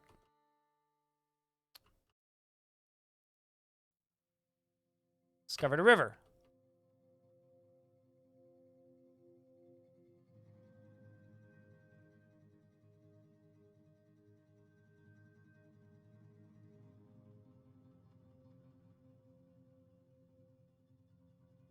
Bunch of yaks on the road, which I'll run away immediately. Very bumpy road.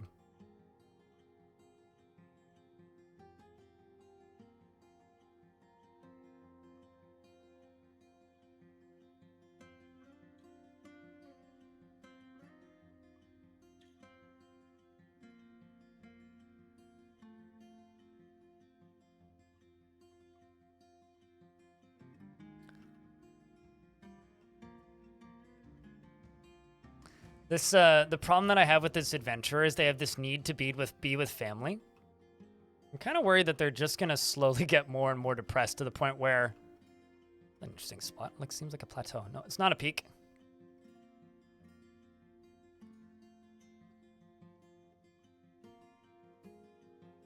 There's a necromancer tower not far to the east. There's dwarves north.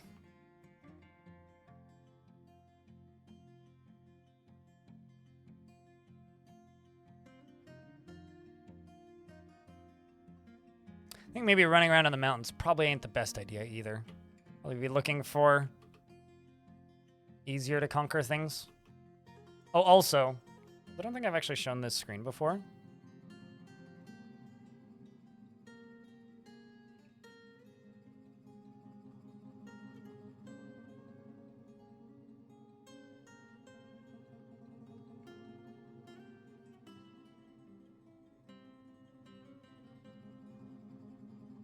Trying to find that hotkey again. There is a, actually, I guess I'd have to claim the site. If you claim a site and chop down trees in the area, you can actually build things, build little structures, which is kind of neat. And it takes like weeks of in-game time, which is kind of crazy.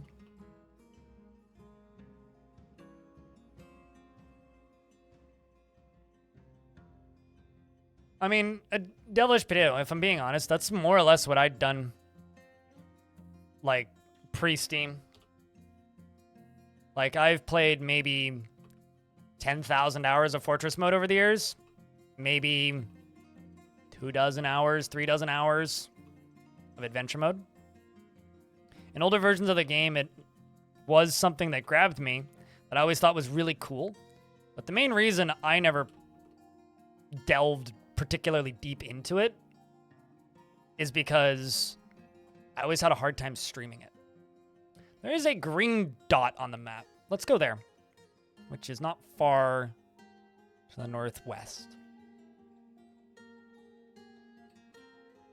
You can't actually have any sort of romance in adventure mode, I don't think.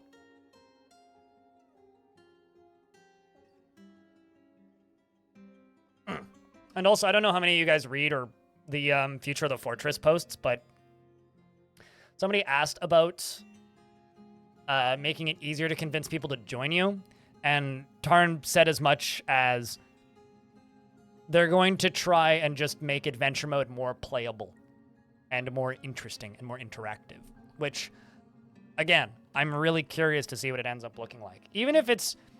I think the real barrier to entry for adventure mode to most people is most people who play Fortress mode, or Dwarf Fortress, really, play Fortress mode, right? So if you're playing Fortress mode, they need to make the transition from going from Fortress mode to adventure mode back to Fortress mode way smoother. Which right now, requires making an adventure, embarking, going on an adventure, retiring the adventure, and then reclaiming your fortress.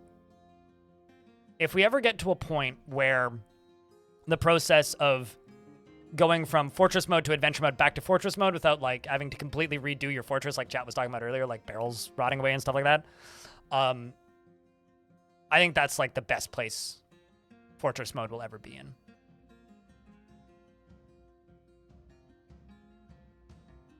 I think if your character needs to visit family, it means that the person playing the video game should go give their kid a hug or whatever.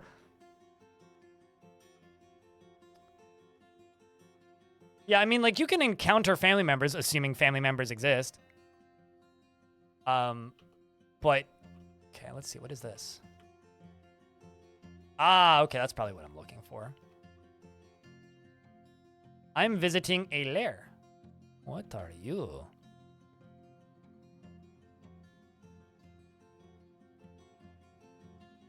A rock. Ah.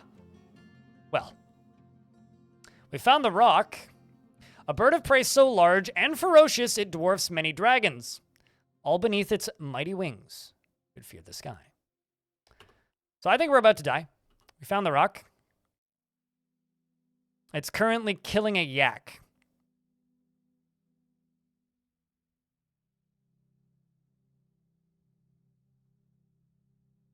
So I've successfully located a rock, which is currently, if I look over here,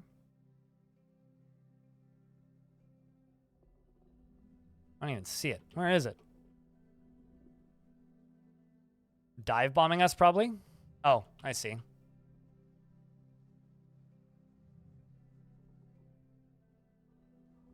There it is.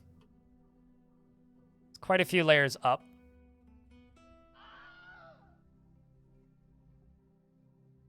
But it actually took some damage. Her foot is bruised and her head is bruised. So I don't have a ranged weapon.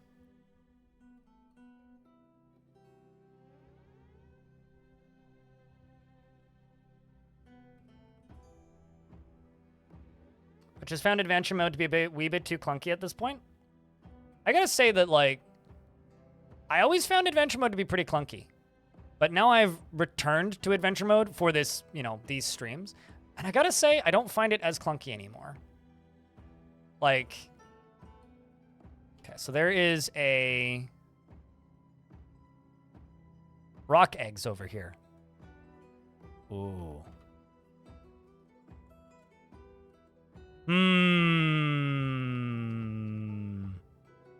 It's a fine meal if I ever saw one. That is a nice round number. PYK, thank you very much for the 64 months. That's one of the Nintendo numbers.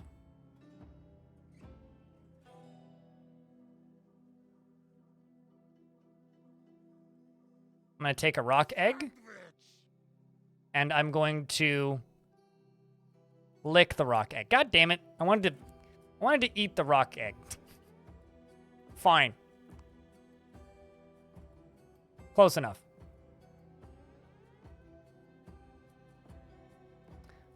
Going to grab a second rock egg and put it into my backpack. If I can spot the rock. Not above this. Cannot see it currently. What are these? On's high boots.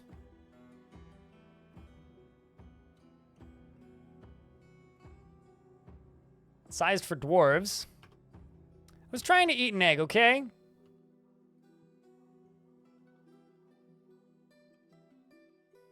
Okay, it looks like it's attacking that badger over there. And, there's Wolverine teeth everywhere. Okay, never mind. That's not a badger. That's a Wolverine. So there's Wolverine teeth everywhere, which leads me to believe that I'd be willing to bet that the rock attacked that Wolverine.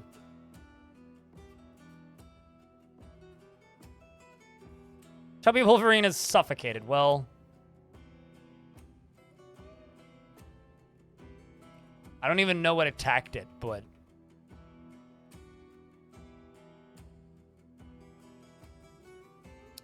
scaring all of the wild animals away.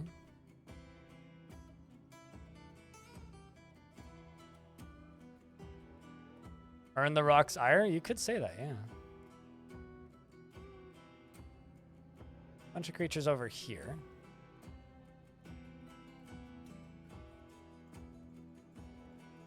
There is a lot of wild animals around here, considering there is a bird the size of a short bus flying around.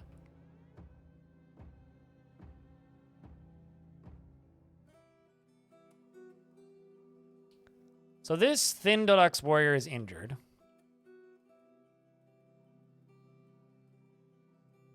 I'm going to brag about my violent axe and say that I took down 2 wombats. Good for me. Let's inquire about any troubles. Well, let's see. We've got the fighting. Please tell me about the fighting. A few minutes ago, I'm assuming they're referring to themselves, I was attacked by a yak cow.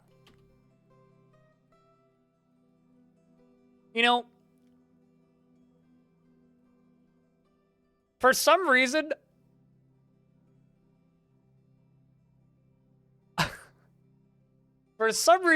I don't think that's your biggest problem here right now, dude. I'm gonna say goodbye.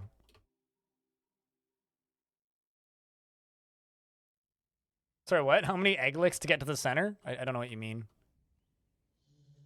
So there's so many wild animals around here. This rock has just vanished. And like looking up only gets you so far.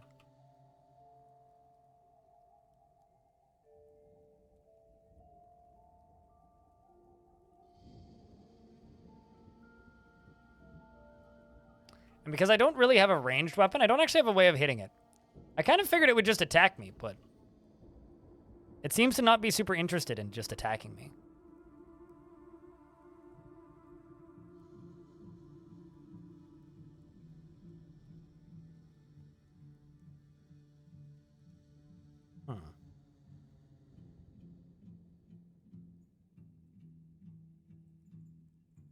Herding the wildlife away.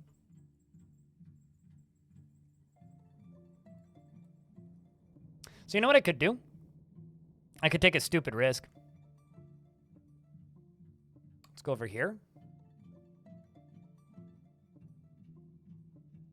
Oh, and I cannot rest until I leave the site. Let's go. I'm going to wait.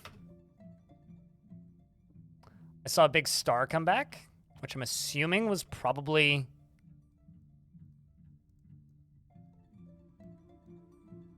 I was assuming was the rock. Oh, there it is. There's the rock.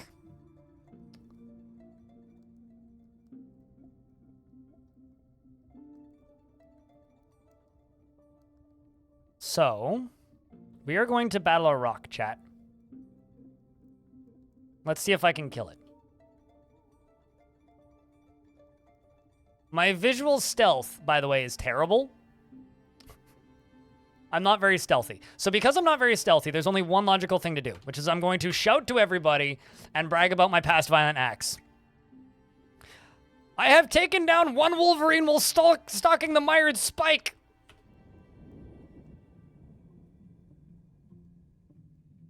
And I'm going to make a flattering joke and say, you are amazing, you grand creature. I'm going to comment on the weather. Well, actually not. Let's ask how the listener is feeling. How are you feeling right now? No response. And I'm going to say goodbye. Let's see if I can fight this thing.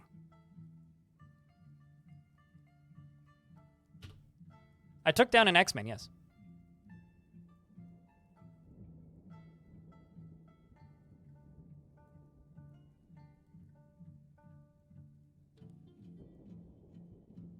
I don't think this rock is too annoyed by the fact that I don't actually have... that I have 2 of its eggs in my inventory. Really start a conflict with the rock? Yes. So I can hit it in the upper leg, which is fairly solid. Let's go with the left upper leg.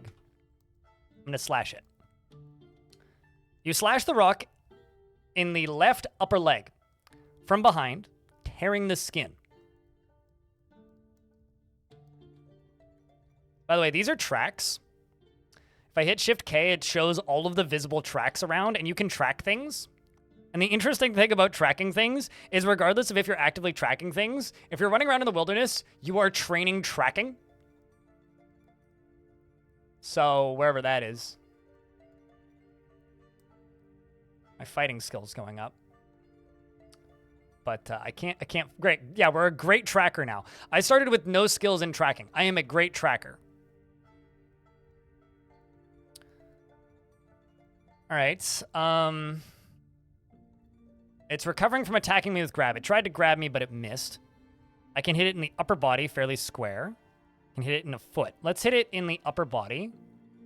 I'm going to stab it. I attack, but she jumps away. I'm going to move. She misses me twice. She charges at me, but I jump away. I dodge.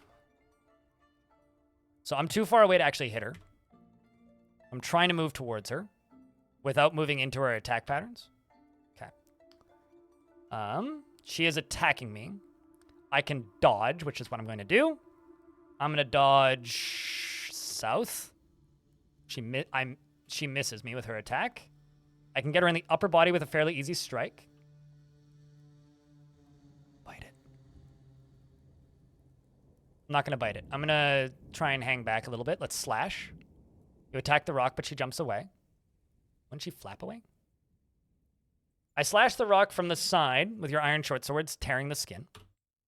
You slash the rock in the left foot with your iron short sword, tearing the fat. Because you can automatically just bump into things once you're in combat, or you can use the advanced combat screen. I generally feel like it's probably a better idea to just bump into things. So a rock, for those of you unfamiliar, and just because everybody thinks it's Dwayne, first off, it's bleeding heavily, which is actually really good for us. Is a bird of prey so large and ferocious, it dwarfs many dragons. All beneath its mighty wings should fear the sky. It is a giant bird of prey.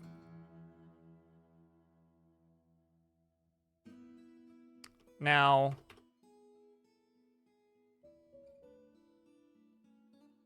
I think we're going to dodge it because it's attacking us.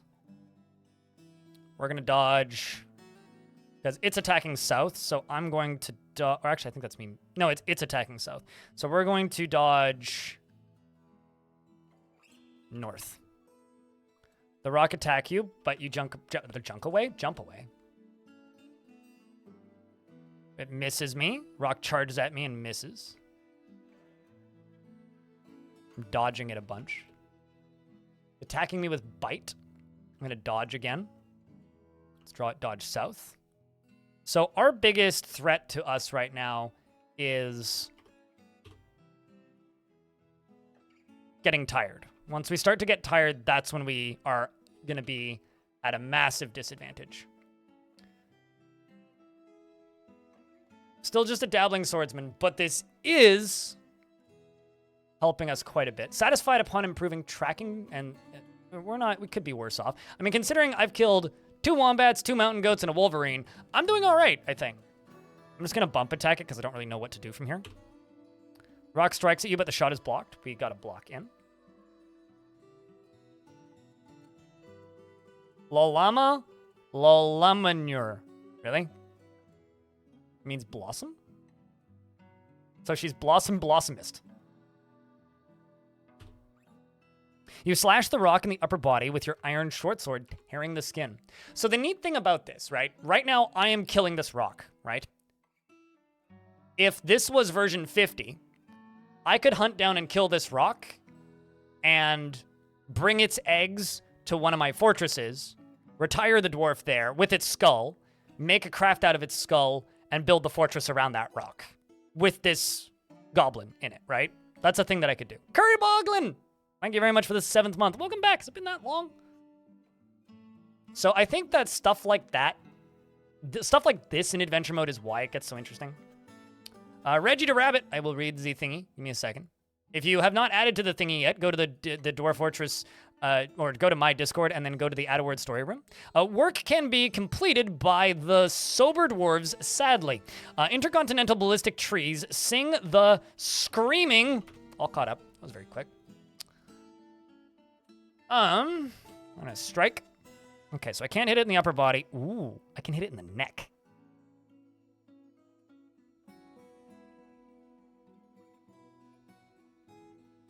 It's currently recovering from attacking me, but it is charging. I'm gonna go for a hit in the neck with a slash. Ah, man, I missed. Rock misses me twice. I'm going to dodge. Let's dodge. I can't dodge east. Let's dodge north.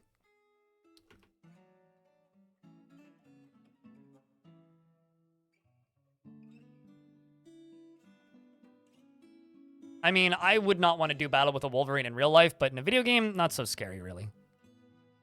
Okay, I can hit it in the left upper leg, which I'm going to slash.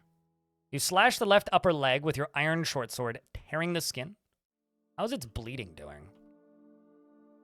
It's still bleeding heavily, which means it might actually not be a terrible idea. Because her left foot's cut open. Her left foot is spraying blood. Her left upper leg is cut open. Her left upper leg is spraying blood. Her upper body is torn open. Her lower body is torn open. Okay, so we need to be doing more damage to it than just that for it to bleed out. We're getting there. It's currently recovering from attacking me with grab. I can hit it in the leg again. Let's hit it in the left upper leg. Remember, this creature is also significantly larger than me. I'm going to stab it. The rock falls over. We also dodged out of the way of an attack, which dodged us north slightly. You stab the rock in the left upper leg with your iron short sword, tearing the muscle.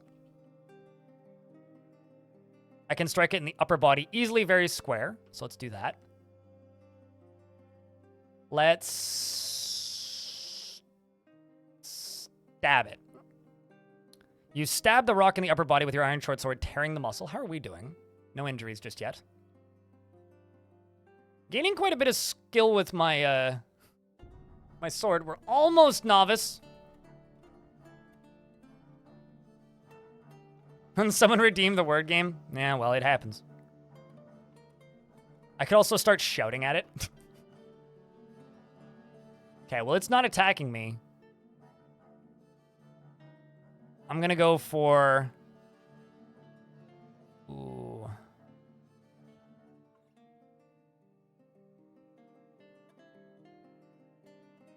Try and cut its toe off.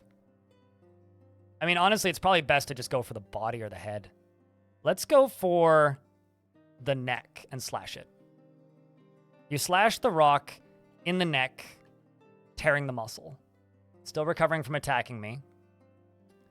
So I've hit the left leg a lot. Let's hit the right leg and stab it. You stab the rock in the upper leg with your iron short sword, fracturing the bone.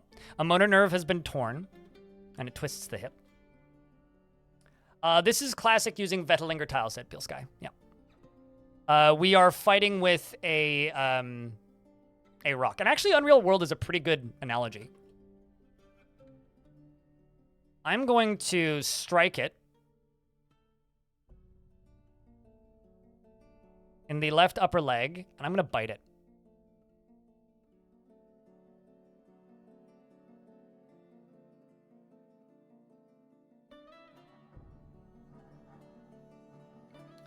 I can hit it in the lower body pretty easily, which I'm going to stab it, which tears the muscle again. Hit it in the lower body again, in which I'm going to slash it. I'm going to strike it in... Ooh, no good hits there.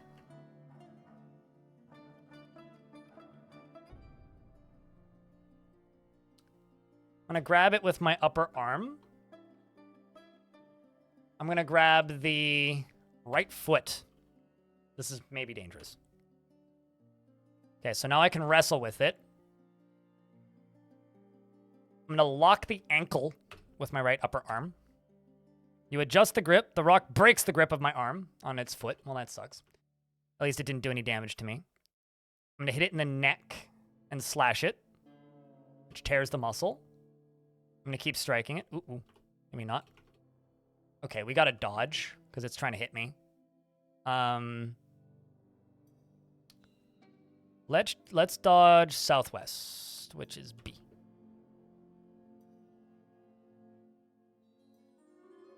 I'm just going to bump attack it.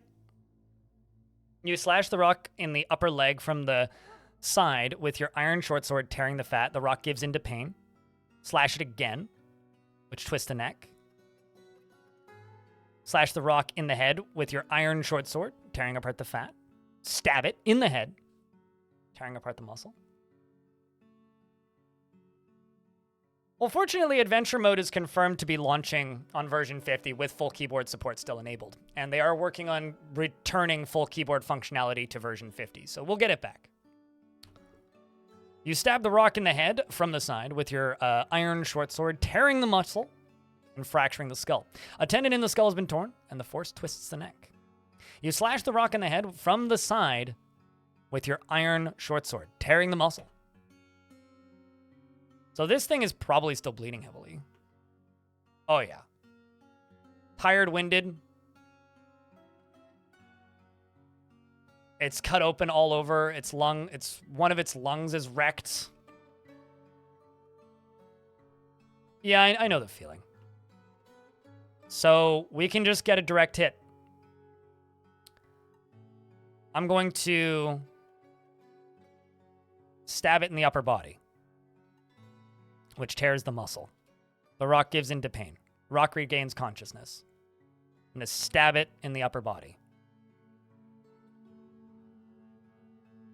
Strike. Stab it in the upper body. Strike. Slash it in the neck. Strike. Stab it in the head. Which twists the muscle, which twists the neck. Continuing. We're almost a novice swordsman. Turns out having a very large creature to stab is a good thing. We're still stabbing it in the head. Yeah, stab it again in the head, stab it again in the head, stab it again in the head, stab it again in the head, stab it again in the head, fracturing the skull, pulls the neck, stab it in the head, stab in the head, tearing the fat. The dabbling swordsman still. Just repeatedly stabbing it in the head. Blood's just spurting everywhere at this point. Let's see how our goblin is doing. We are satisfied. Quite satisfied, actually, with the current situation.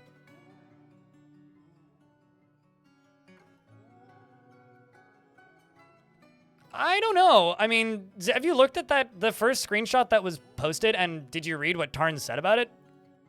Because he said that we're trying to keep the original things intact, and when I talked about it with him, he stated that they want to continue having, like, KJIL and, like that control scheme as well as numpad support.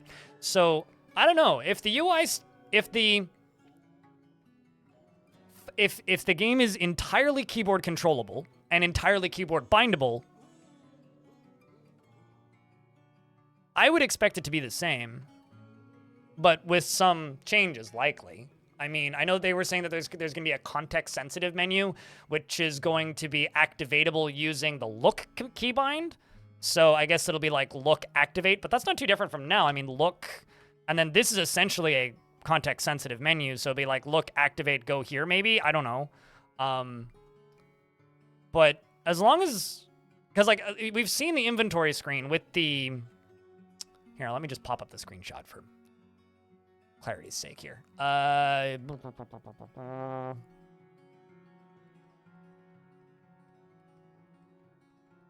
Like, if this is the UI, looking at this is exactly the same for the inventory screen. And because he still says, like, we'll be able to move with the mouse, yeah, and you'll be able to play it entirely with the mouse, but if every single UI element is keybindable, you should be able to use the identical control scheme, more or less. Maybe even a better version of it. So I'm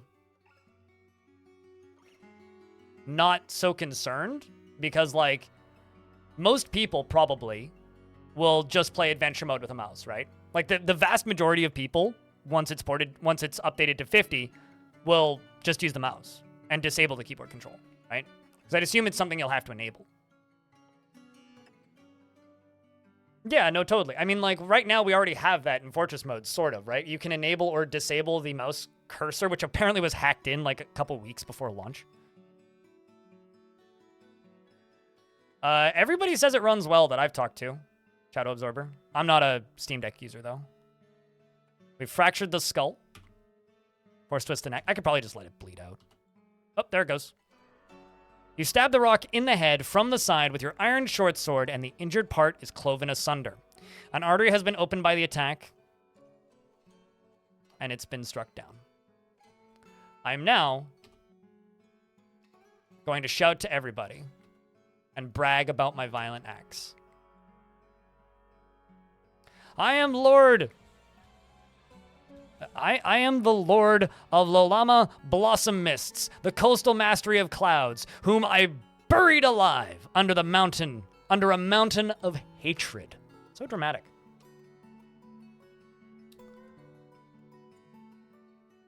I'm gonna continue bragging. I am the murderer of Lolama Blossom Mists, the coastal mastery of clouds, who lies dead, now only an embarrassing memory. I'm going to butcher this mangled corpse with my sword. I'm going to take its bone, and I'm going to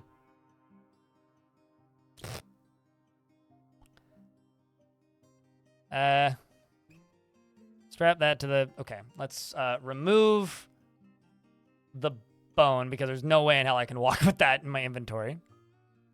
And then I'm going to draw the short sword. There we go. And then I'm going to carve this bone.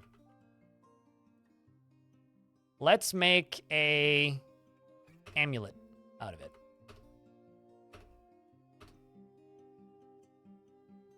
And I'm going to wear the rock bone amulet.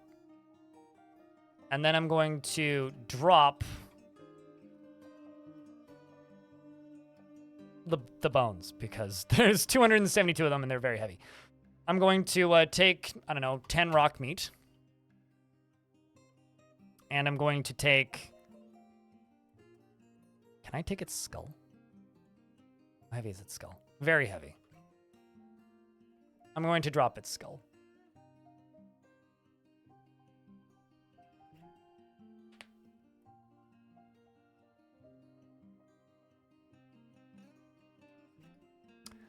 I think I'm quite happy with the tiny little bit of that, but let's take some units of rock brain.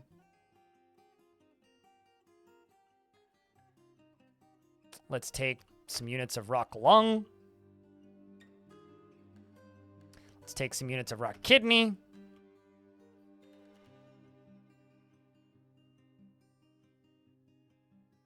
gonna eat some brain. So Unib still is only a dabbling swordsman, but not bad for a dabbling swordsman. The dabbling swordsman, we successfully took down a rock, and we're now focused. Also, I think that counted as a good meal.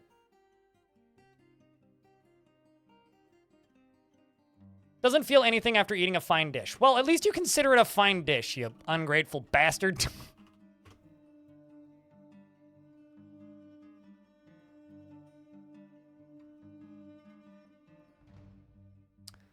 So now, there is a dwarven fortress not too far north from here. I think we're going to head to that dwarven fortress. Or not fortress, hillocks, I suppose.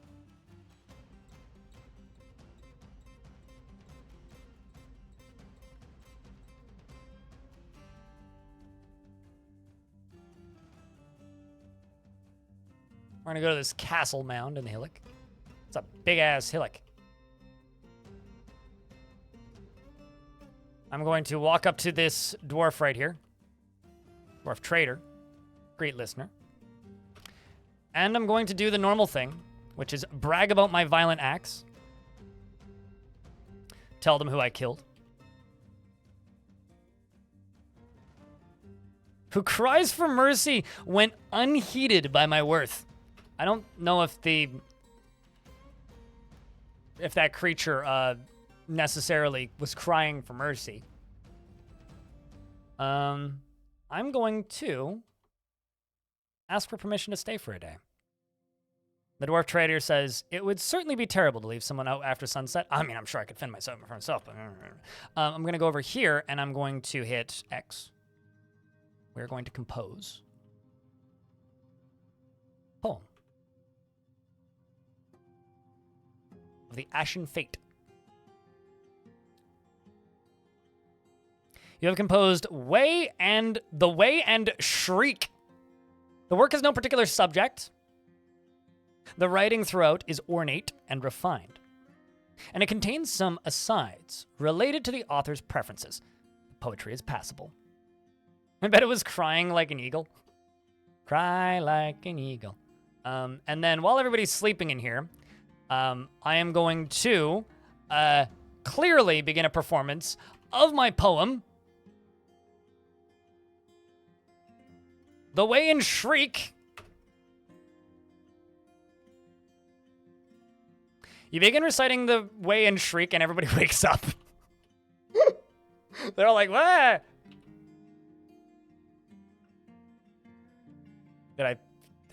I see. Begin the fourth line, and I conclude my performance. First line, second line, third line, fourth line, and I conclude my performance. And then the last thing I'm going to do is I'm going to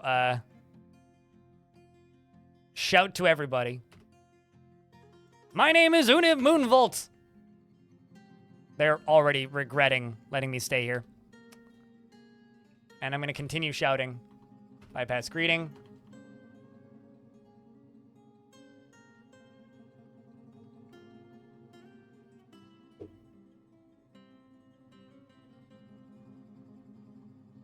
I'm going to brag about my violent acts. I'm very proud of what I did, okay? And then say goodbye and collapse in the corner and pass out.